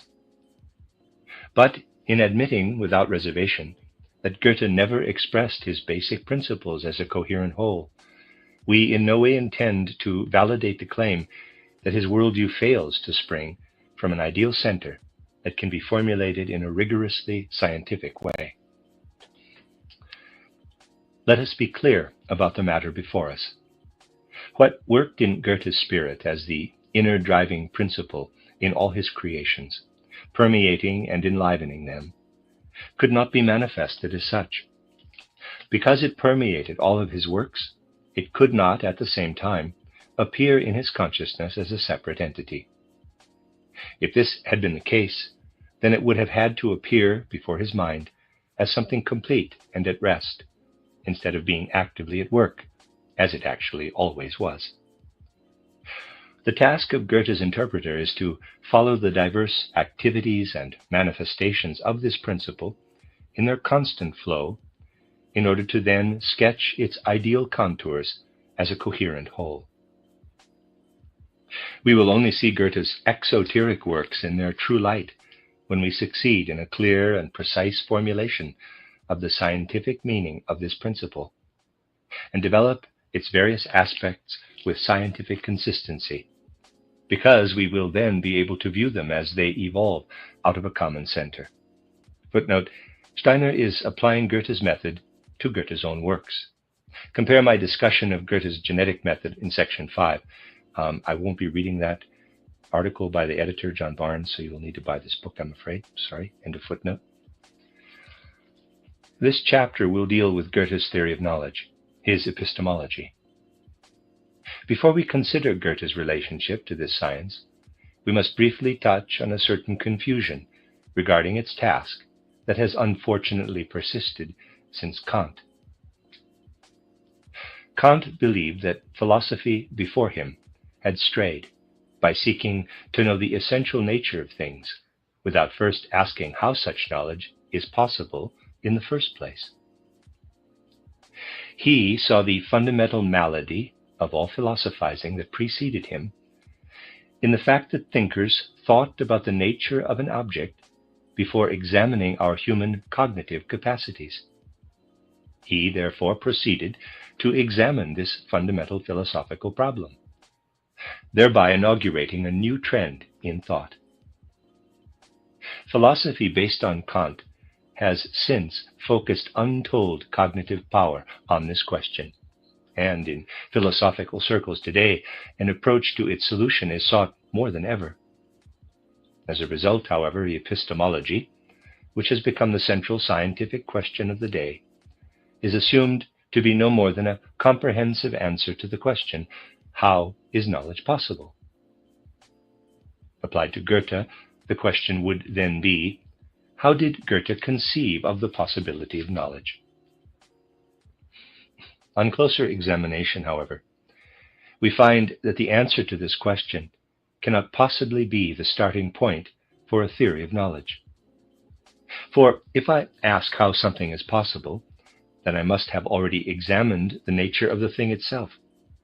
But what if the concept of knowledge held by Kant and his followers, about which they ask whether it is possible or not, proved to be wholly untenable? What if it could not withstand penetrating criticism? What if our cognitive process were something quite different from Kant's definition of it? His whole work in this field would then be worthless. Kant simply took for granted the commonly accepted concept of knowing, and then inquired into its possibility.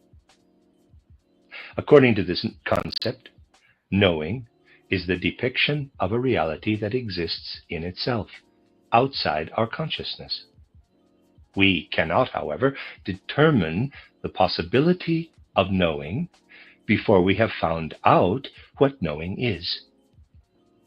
Thus, the question, what is knowing, becomes the primary concern for any theory of knowledge. It will therefore be our task to show how Goethe conceived of knowing. Footnote: this question, what is the nature of knowing or cognition, is probably most directly dealt with by Rudolf Steiner in his title, Intuitive Thinking as a Spiritual Path, a Philosophy of Freedom, previously translated as the Philosophy of Spiritual Activity. Editor, end of footnote. The formation of a particular judgment, or the recognition of a fact or series of facts, something that for Kant we can already call knowledge, is not yet knowing in Goethe's sense. Otherwise he would not have said that style, as the highest form of art, rests upon the deepest foundations of knowledge, and thereby distinguishes itself from the simple imitation of nature, wherein the artist turns to natural objects, faithfully and diligently imitates their forms and colors with the utmost exactness, and conscientiously avoids ever distancing himself from them. This distancing oneself from the sense world in its immediacy is characteristic of Goethe's view of genuine knowing. What is immediately given is experience. In our knowing, however, we create a picture of the immediately given, which contains significantly more than what the senses, the mediators of all experience, can provide. In order to grasp nature in the Goethean sense, we must not hold on to it in its immediate factuality. Rather, nature must reveal itself through the process of cognition as something essentially higher than what appears at first sight. The school of John Stuart Mill assumes that all we can do with experience is simply to categorize various things into groups and then retain them as abstract concepts. Footnote, John Stuart Mill, 1806 to 1873, English empiricist, philosopher, and social thinker. Editor, end of footnote. This, however, is not true knowing, for Mill's abstract concepts merely summarize what presents itself to the senses with all the qualities of immediate experience. True knowing must acknowledge that the immediate form of the given sense-perceptible world is not yet its essential form, which reveals itself to us only in the process of knowing. Knowing must provide us with what sense experience withholds, but which is nevertheless real.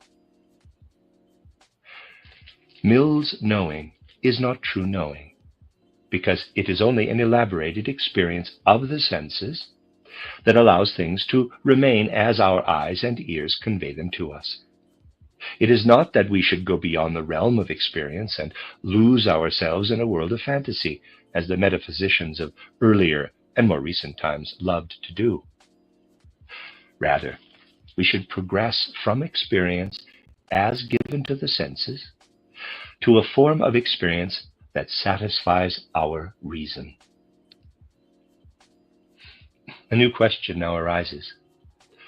What is the relationship between unmediated experience and the picture of experience that arises in the process of knowing? We will first answer this question independently, and then show that our answer also follows from Goethe's worldview. Initially, the world presents itself to us as a multiplicity in space and time. We perceive particulars separated in space and time. This color here, that form there, now this tone, now that noise, and so on. Let us first take an example from the inorganic world and distinguish with great precision between what we perceive with our senses and what arises through the cognitive process. We see a stone flying toward a pane of glass, breaking through it, and finally falling to the ground. We ask, what is given here as immediate experience? A sequence of visual perceptions proceeding from the places successively occupied by the stone, a series of sound perceptions as the pane shatters, the flying of glass fragments, and so on. Unless we want to deceive ourselves, we will have to say that nothing further is presented to our immediate experience than this incoherent aggregate of perceptions. The same rigorous delimitation of the immediately perceptible, of sense experience, can also be found in Volkelt's excellent treatise on Kant's theory of knowledge, which is among the best that modern philosophy has produced. Footnote, Johannes Emanuel Volkelt, 1848 to 1939, title, I'll give it a shot, Kants Erkenntnistheorie, ihren Grundprinzipien nach analysiert, Kant's theory of knowledge, analyzed according to its basic principles, Hamburg, 1879, editor, end of footnote.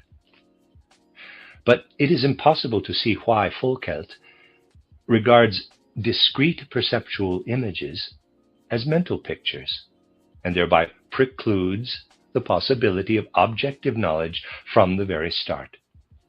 Footnote, the term mental picture is used by Steiner for what emerges from the process of cognition as the synthesis of percept and concept. Editor, end of footnote. Let me read that sentence again. But It is impossible to see why Folkelt regards discrete perceptual images as mental pictures, and thereby precludes the possibility of objective knowledge from the very start. It is definitely a preconception to regard immediate experience as a totality of mental pictures. If I have some object before me, I see its form and color, I perceive a certain hardness, and so on. I do not know, initially, whether this aggregate of images given to my senses is something external to me, or whether it is a mere inner representation. Just as little as I know at first, without thoughtful consideration, that the warmth of a stone is the result of the warming rays of the sun, just as little do I know what the relationship is between the world given to me and my capacity to form mental images.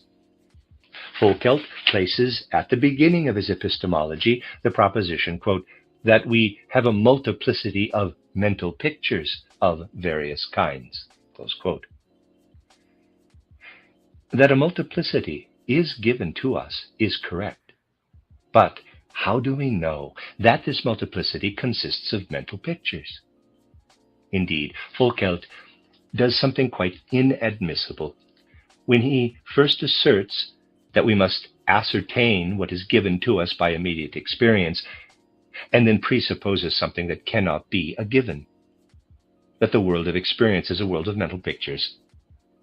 The moment we make such a presumption, we are forced to ask the epistemologically incorrect question characterized above. If our perceptions are mental images, then all our knowledge is of mental images. And the question arises, how is it possible for a mental image to coincide with the object it is supposed to represent? But does any real science ever deal with this question? Consider mathematics. Given a figure formed by the intersection of three straight lines, a triangle, the three angles alpha, beta, and gamma maintain a constant relationship.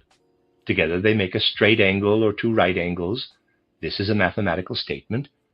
What is perceived are the angles alpha, beta, and gamma. The above cognitive judgment is reached on the basis of thoughtful consideration. This judgment establishes a relationship between three perceptual images. There is no question of reflecting about any object behind the mental picture of the triangle. Footnote, Rudolf Steiner implies here that our mental picture of the triangle already includes our perceptions of the angles, and that we therefore feel no need to ask about a thing in itself beyond what we have apprehended as a mental picture. Editor, end of footnote. So it is with all sciences. They spin threads from one mental image to another, creating order in what, from the point of view of immediate perception, is chaos. But nowhere does anything besides the given come into consideration. Truth is not the agreement of a mental picture with its object, but rather the expression of a relationship between two or more perceived facts. Let us return to our example of the stone and the window pane. We connect the visual percepts that proceed from the individual places through which the stone moves. This connection gives us a curved line, the trajectory. We obtain the laws of the trajectory. Going further, we perceive the material qualities of glass, then apprehend the stone as cause, the shattering of the pane as effect, and so on. We have so permeated the given with concepts that we come to understand it. All of this work, which pulls together the multiplicity of perceptions into a conceptual unity, occurs within our consciousness. The ideal interrelationship of the perceptual images is not given to the senses, but is rather simply grasped independently by our mind. For a being endowed only with faculties of sense perception, this entire process would simply not occur. For such a being, the outer world would remain the unstructured, perceptual chaos that we have characterized as what first immediately confronts us. Thus, the place where the perceptual images appear in their ideal interrelationship, where the latter is held up to the former as their conceptual counterpart, is human consciousness. The fact that this conceptual, lawful interrelationship, in its substantial aspect, is produced in our consciousness does not mean that it is subjective with respect to its significance. On the contrary, its meaning or content arises from the objective world, just as certainly as its conceptual form arises from our consciousness. It is the necessary objective complement to the perceptual image. It is precisely because the perceptions of our senses are incomplete, unfinished in themselves, that we are compelled to add this necessary complement. If the immediately given were satisfying in itself and did not present us with problems at every point, we would never need to go beyond it. But the perceptual images do not by any means follow and arise out of one another in such a way that we can see them as resulting from one another. They result rather from something else that is inaccessible to the perception of the senses. Conceptual apprehension comes to meet them and grasps the aspect of reality that remains hidden to the senses. If sense experience provided us with something complete in itself, the process of knowing would indeed be useless. No combining, ordering, or grouping of sense-perceptible facts would have any objective value whatsoever. The activity of knowing is only meaningful if we do not regard the configuration given to the senses as complete, if we regard it as only half of a totality, bearing within itself something of a higher order still, something, though, that is no longer immediately perceptible to the senses. Now, the human spirit becomes active. It perceives that higher element. Thinking should therefore not be conceived of as adding something to the essence of reality. It is no more and no less an organ of perception than the eye or ear. Just as the eye perceives colors and the ear hears sound, thus thinking perceives ideas. Idealism is therefore perfectly compatible with the principle of empirical research. Ideas are not the contents of subjective thinking, but the results of research. Reality comes to meet us when we approach it with open senses. It presents itself to us in a guise that we cannot regard as its true form. We can attain the latter only when we set our thinking in motion. Knowing means adding to the half-reality of sense experience what we perceive through thinking, so that our picture of reality becomes complete. Everything depends on how we conceive of the relationship between ideas and sense-perceptible reality. By the latter, I mean the totality of perceptions conveyed to us by our senses. Now, the most widely held view is that concepts are merely a means for our consciousness to appropriate the data of external reality. The essence of reality is thought to lie only in the things themselves, so that if we were actually able to reach their primal nature, we would still be left with only its conceptual representation and by no means this essence itself. This view, therefore, assumes the existence of two completely separate worlds: the objective outer world, which bears its essential nature, the foundations of its existence within itself, and the subjective, ideal inner world, which is thought to be a conceptual copy of the outer world. This inner world is a matter of complete indifference to the objective world. It is not called for by the latter. It exists only for the cognizing human being. The epistemological ideal of this basic view would be to achieve the congruence of these two worlds. I include among its adherents not only the scientific mainstream of our time, but also the philosophy of Kant, Schopenhauer, and the Neo-Kantians, and equally the final phase of Schelling's philosophy.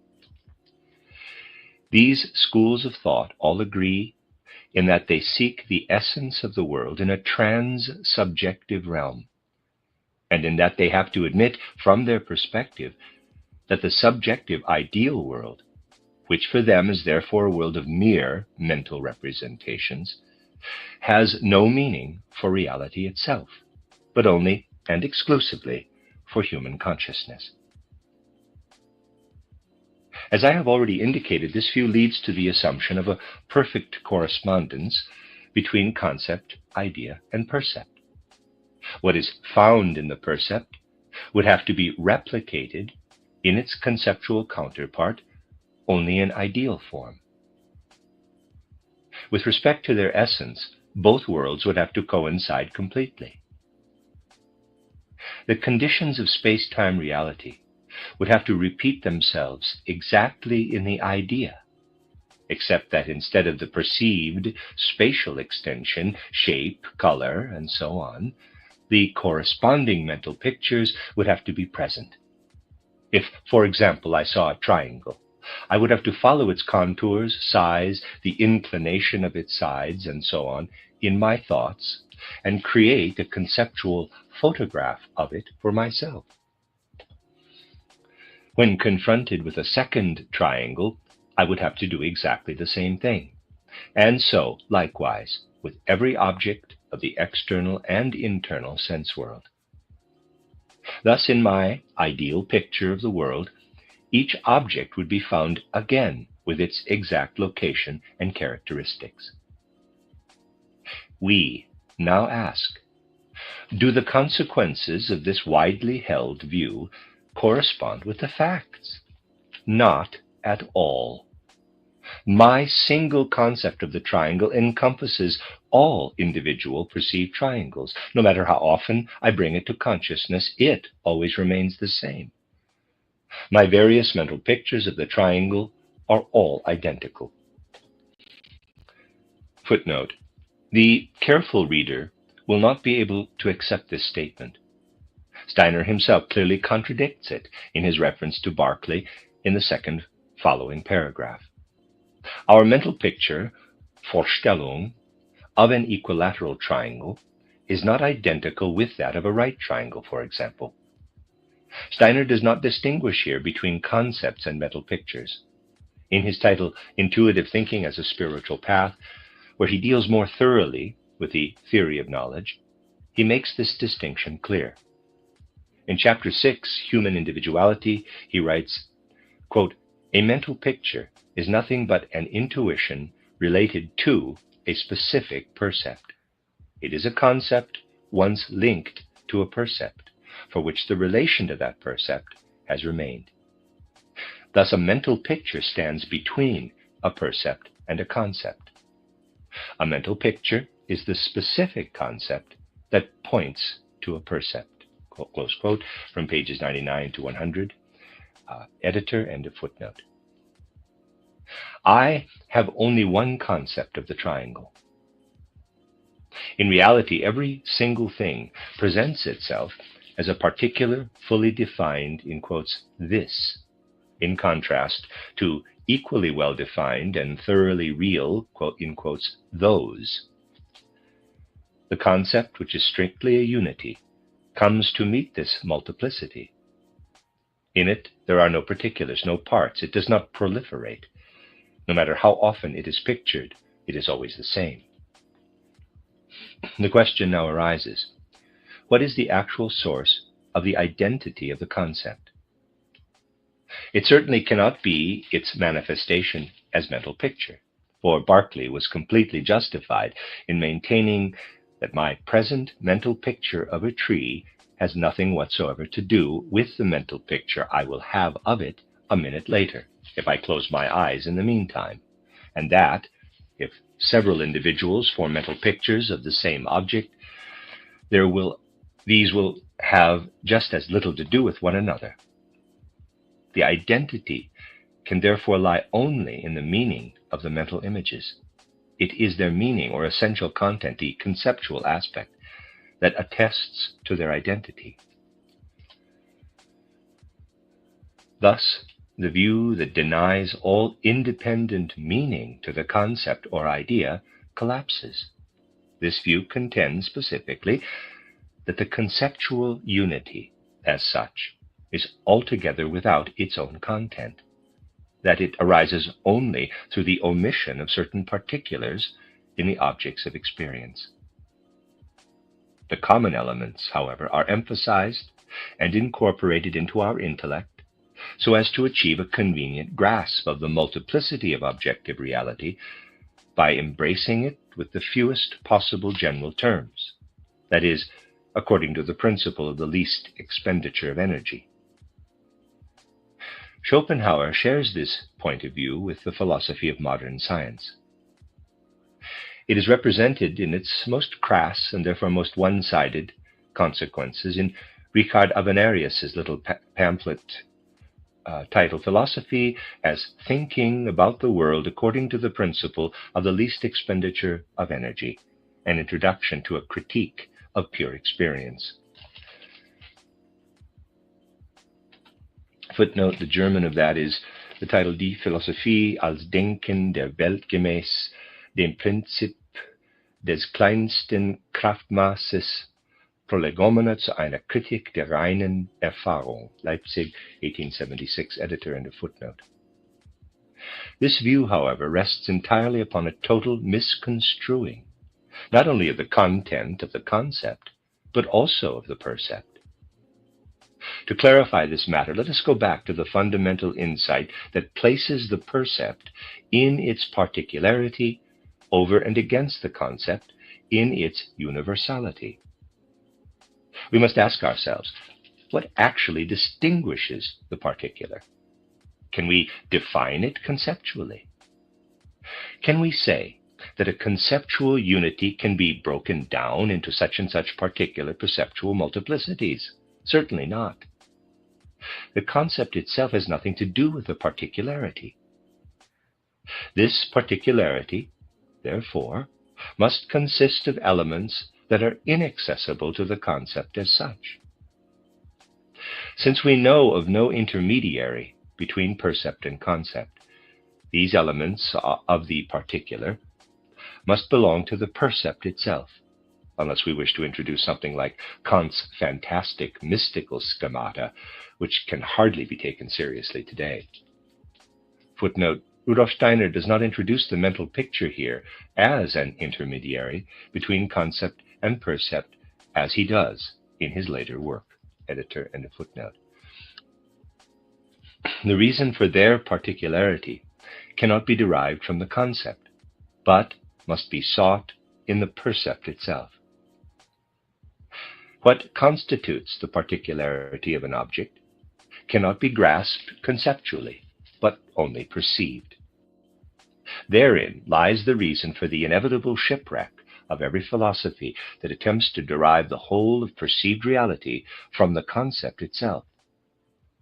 Here also lies the classic error of Fichte, who wanted to derive the whole world from human consciousness. Anyone who dismisses idealist philosophy out of hand for its inability to perform the impossible is indeed just as unreasonable as the philosopher W.T. Krug, a successor to Kant, who demanded that the philosophy of identity deduce for him a pen with which to write. What actually distinguishes the percept from the concept is essentially just this element that cannot be conceptualized, but must simply be experienced. Thus concept and percept stand juxtaposed as two different aspects of the world that are nevertheless identical in their essential nature. And because, as we have shown, the percept calls for the concept, it follows that its essence lies not in its particularity, but in its conceptual universality. With regard to its appearance, however, this universality must first be found in the subject.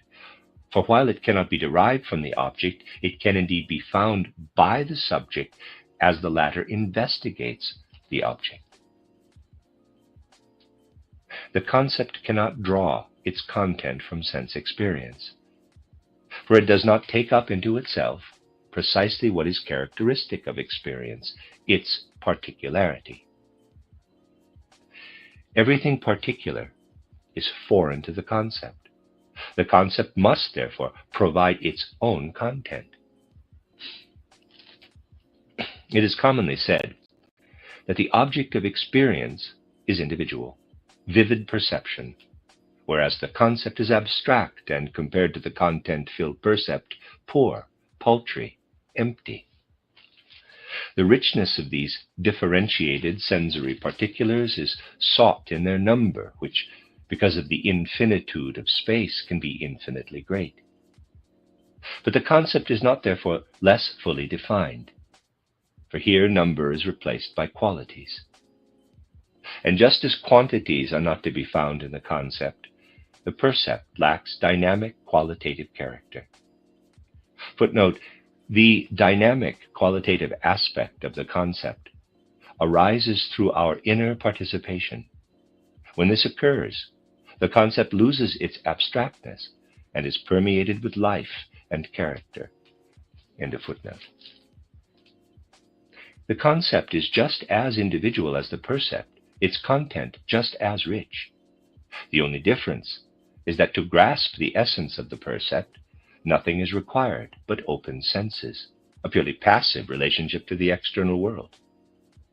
Whereas the ideal significance of the world must arise through our own spontaneous spiritual activity, if it is to appear at all. To say that the concept is the enemy of living perception is a thoughtless cliché. The concept is the essential being of the percept, its actual driving and active principle. It adds its own content to that of the percept without eliminating the latter, for it is not concerned with the perceptual content as such, and yet it is supposed to be the enemy of perception. The concept could become the enemy of perception only if a misguided philosophy wished to spin the entire wealth of the sensory world out of the idea. Such a philosophy would produce, instead of living nature, only a system of empty phrases. Only in the way indicated here do we come to a satisfactory explanation of what actually constitutes knowledge based on experience. It would be impossible to explain why it is necessary to advance to a conceptual understanding unless the concept were to bring something new to the perception of our senses. Purely empirical knowledge could not take a single step beyond the millions of particulars placed before our perception. To be consistent, purely empirical knowledge would have to deny its own content. For why should we recreate conceptually what is already present in our percepts? In the light of these considerations, a consistent positivism would simply have to cease all scientific work and rely solely upon random occurrences. Footnote: in this sense, statistics and probability have come closest to consistent positivism. Close editor, end of footnote. Insofar as it does not do this, it actually carries out what it rejects in theory. In fact, both materialism and realism implicitly admit what we maintain. Their actual practice is justified only from our point of view and stands in glaring contradiction to their own fundamental theories. From our standpoint, The necessity of scientific knowledge and the need to go beyond sense experience can be explained without any contradiction. The sensory world appears to us as initially and directly given. It faces us like an immense riddle, because we are simply unable to find within this world itself what drives, shapes, or animates it. Now, reason enters, and with the ideal world that it conceives, holds up to the sensory world the governing principles that constitute the solution to the riddle. These principles are just as objective as the sensory world itself. The fact that they do not appear to the senses but only to reason has no bearing on their content. If there were no thinking beings, these principles would never appear. But this would in no way detract from the fact that they are the essence of the phenomenal world. Over and against the transcendental worldview of Locke, Kant, the later Schelling, Schopenhauer, Volkelt, the Neo-Kantians, and modern scientists, we thus put forward a worldview that is truly immanent. Whereas they seek the primary principles of reality in a realm beyond our consciousness and foreign to it, immanent philosophy seeks those principles in what appears to reason. The transcendental worldview regards conceptual knowledge as a picture of the world. The immanent view sees it as the highest form of as the world's highest form of manifestation. All the former can produce is a formal theory of knowledge based on the question, what is the relationship between thinking and actual being? The latter places at the beginning of its epistemology the question, what is knowing? The former proceeds from the preconception that there is an essential difference between thinking and being. The latter enters without preconception into an investigation of what alone can give us certainty of thinking, and it knows that outside of thinking it can find no being. Summarizing the results of our epistemological reflections, we arrive at the following. We must proceed from the totally indeterminate, immediate form of reality as given to our senses, from what is only seen, only heard, and so on, before we set our thinking in motion. The point is that we distinguish between what the senses convey to us and what our thinking brings to it. The senses do not tell us that there are any particular relationships between things. For example, that this is the cause and that the effect. For the senses, all things have equal importance for the structure of the world. Thoughtless observation does not indicate that a seed is at a higher level of complexity than a grain of dust on the road. As far as the senses are concerned, if they look alike, they are both of equal significance. At this level of observation, Napoleon is no more important to world history than a peasant in some backwater village. This is as far as present-day epistemology has progressed. That these truths have by no means been thought through exhaustively is demonstrated by the fact that virtually every epistemologist makes the mistake of immediately designating as mental picture what confronts us on the first level of perception as initially undefined and indeterminate appearance. This, however, is nothing but a gross violation of the very insight we have just gained. As long as we remain at the level of pure sense perception, we know just as little about a falling stone being a mental picture as we know about its being the cause of the depression in the ground where it falls. We can arrive at this latter judgment only through thoughtful consideration, and only through reflection could we arrive at the insight that the world given to us is a mere mental picture, assuming this is true. My senses give me no clue as to whether what they convey is an actual being or merely a mental picture. The sensory world bursts in upon us instantaneously, as though fired from a pistol. If we want it in its purity, we must refrain from attaching to it any qualifying attributes. We can only say one thing, that it confronts us, it is given to us. This says nothing at all about this sensory world itself. Only by proceeding in this manner can we avoid interfering with an unbiased assessment of what is given. This freedom from prejudice is lost if, from the very start, we attach a particular characterization to what is given. If, for example, we say that the given is a mental picture, then our entire inquiry will be based on this presupposition. We would not thereby be providing an unbiased theory of knowledge, but would rather be answering the question, what is knowing, under the presupposition that what is given to the senses is a mental picture.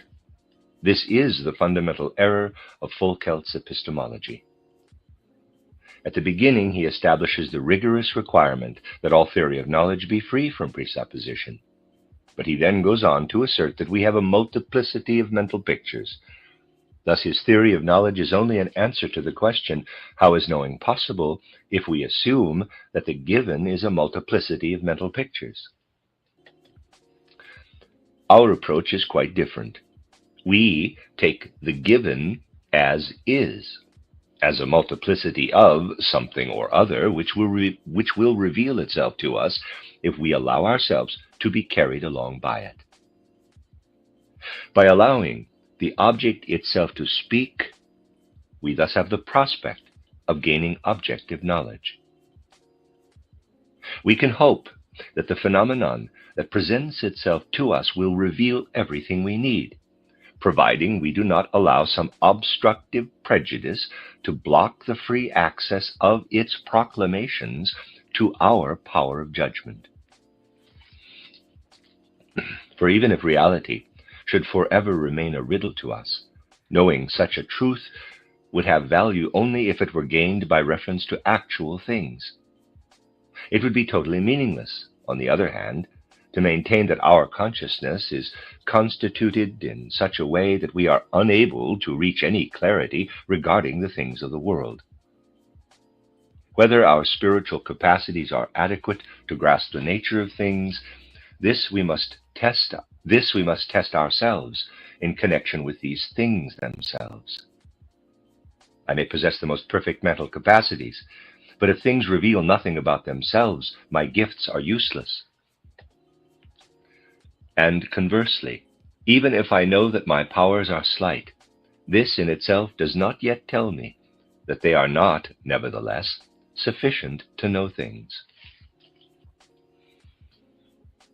We have also come to see that what is immediately given in the form characterized above leaves us unsatisfied. It presents a challenge, a riddle that needs to be solved. It says to us, I am here, but I do not appear to you in my true form. As we hear this voice from without, with growing awareness that we are facing a half-reality, an entity whose better side remains concealed from us, there announces itself from within us the activity of the organ through which we attain knowledge of the other side of reality, through which we are able to complement the given half and thus create a whole. We realize that what we do not see, hear, and so on must be supplemented through our thinking. Our thinking is called upon to solve the riddle presented by perception.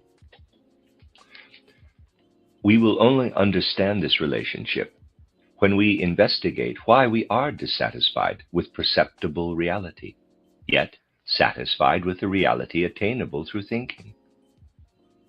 Sensory reality confronts us as something finished. It is simply there. We have contributed nothing to its being as it is. We therefore feel ourselves confronted with something foreign that we have not produced. Indeed, we are not even present at its production. We stand before an already existing entity. Yet in order to fully comprehend something, we need to know how it came to be what it is, to follow the steps leading to the thing before us. This is different with our thinking. A thought configuration does not present itself to me unless I myself participate in its coming about. It enters the field of my perception only when I myself raise it out of the dark abyss of imperceptibility. A thought does not appear within me as a finished entity, as does a sense perception. On the contrary, when I hold it fast as a finished configuration, I am conscious of the fact that I myself have brought it into this form.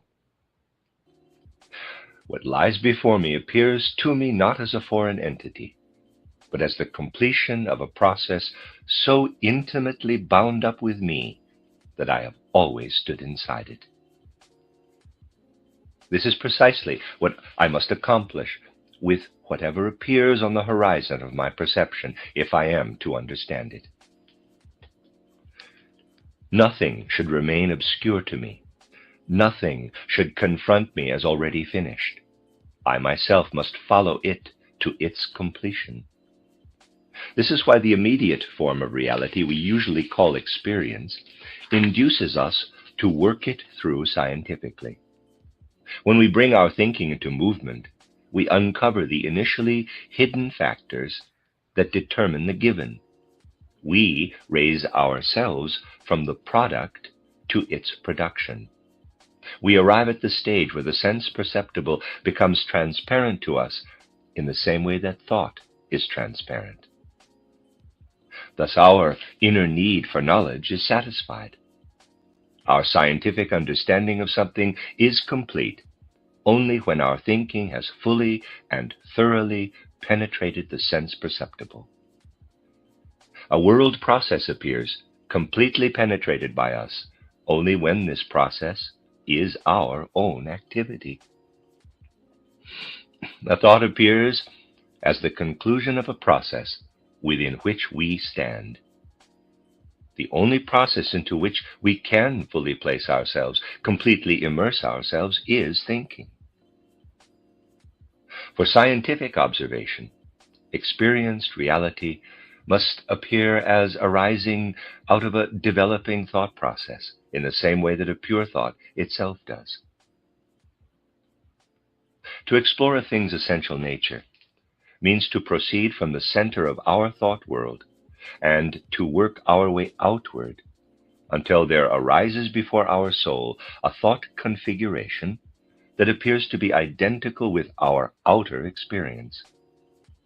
When we speak about the essential nature of a thing or of the world, we can therefore mean nothing other than apprehending its reality as thought, as idea.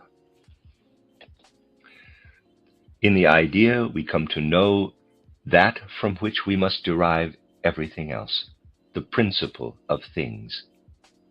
What philosophers call the absolute, the eternal being, the foundations of the world, what the religions call God, this we call, based on the theory of knowledge presented here, the idea. Everything in the world that does not directly appear as idea will eventually be recognized as proceeding from it. What seems to superficial consideration to have nothing to do with the idea is derived from it by a deeper thinking. No other form of existence can satisfy us except what is derived from the idea. Nothing should remain isolated outside it. Everything must become part of the greater whole encompassed by the idea. The idea, however, requires no going beyond itself. It is the essential being, built upon and firmly founded in itself. The reason for this does not lie in the fact that the idea is immediately present in our consciousness. It lies in the idea itself. If the idea did not express its own being, it would seem to us in need of explanation, just like the rest of reality. This seems to contradict what was said above, that the idea appears in a form that satisfies us because we actively participate in its coming into existence. But this does not stem from the organization of our consciousness. If the idea were not built upon its own foundations, we could have no such consciousness of satisfaction at all. If something does not have within itself the center from which it springs, but has its center outside itself, then when it presents itself to me, I cannot declare myself satisfied with it. I must go beyond it to find that center. Only when I come upon something that does not point beyond itself do I attain the consciousness, now you are standing inside the center. Here you can remain. My consciousness that I am standing inside a thing is only the result of its objective nature, of the fact that it contains its own principle. By taking possession of the idea, we gain entry into the center of the world. What we grasp here is the source from which everything springs. We become one with this principle.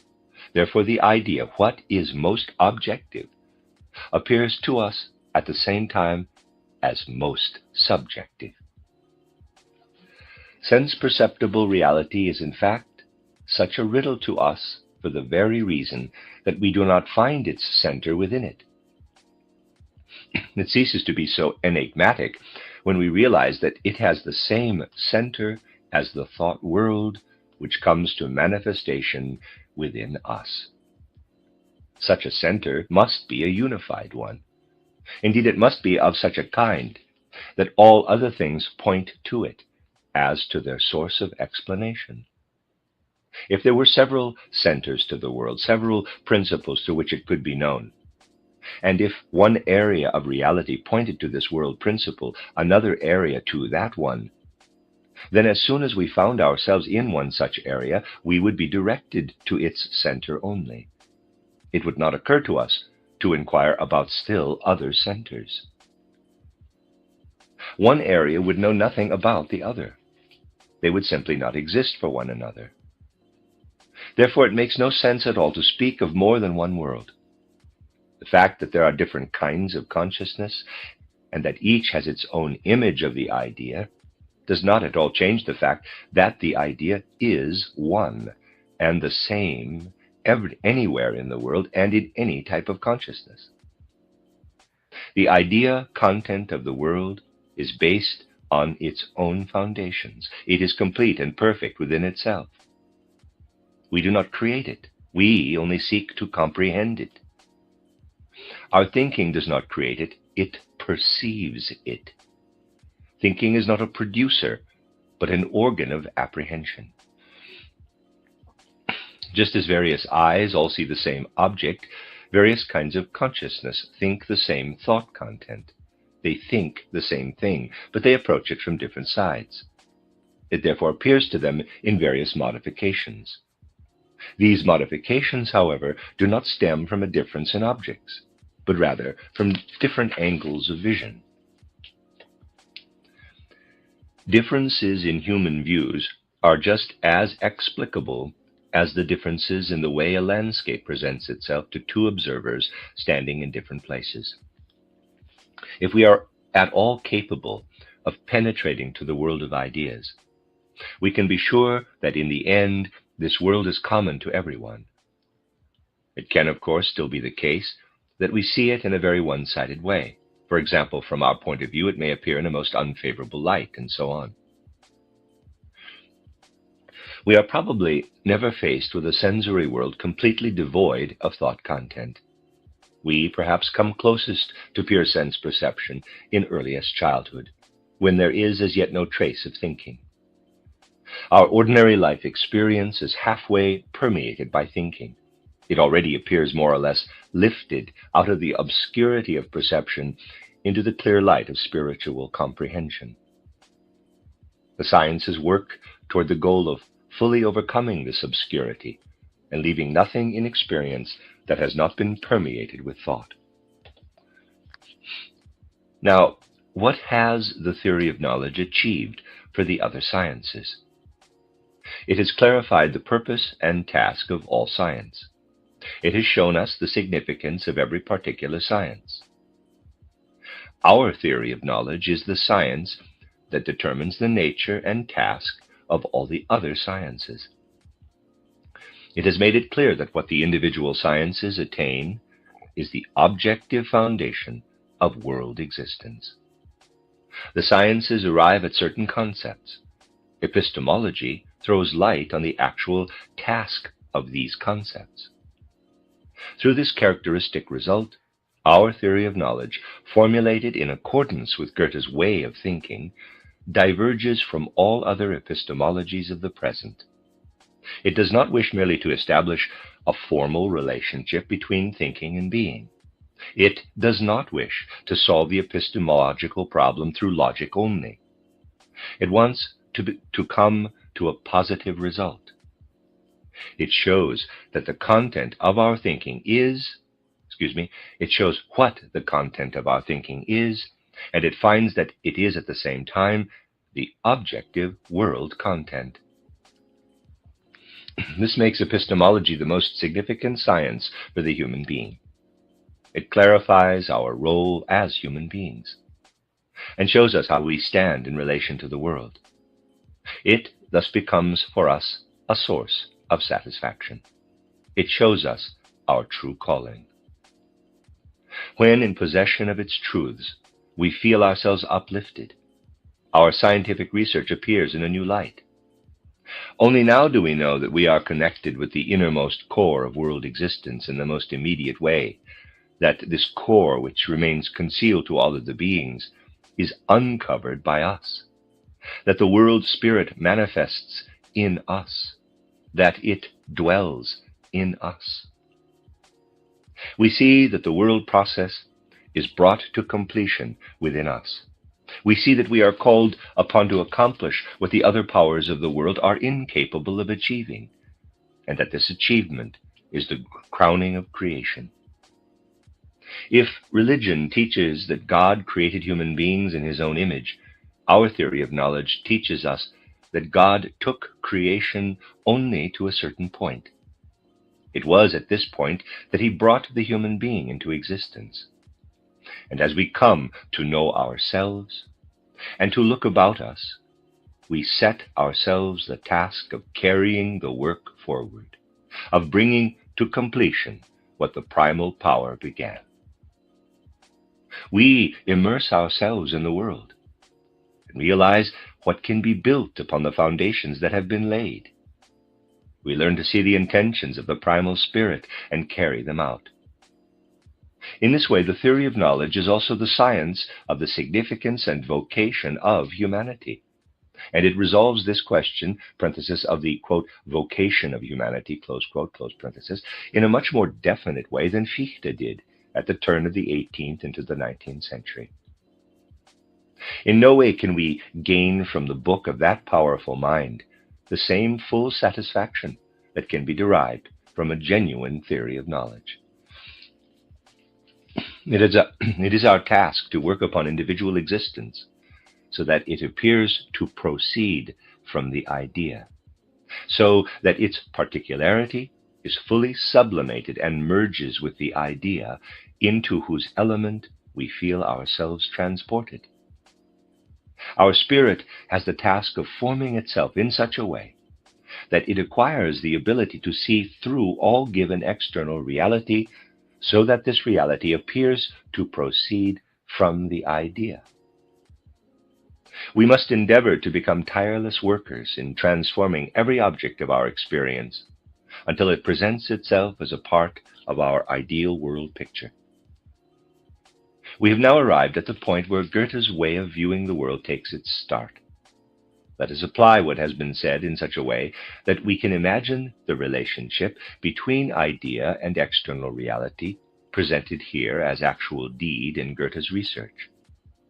Goethe penetrated to the heart of things in the way that has been justified here. He himself saw his inner way of working as a living heuristic capacity that, acknowledging an unknown rule, the idea, of which he has a presentiment, seeks to introduce it into the external world. Parenthesis, title Verses in Prose, close parenthesis. When Goethe admonishes us to educate our organs, he can also only mean that we should not simply surrender to what our senses convey, but direct our senses so that they show us things in the right light. Footnote, quote, animals are educated by their organs. Human beings educate theirs and master them. Close quote from Verses in Prose. Editor, end of footnote. And that is the end of chapter 9. You are listening to RudolfSteinerAudio.com. This is a collection of essays by Rudolf Steiner that were introductions to Goethe's scientific writings. It's entitled Nature's Open Secret. This is chapter 10, entitled Knowledge and Action in the Light of Goethe's Ideas. Number 1, Methodology. We have established the relationship between the world of ideas attained through scientific thinking and unmediated, given, in quotes, experience. We have become acquainted with the beginning and the end of a process, experience devoid of ideas, and a conception of reality filled with ideas. Between those two, however, lies human activity. Our task is to actively unfold the end out of the beginning. How we do that is our method. It goes without saying, of course, that how we conceive of the relationship between the beginning and the end of the scientific process will call for a particular method. On what do we base this method? Step-by-step scientific thinking must overcome the shadowy form of reality we have described as the immediately given, and raise it into the luminous clarity of the idea. In other words, our method will consist in repeatedly asking of every fact, how does it contribute to a unified world of ideas? What is its place in my conceptual image of the world? When I have understood this, and have recognized how a thing relates to my ideas, my cognitive need is satisfied. There remains only one potential source of dissatisfaction. When a thing appears that refuses to connect with the concepts I stand for, I feel the need to overcome the intellectual discomfort caused by anything about which I must say, I see that it is present, and when I encounter it, it confronts me as a question mark. Yet nowhere in the harmony of my ideas can I find a place for it. No matter how I twist and turn my conceptual system, the questions it raises within me remain unanswered. This suggests what we need when we consider an object. When I first approach it, the object faces me in isolation. My thought world strives toward the point where its concept lies. I cannot rest until what first confronted me as an isolated phenomenon appears as an integral part of my conceptual system. Then the isolation of the object dissolves and reappears in a larger context. It is now illuminated by the combined thoughts of all other objects.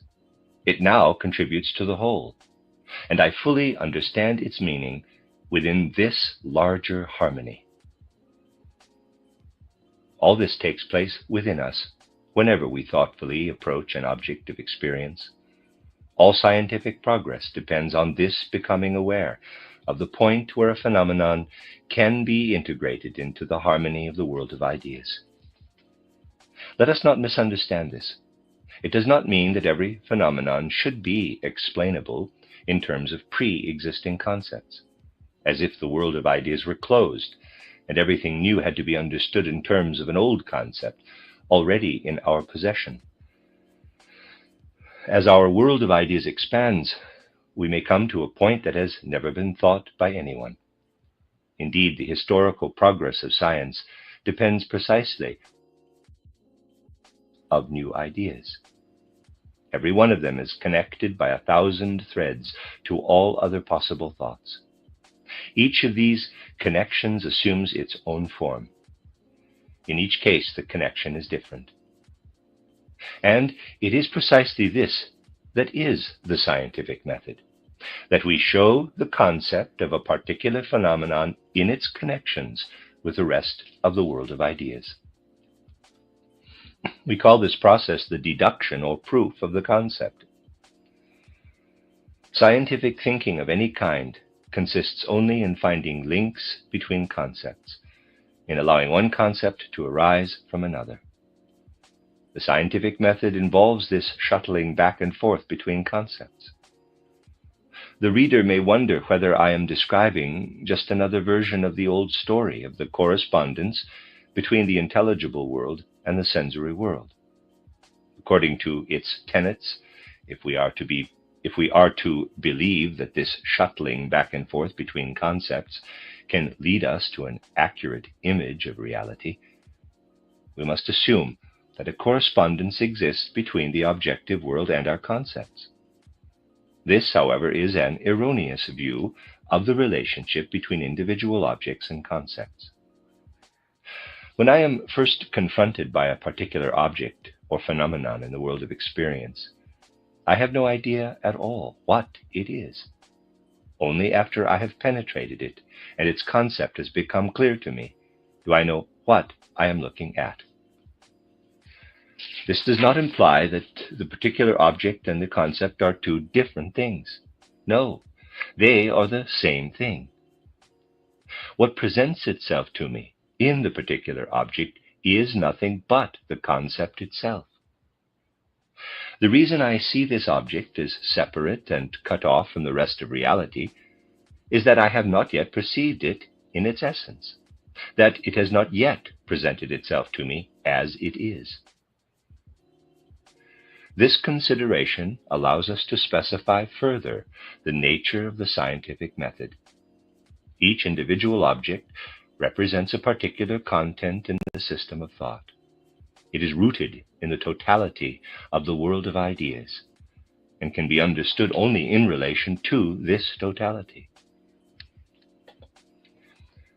Thus, every object necessarily presents our thinking with a double task. First, we must establish firmly the contours of the corresponding thought.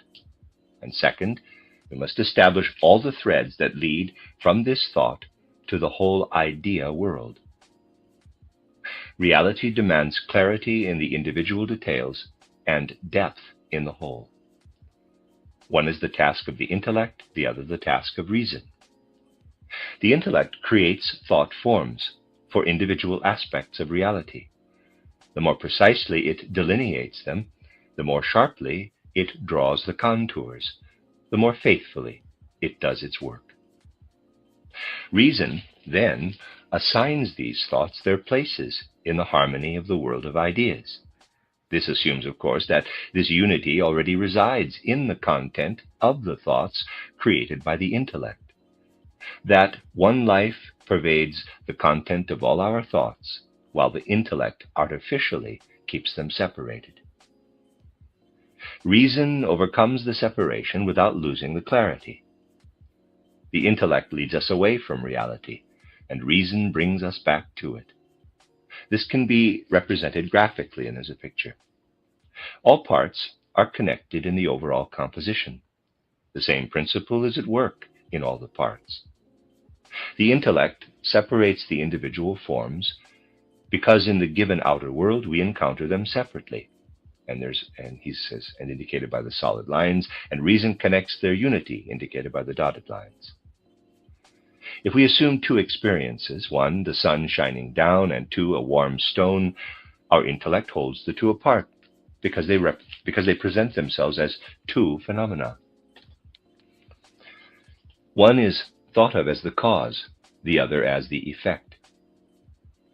Then reason steps in, breaks down the partition, and sees the unity in the duality. All concepts created by the intellect, cause and effect, substance and property, body and soul, idea and reality, God and world, and so on, are merely ways of artificially holding apart what is a unified reality. The role of reason, on the other hand, is to look for the inner unity in the multiplicity without erasing the content created or mystically obscuring the clarity of the intellect.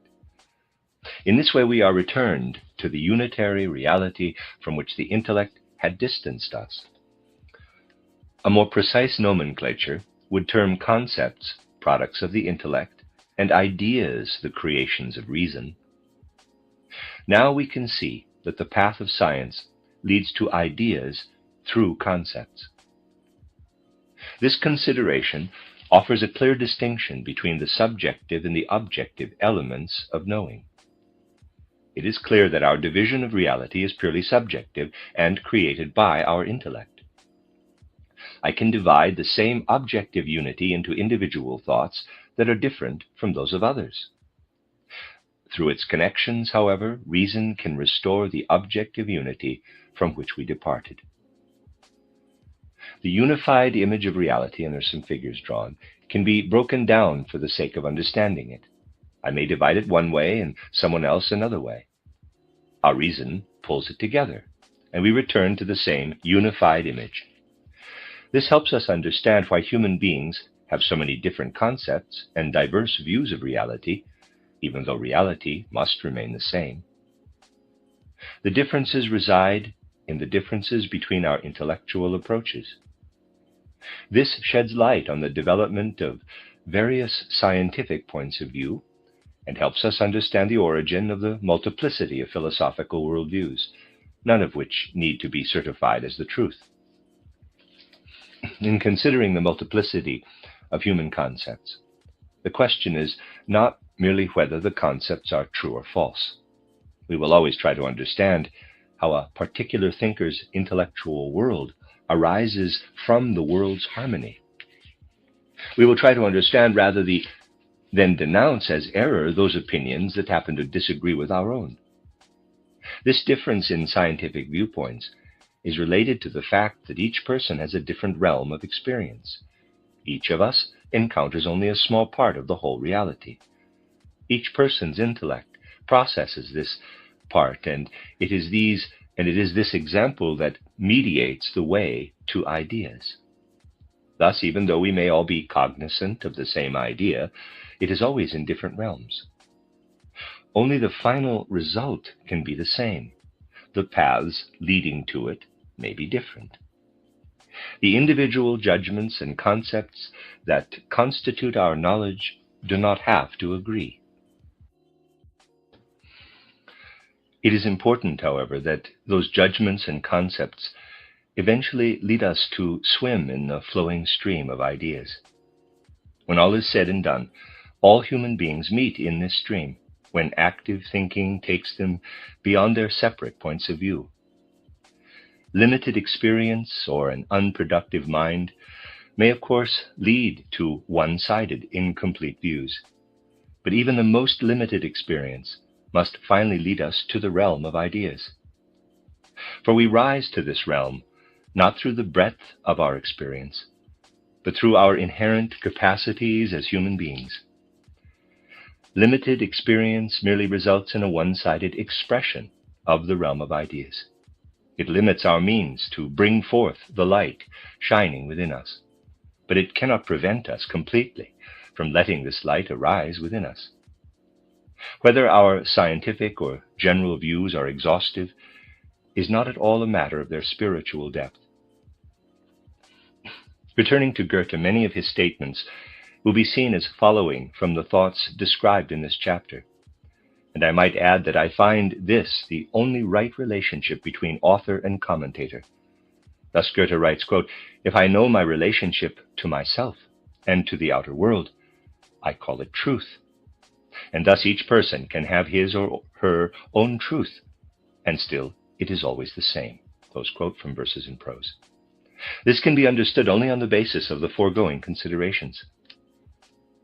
End of part 1. This is part 2 of chapter 10, entitled Dogmatic and Inherent Method. A scientific judgment is formed either by connecting two concepts or by connecting a percept and a concept. The judgment, quote, no effect without a cause, close quote, is of the former kind. Quote, the tulip is a plant, close quote, is an example of the latter. In daily life, there are also situations when we connect one percept with another. For example, quote, the rose is red, close quote. Whenever we pass a judgment, we do so on a certain basis. Now, there are two ways of looking at the basis for a judgment.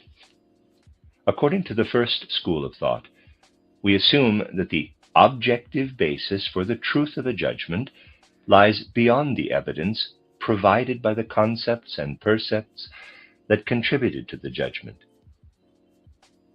In this view, the basis for the truth of a judgment does not necessarily coincide with the subjective basis that led to the judgment.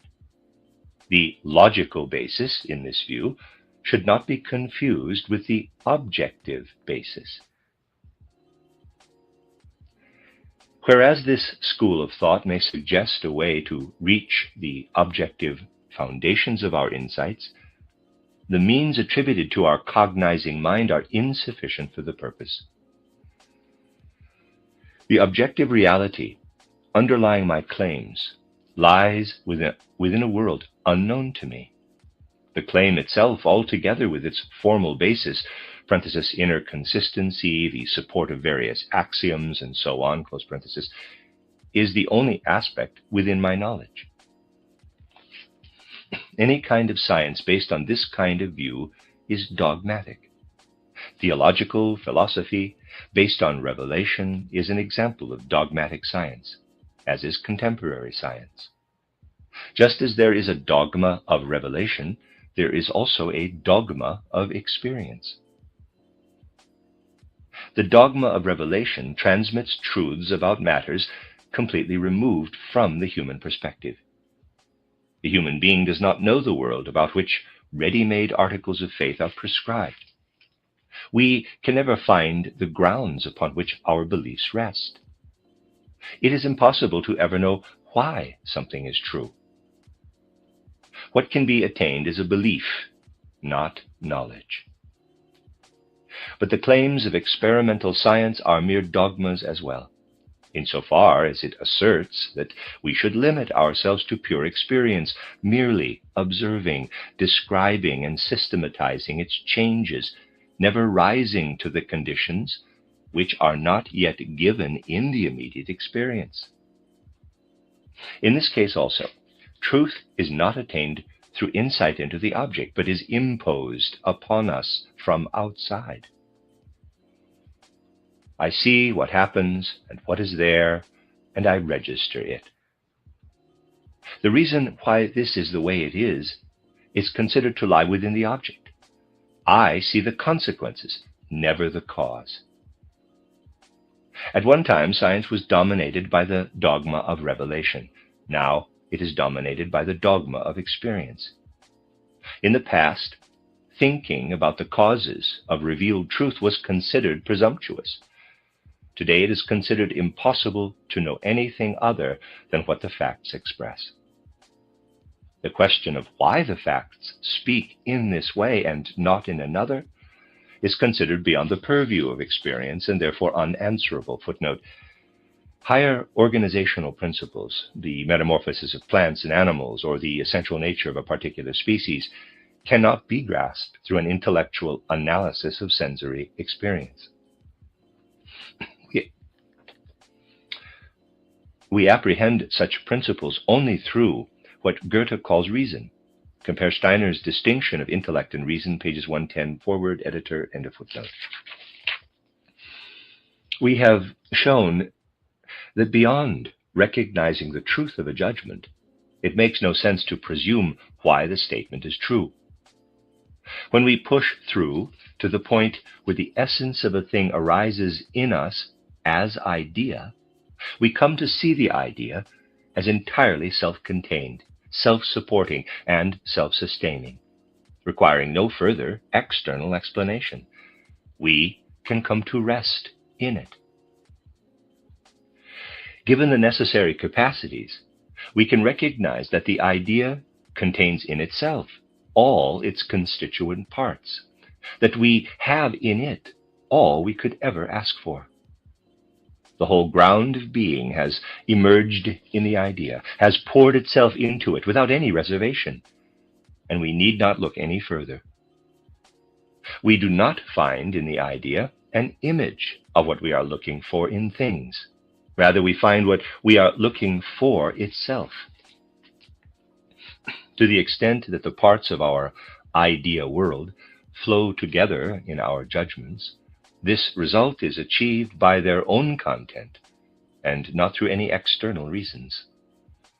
In our thinking, the concrete grounds for our statements are immediately present, not just their formal grounds. We, therefore, reject the view that beyond all ideas there is an absolute reality that sustains all things, including thinking itself. That worldview is completely unable to find the grounds of existence in the attainable world. For this view, the ultimate cause of existence has not entered the world as it is manifested to us. It is rather a being for itself and separate from the present world. This view, which can be called realism, takes two forms. Either it postulates a multiplicity of real beings underlying the world, parenthesis Leibniz, Herbart, close parenthesis, or it assumes a unified reality, Schopenhauer. This reality cannot be known to be identical with the idea in either case. Its very nature is presumed to be fundamentally different. It is impossible to be a realist once the question of the essential nature of phenomena fully enters our consciousness. For what is the purpose in asking about the essential nature of the world? It really comes down to my seeing a thing and a voice within me telling me that ultimately it is really much more than what I see before me.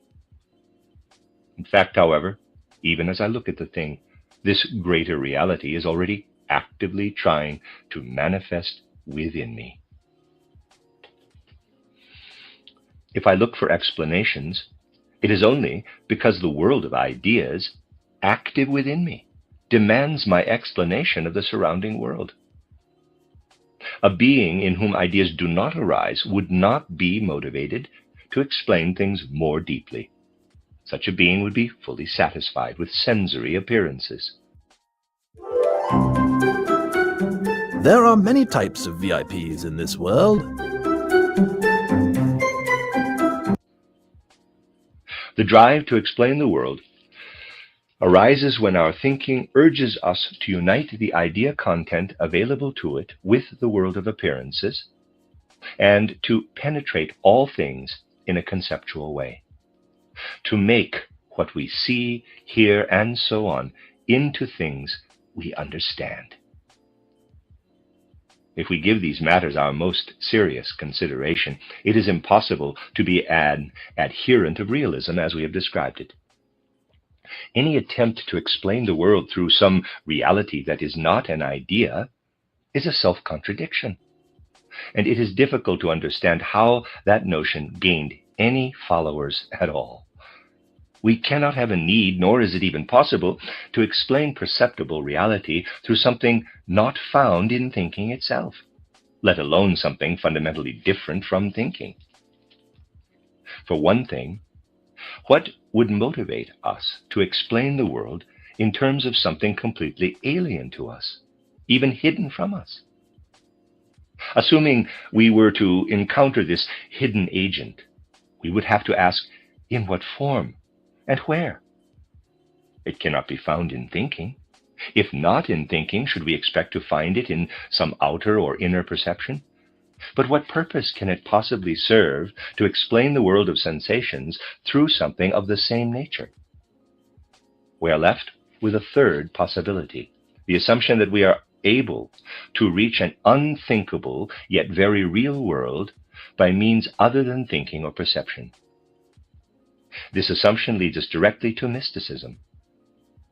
We do not need to concern ourselves here with this, because we are interested only in the relationship between thinking and being, idea and reality. Let the mystic write the epistemology of mysticism. It was the matured Schelling's view that our reason can only develop what the world content is, but can never attain the fact that it exists in the first place. To us, this seems most absurd. For us, the existence of a thing is the precondition for what it is. And we would have no way of attaining the what of a thing unless we had established that it exists in the first place. According to our reason, the fact that a thing exists is a part of the very fact that I grasp its meaning. Schelling assumed that it is possible to experience a positive meaning of the world without even being convinced that it exists. This, and his conviction that we can know of existence only through higher experience, seems inconceivable to self-reflective thinking. We are led to assume that in his later years, Schelling could no longer understand his earlier views, which had such an impact on Goethe. It is not permissible to presume higher forms of being than those accessible to the world of ideas.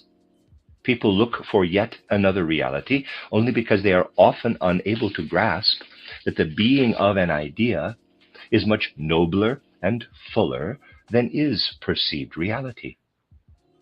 If we are dissatisfied with ideas, it is because we consider them to be insubstantial fabrications of the mind, empty of any concrete reality.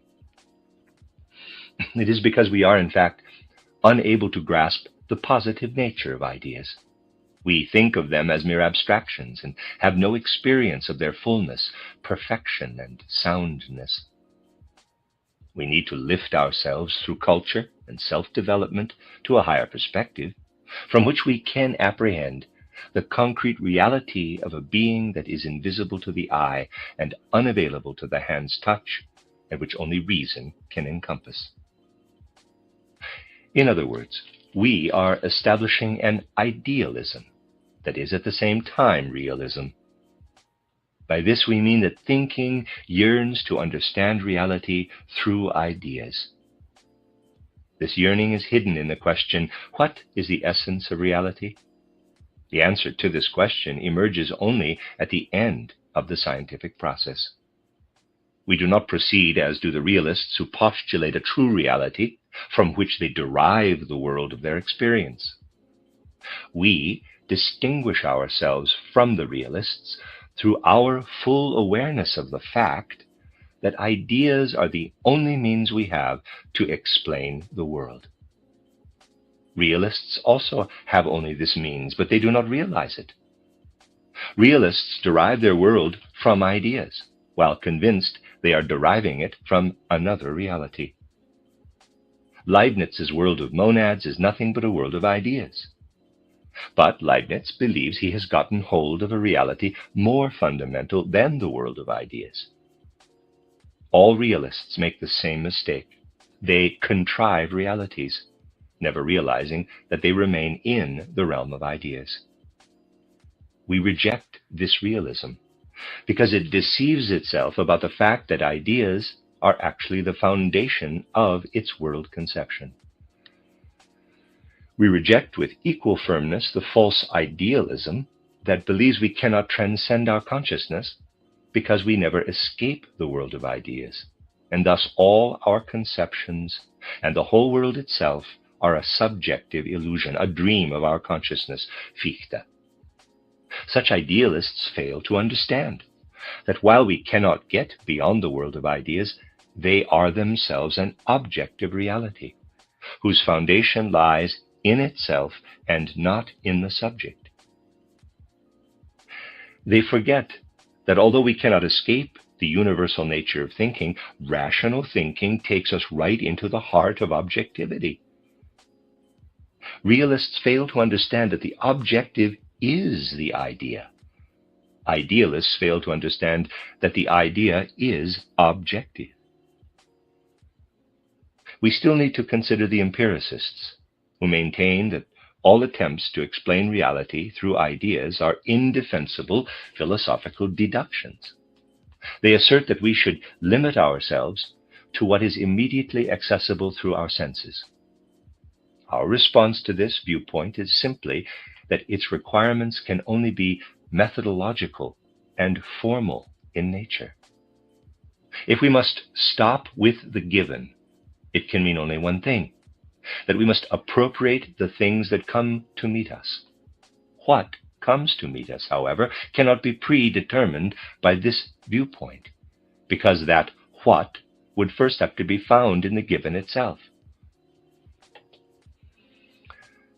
It is hard to conceive how one could argue for pure experience and simultaneously demand that one remain within the limits of the sensory world, because ideas can also meet the criteria of being given.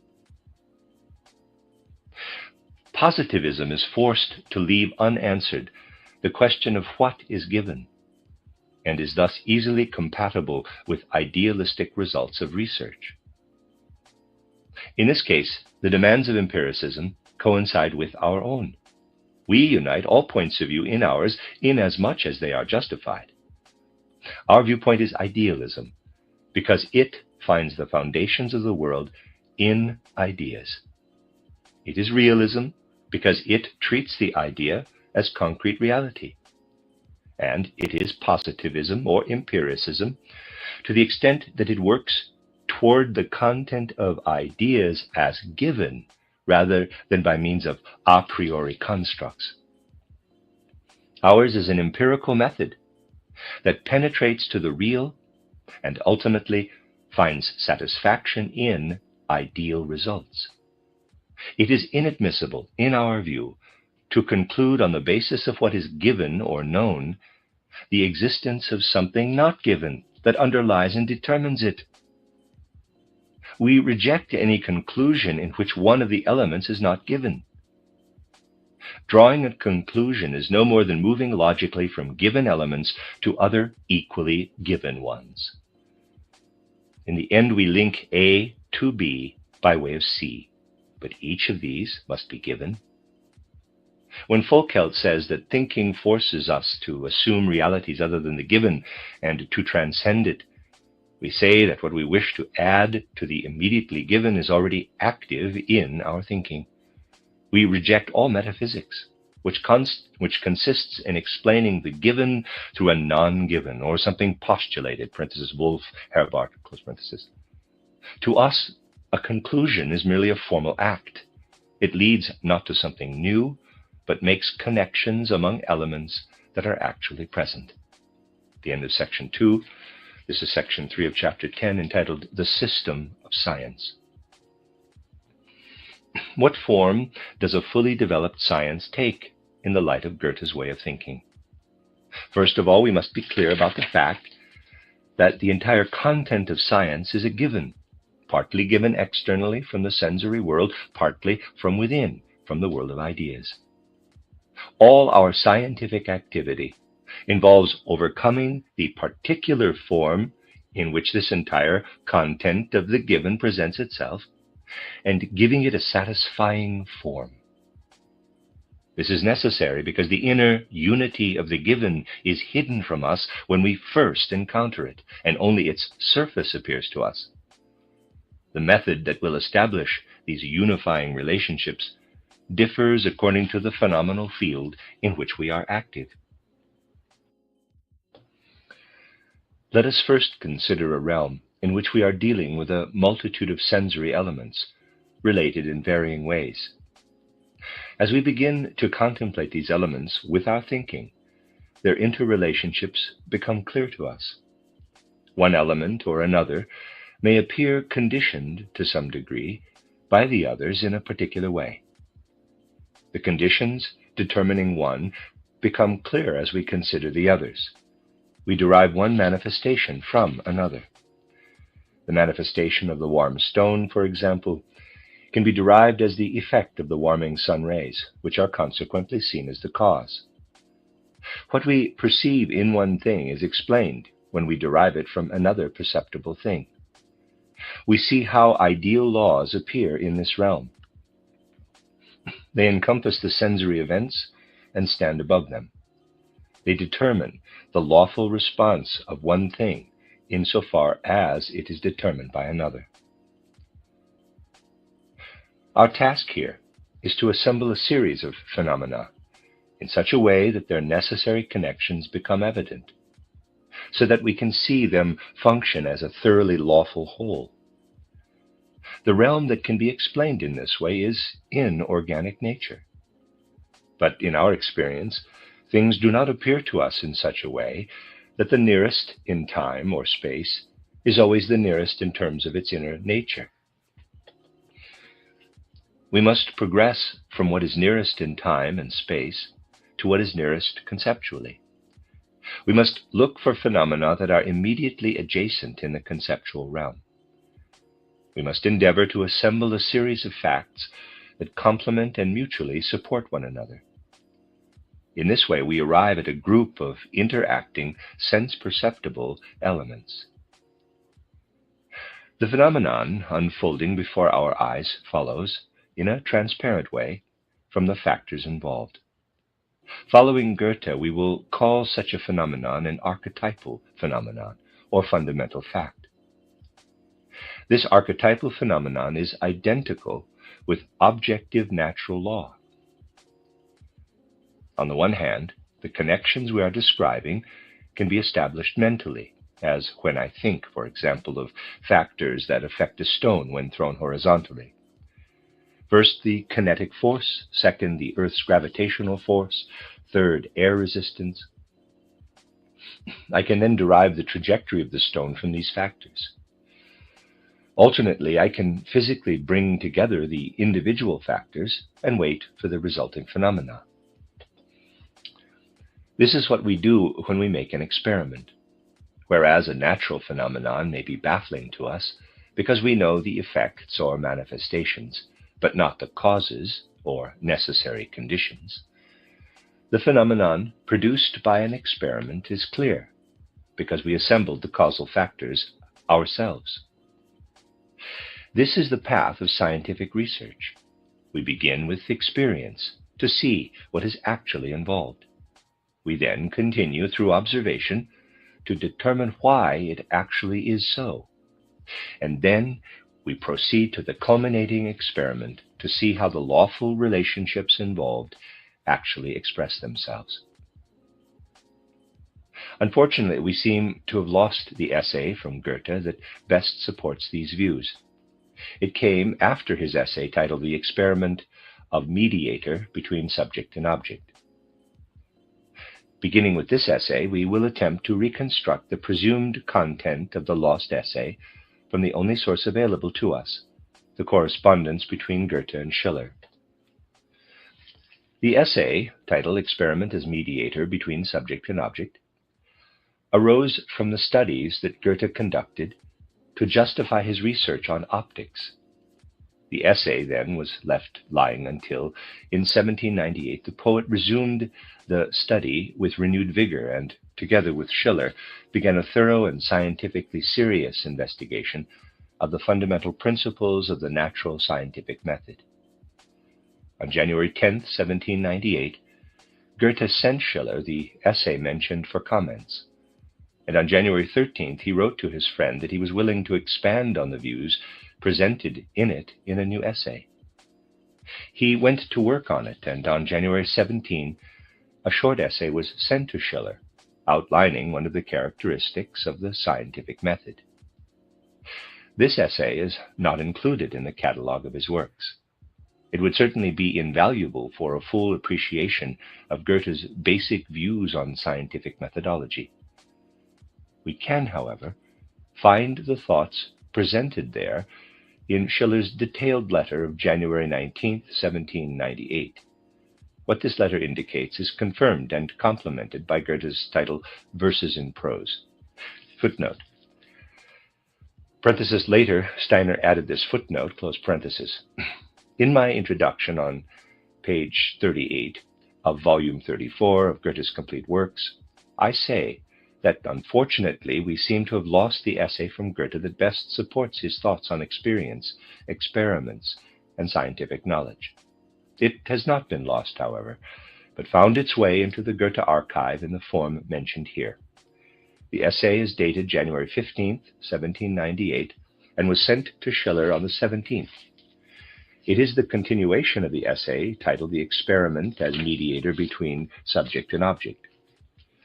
I took the thoughts expressed in the essay from the correspondence and presented them in the introduction on page 39 in exactly the same way it is now available. In terms of content, the essay adds nothing to what I wrote there. Indeed, the insights into Goethe's method and mode of knowledge gained through my study of his other writings are confirmed in every point. Rudolf Steiner. The page numbers I mentioned are in fact Roman numerals. End of footnote. Goethe distinguishes three methods of scientific research. These in turn rest on three different approaches to the phenomena. The first method is common empiricism, which does not go beyond the empirical phenomena or immediate facts. It is absorbed by individual appearances. If common empiricism is to be of consequence, it must limit its activity to detailed descriptions of the phenomena it encounters. That is, it takes an empirical inventory. Science, in the empiricist's view, would be nothing but a sum of individual factual descriptions. In contrast to empiricism, rationalism represents the next step. It strives to establish scientific phenomena. Not limiting itself to the mere description of the phenomena, it attempts to explain them by discovering causes, formulating hypotheses, and so on. This is the step where the intellect, departing from the phenomena, goes on to draw conclusions about their causes and connections. Goethe considered both of these stances one-sided. Common empiricism is crude and unscientific because it never escapes the mere recitation of chance occurrences. Rationalism, on the other hand, interprets into the phenomenal world causes and connections that are not contained within it. Common empiricism is unable to rise from the fullness of the world of facts to free thinking, and rationalism loses the phenomena as the solid factual ground under its feet, succumbing to the power of wishful thinking and subjective fancy. Goethe forcefully condemns the passion for rushing from observations to conclusions. Thus he says in his verses in prose, quote, "It is a bad thing, and one often encountered, to immediately tie a conclusion to an observation, and then give both equal weight. Theories are usually the hasty product of an impatient intellect that would like to be rid of the phenomena and eagerly replaces them with images, concepts, or sometimes only words. One suspects, one even clearly sees, that it is just a makeshift. But do not passion and partisanship always love a makeshift? And rightly so, because they need them so much." End of quote. Goethe is especially hard on the misuse of causal reasoning. Rationalism, in its unbridled fantasy, continually looks for causality where the facts do not warrant it. In verses in prose, he states, quote, "The most innate and most important concept, that of cause and effect, is used in ways that lead to countless, endlessly repeated errors." Close quote. The mania for simplistic connections in particular leads one to think of phenomena as links in a chain of causes and effects following one another in a strict linear fashion. In truth, however, any phenomenon that is conditioned by an earlier one is at the same time dependent on many other influences. In this case, the length of nature is taken into consideration, but not its breadth. According to Goethe, both paths, that of common empiricism and that of rationalism, are intermediate stages on the way to the highest scientific method, but only stages that must be transcended. This is achieved by rational empiricism, which deals with pure phenomena that are identical with objective natural laws. Common empiricism unmediated experience gives us only disconnected individual facts, an aggregate of outer appearances. It gives them to us not as the conclusion of a scientific process, but as its initial experience. Science requires us to look for connections and view individual facts as interconnected. In this sense, there seems to be a separation between the need to conceptualize and the given facts. For the cognizing spirit, there are only relationships. In nature, there is only separation. The spirit strives for the species or type. Nature creates only individuals. We escape this contradiction by reflecting on the fact that, on the one hand, the connecting power of the spirit is without content, and therefore cannot in itself grasp anything concrete. And that, on the other hand, the separation of natural objects is not a matter of their essence, but of their manifestation in space. Indeed, when we get to the essence of the individual, our attention is drawn to the species or type. Because natural objects manifest as separate, we need the synthesizing power of the spirit to show us their inner unity. And because the unity of reason is itself empty, it needs natural objects to fill it. Thus, in the third stage, phenomena and spiritual capacities meet and become one. Only now is the spirit fully satisfied. There is another area of research in which the manifestation of an individual fact does not appear as the consequence of another discrete fact.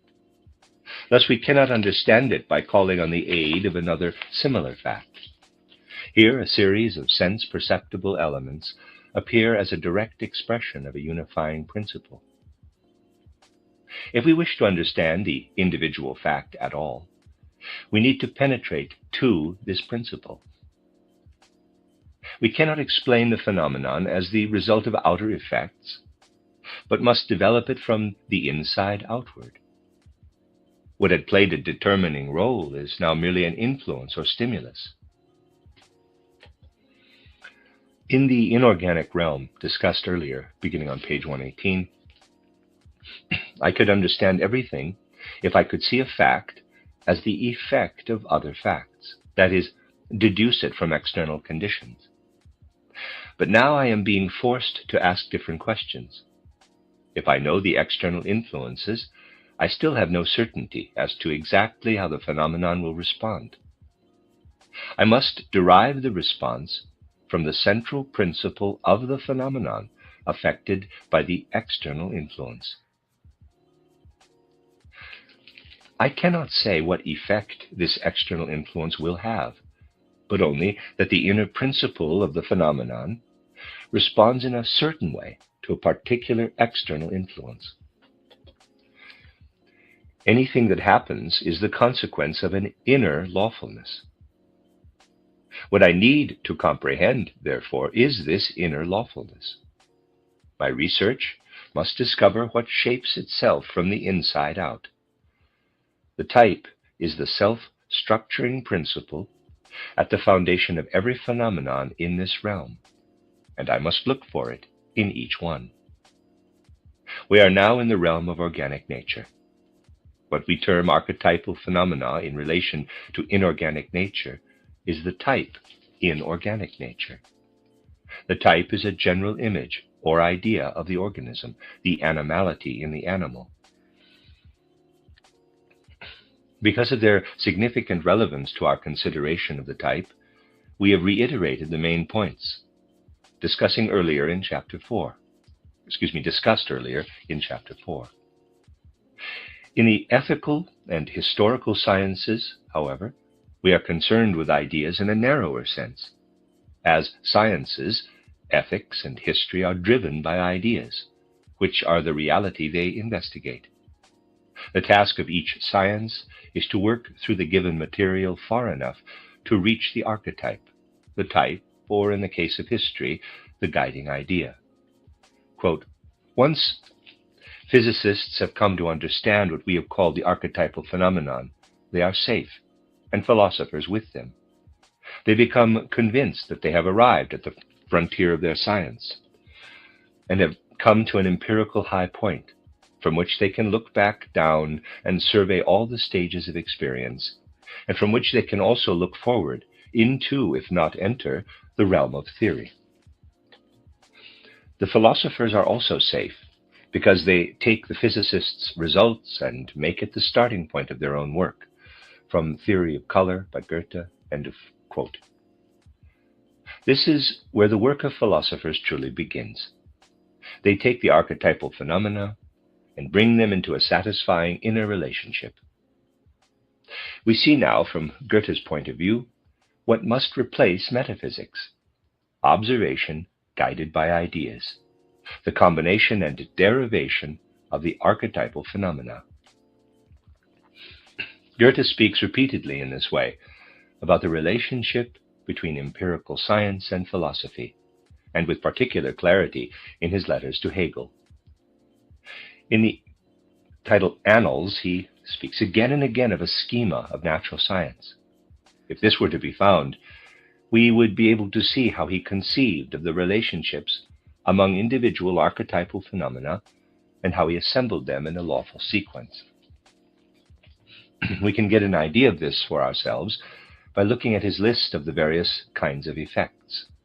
And there's a list, and they are accidental, mechanical, physical, chemical, organic, psychic, ethical, religious, and the last is arising from genius. This hierarchical list can help us to order the archetypal phenomena. Footnote: this list was published in Volume 4, Section 2, page 294 of the edition of Goethe's Scientific Works, edited by Steiner, editor, end of footnote. Part 4 of Chapter 10, entitled On the Limits of Knowledge and the Formation of Hypotheses. People talk a great deal these days about the limits of knowledge. It is said that our ability to explain existing reality can reach only so far, at which point we must stop. We believe that this question cannot be answered correctly unless it is asked correctly. By asking the right questions, we can often dispense with a whole army of errors. If we consider the fact that the object to be explained is a given, it should become clear that the given itself cannot limit us in any way. Before it can demand explanation or understanding, it must present itself to us within the world of given reality. Whatever remains outside the realm of the given does not need explaining. Any limit would arise only when, confronted by a given reality, we lacked the means to examine it. Our need to explain arises precisely because the way we wish to define the given, the explanation we wish to give to it, appears on the horizon of what our thinking presents to us. It is not that the explanation, the essence of the thing to be explained, is unknown to us. Far from it. It is its emergence in our mind that requires the explanation. The thing that demands the explanation and our means to explain it are both available to us. We only need to establish the connection between the two. The explanation is not a quest for an unknown, but a clarification of the interrelationship between two knowns. It should never occur to us to explain a given in terms of something that we do not already know. In principle, this means that there can be no limits to explanation. Having said this, one thing does give a semblance of justification to the theory that there is a limit to knowledge. It may happen that we have an inkling that some external reality exists, but that it is removed from our field of perception. We perceive its traces, its effects, and we presume that it exists. In this sense, we can speak of a limit of knowledge. The unattainable in this case, however, is not of such a kind that it will provide principles of explanation. It is rather something perceptible, but not yet perceived. Such obstacles to my perception do not constitute a fundamental limit to knowledge, but are accidental and external, and may be surmounted. Something I only suspect today may become a complete experience tomorrow. A principle, however, knows no external obstacles, which are usually spatial or temporal. It is given to me inwardly. Unless I observe it myself, I cannot assume its existence through my knowledge of other things. This is where the theory of hypotheses comes in. An hypothesis is an assumption whose truth we do not know directly, but only through its consequences. We see a series of manifestations that is explained only when we assume an underlying factor that cannot be experienced directly. Can such a hypothesis extend to the assumption of a principle? Obviously not, because it would be a contradiction to assume an inner principle without experiencing it. An hypothesis can assume only what I do not perceive yet, but would if I removed external obstacles. An hypothesis can indeed assume something not perceived, but it must assume something that potentially can be perceived. Thus, we must be able to verify every hypothesis through future experience. An hypothesis is justified only when it has the potential to go beyond being hypothetical. Hypotheses about central scientific principles have no value. When a thing cannot be explained through a known concrete principle, it is not explicable, nor does it call for an explanation. Part 5 of Chapter 10, entitled Ethical and Historical Sciences. We have gained some clarity about our relationship to the world by answering the question, what is knowing? The view we have developed in dealing with this question is certain to shed light on the value and significance of human actions as well. The way we conceive of our role as human beings will determine the significance we attach to our achievements in the world. Our first task will be to investigate the nature of human activity. How do the effects of human actions compare with the effects of other events within the universal process? Let us consider two things, a product of nature and a human creation. For example, a crystal and a wagon wheel. Both objects appear to us as the results of laws that can be expressed as concepts.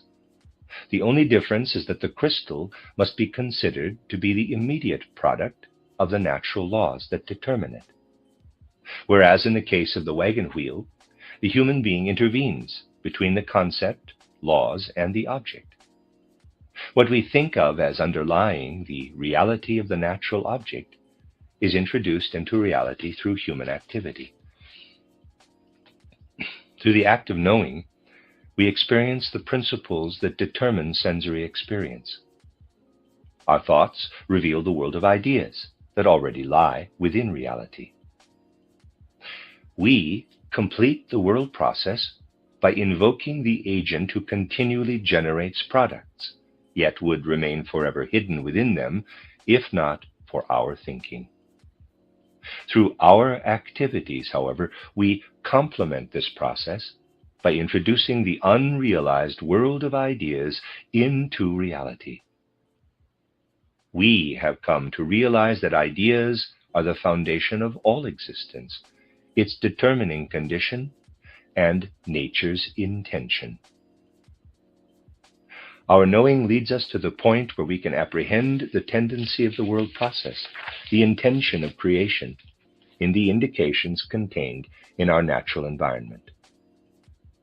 Having done that, we are called upon in our actions to work as individuals toward the realization of that intention. Consequently, our actions appear as the direct culmination of the kind of productivity that fills all nature.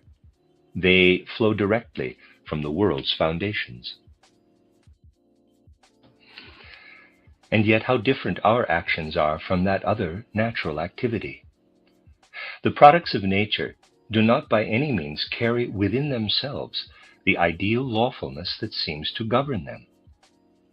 They call for a meeting with something higher, human thinking. The governing principle that appears to this thinking. It is different for human activity, in which the idea dwells directly within the active object, that is, in the human being. And if a higher being were to meet it, this being would find in our activity only what we ourselves have put there. A perfect human action is the result of our own intentions and nothing else. When we see one natural product influencing another, we see an effect.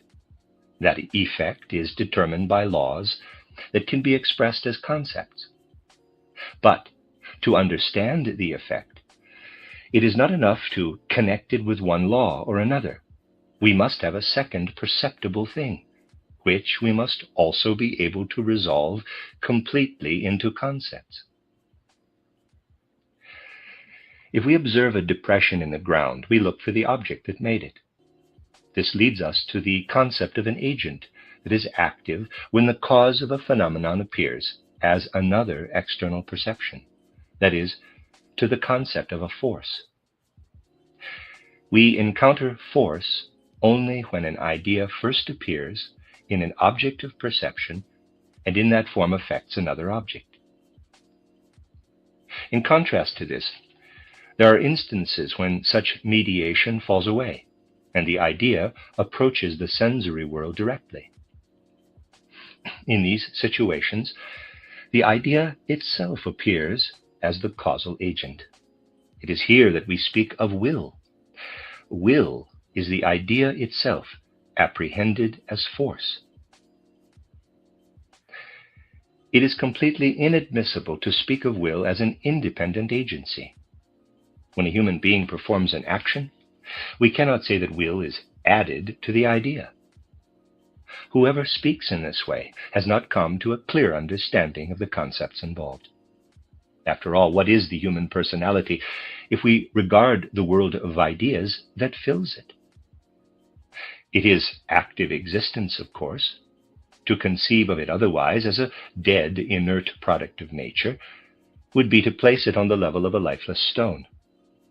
This active existence is an abstraction, however, not concrete reality. It cannot be grasped and is without substance. If we try to grasp it and give it content, we are simply returned to the world of ideas, engaged in activity. Edward von Hartmann makes this abstraction into a second world-constituting principle, next to the idea. But it is nothing but the idea itself, in a form of manifestation. Will without idea would be nothing.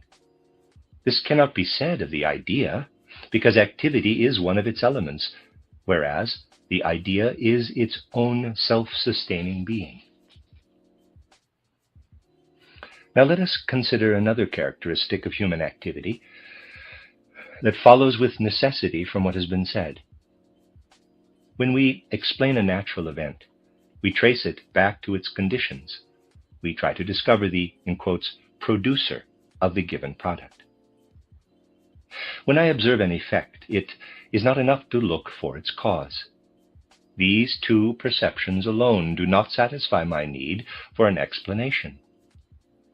Rather, I must return to the laws according to which this particular cause has this particular effect. With human actions, this is different. Here, the determining lawfulness itself takes action.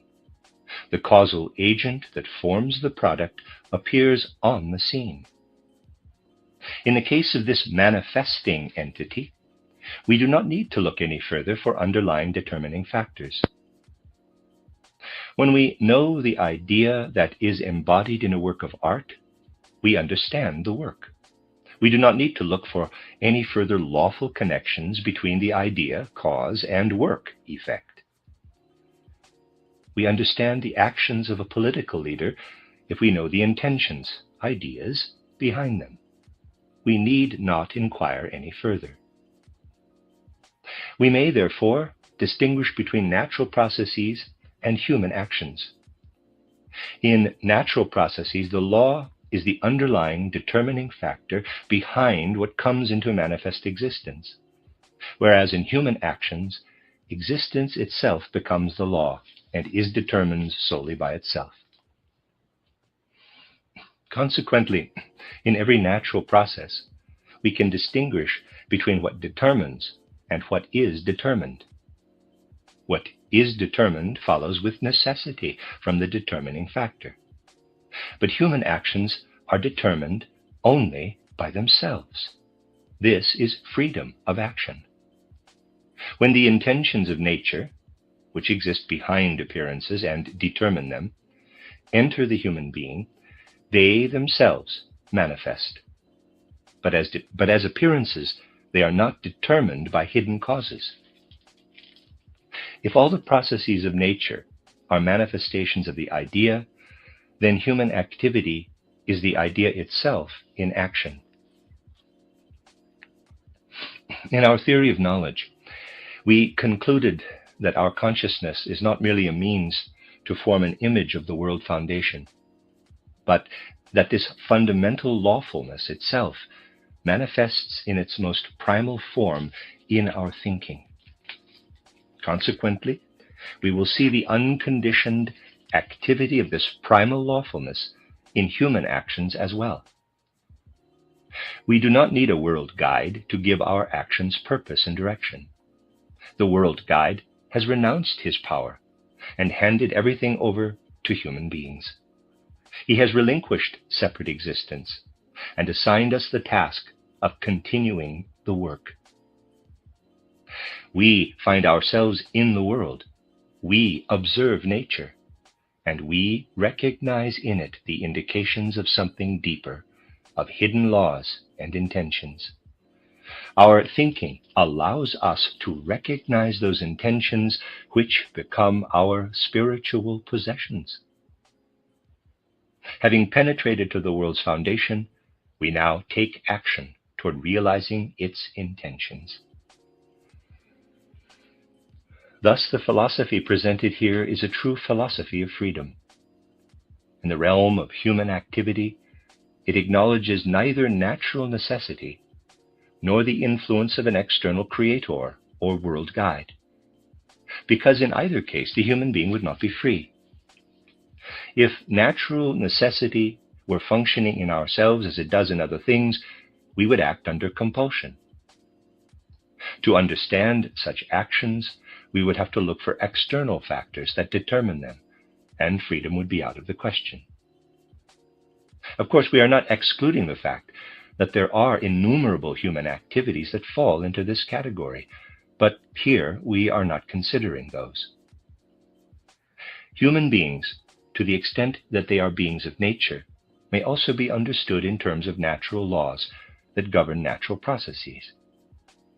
But considering human existence strictly from the perspective of natural laws does not account for our activity as knowing or truly ethical beings.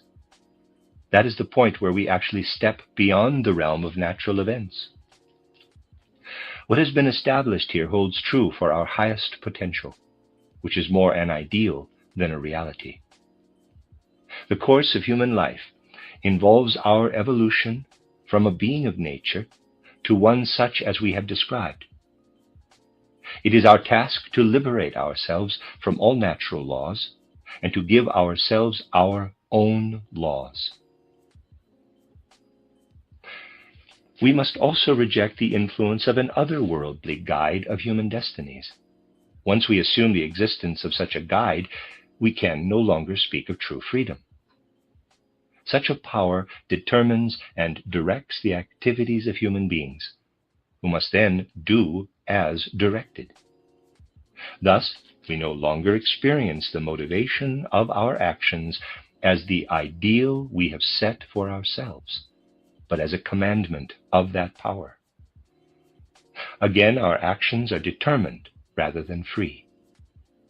We would not feel free of external compulsion, but dependent, mere intermediaries, for the intent of a higher power.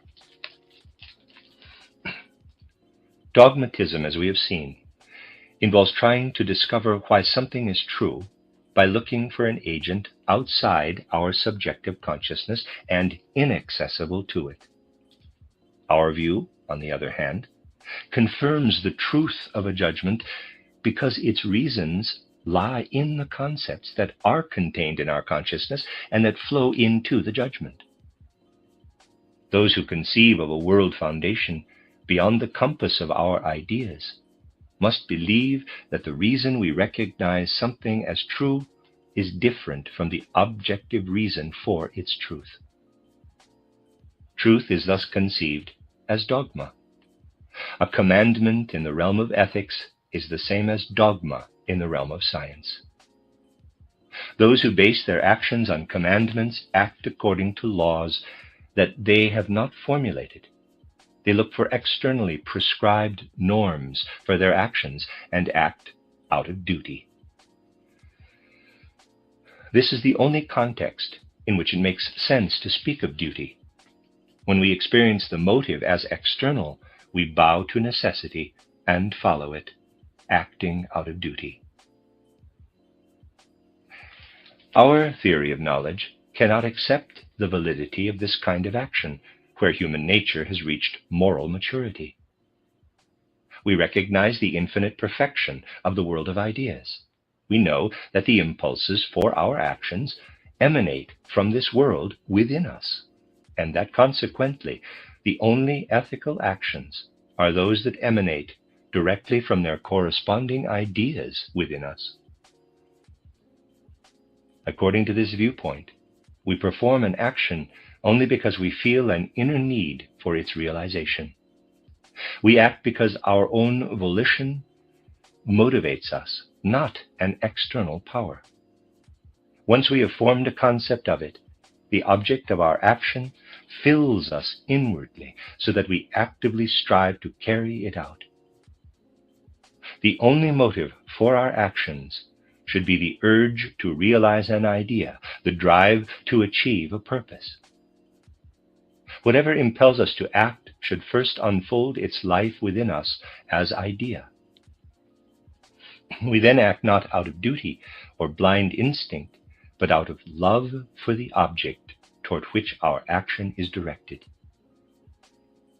The object, when we conceive of it, evokes within us the desire to act in accordance with its nature. This, and only this, is a free deed. If there were another motive beyond interest in the object, we would not act only for the sake of the action, but to achieve something else. The action would be something that we really did not want. It would be an action against our own will. This is true when we act egoistically. Then we are uninterested in the action itself, but feel the need for what it brings us. But we then feel a sense of compulsion, because to achieve the desired benefit, we must perform the action. We feel no need for the action itself, and would not do it if no benefit followed. However, an action not performed for its own sake is not a free deed. Egoistic actions are not free. We act unfreely when we act for any reason other than the objective content of the action itself. When we perform a deed for its own sake, we act out of love. Only when guided by the love of our action, by devotion to the objective world, are we truly free. If we are incapable of such selfless devotion, we will never experience freedom in our actions. If human activity is to be nothing other than the realization of our own ideas, then those ideas must, of course, exist within us. We must be inwardly productive. After all, what else could fill us with motivation except an idea taking shape in our mind? The clearer, the more sharply delineated the idea appears to us, the more fruitful it will be. We are powerfully driven toward realizing those actions as an idea. Vaguely conceived, indefinite ideals are unsuitable motives for action. How can they fire our enthusiasm if they are not vivid and clear? The motives for our actions must therefore always arise as individual intentions. Everything fruitful that human beings do originates in individual impulses. Universal, in quotes, moral laws and ethical norms applied to all are completely worthless. If morality, according to Kant, consists only of what everyone can accept as the law, then our response must be that if everyone were to do only what is suitable for all, positive action would have to cease and greatness disappear. No, action should not be guided by vague general ethical norms, but by the most individual ideals. There is nothing that everyone can aspire toward. Aspirations vary from person to person, depending on the calling of each. In his essay titled Ethical Freedom in Kant, Berlin 1882, J. Krahenbuhl has this to say, quote, "If in fact freedom is to be my freedom, if a moral action is to be mine, and if goodness and justice are to be realized through me, through the actions of this particular individual, then I cannot possibly be satisfied with a general law that disregards all individuality and specificity of the concurrent circumstances and demands that I test every action ahead of time as to whether its guiding motive conforms to an abstract norm of universal human nature, and whether, as it lives and works within me, it could become a general standard of behavior. Adapting to what is commonly acceptable in this way would render impossible any individual freedom, any progress beyond ordinary and parochial. Any progress beyond the ordinary and parochial, and any significant, outstanding, and groundbreaking ethical achievement." Close quote. This illuminates the questions that any system of ethics must answer. They are usually addressed as though ethics were a collection of norms for the guidance of human actions. From this point of view, ethics is placed in opposition to the natural sciences, indeed to all science that deals with reality. Whereas science endeavors to demonstrate the laws of existence, ethics is supposed to teach us the laws of what should be. Ethics is expected to be a code that encompasses all human ideals, a detailed answer to the question, what is good? That kind of science is impossible. There can be no universal answer to this question. Ethical activity is a product of what arises in each individual. It always arises in a particular case, never in general. There are no universal laws about what one should or should not do. One should never view the laws of various nations in this way. They too are no more than the expression of individual intentions. What one person perceived as moral was transferred to a whole nation to become the, quote, law of the land, close quote. A universal natural law intended to be valid for all people at all times is a monstrosity. Legal philosophies and concepts of morality come and go with nations, even with individuals. Eventually, it is always the individual that decides. Consequently, it is not feasible to speak of ethics in this way. There are other questions, however, that a science of ethics can answer, ones that have been mentioned in passing, specifically those that concern the difference between human activity and natural events, the nature of will and freedom, and so on. All these questions can be summed up in one. To what extent Are human beings intrinsically ethical? This is simply a question about insight into the moral nature of the human being. The question is not, what should a human being do?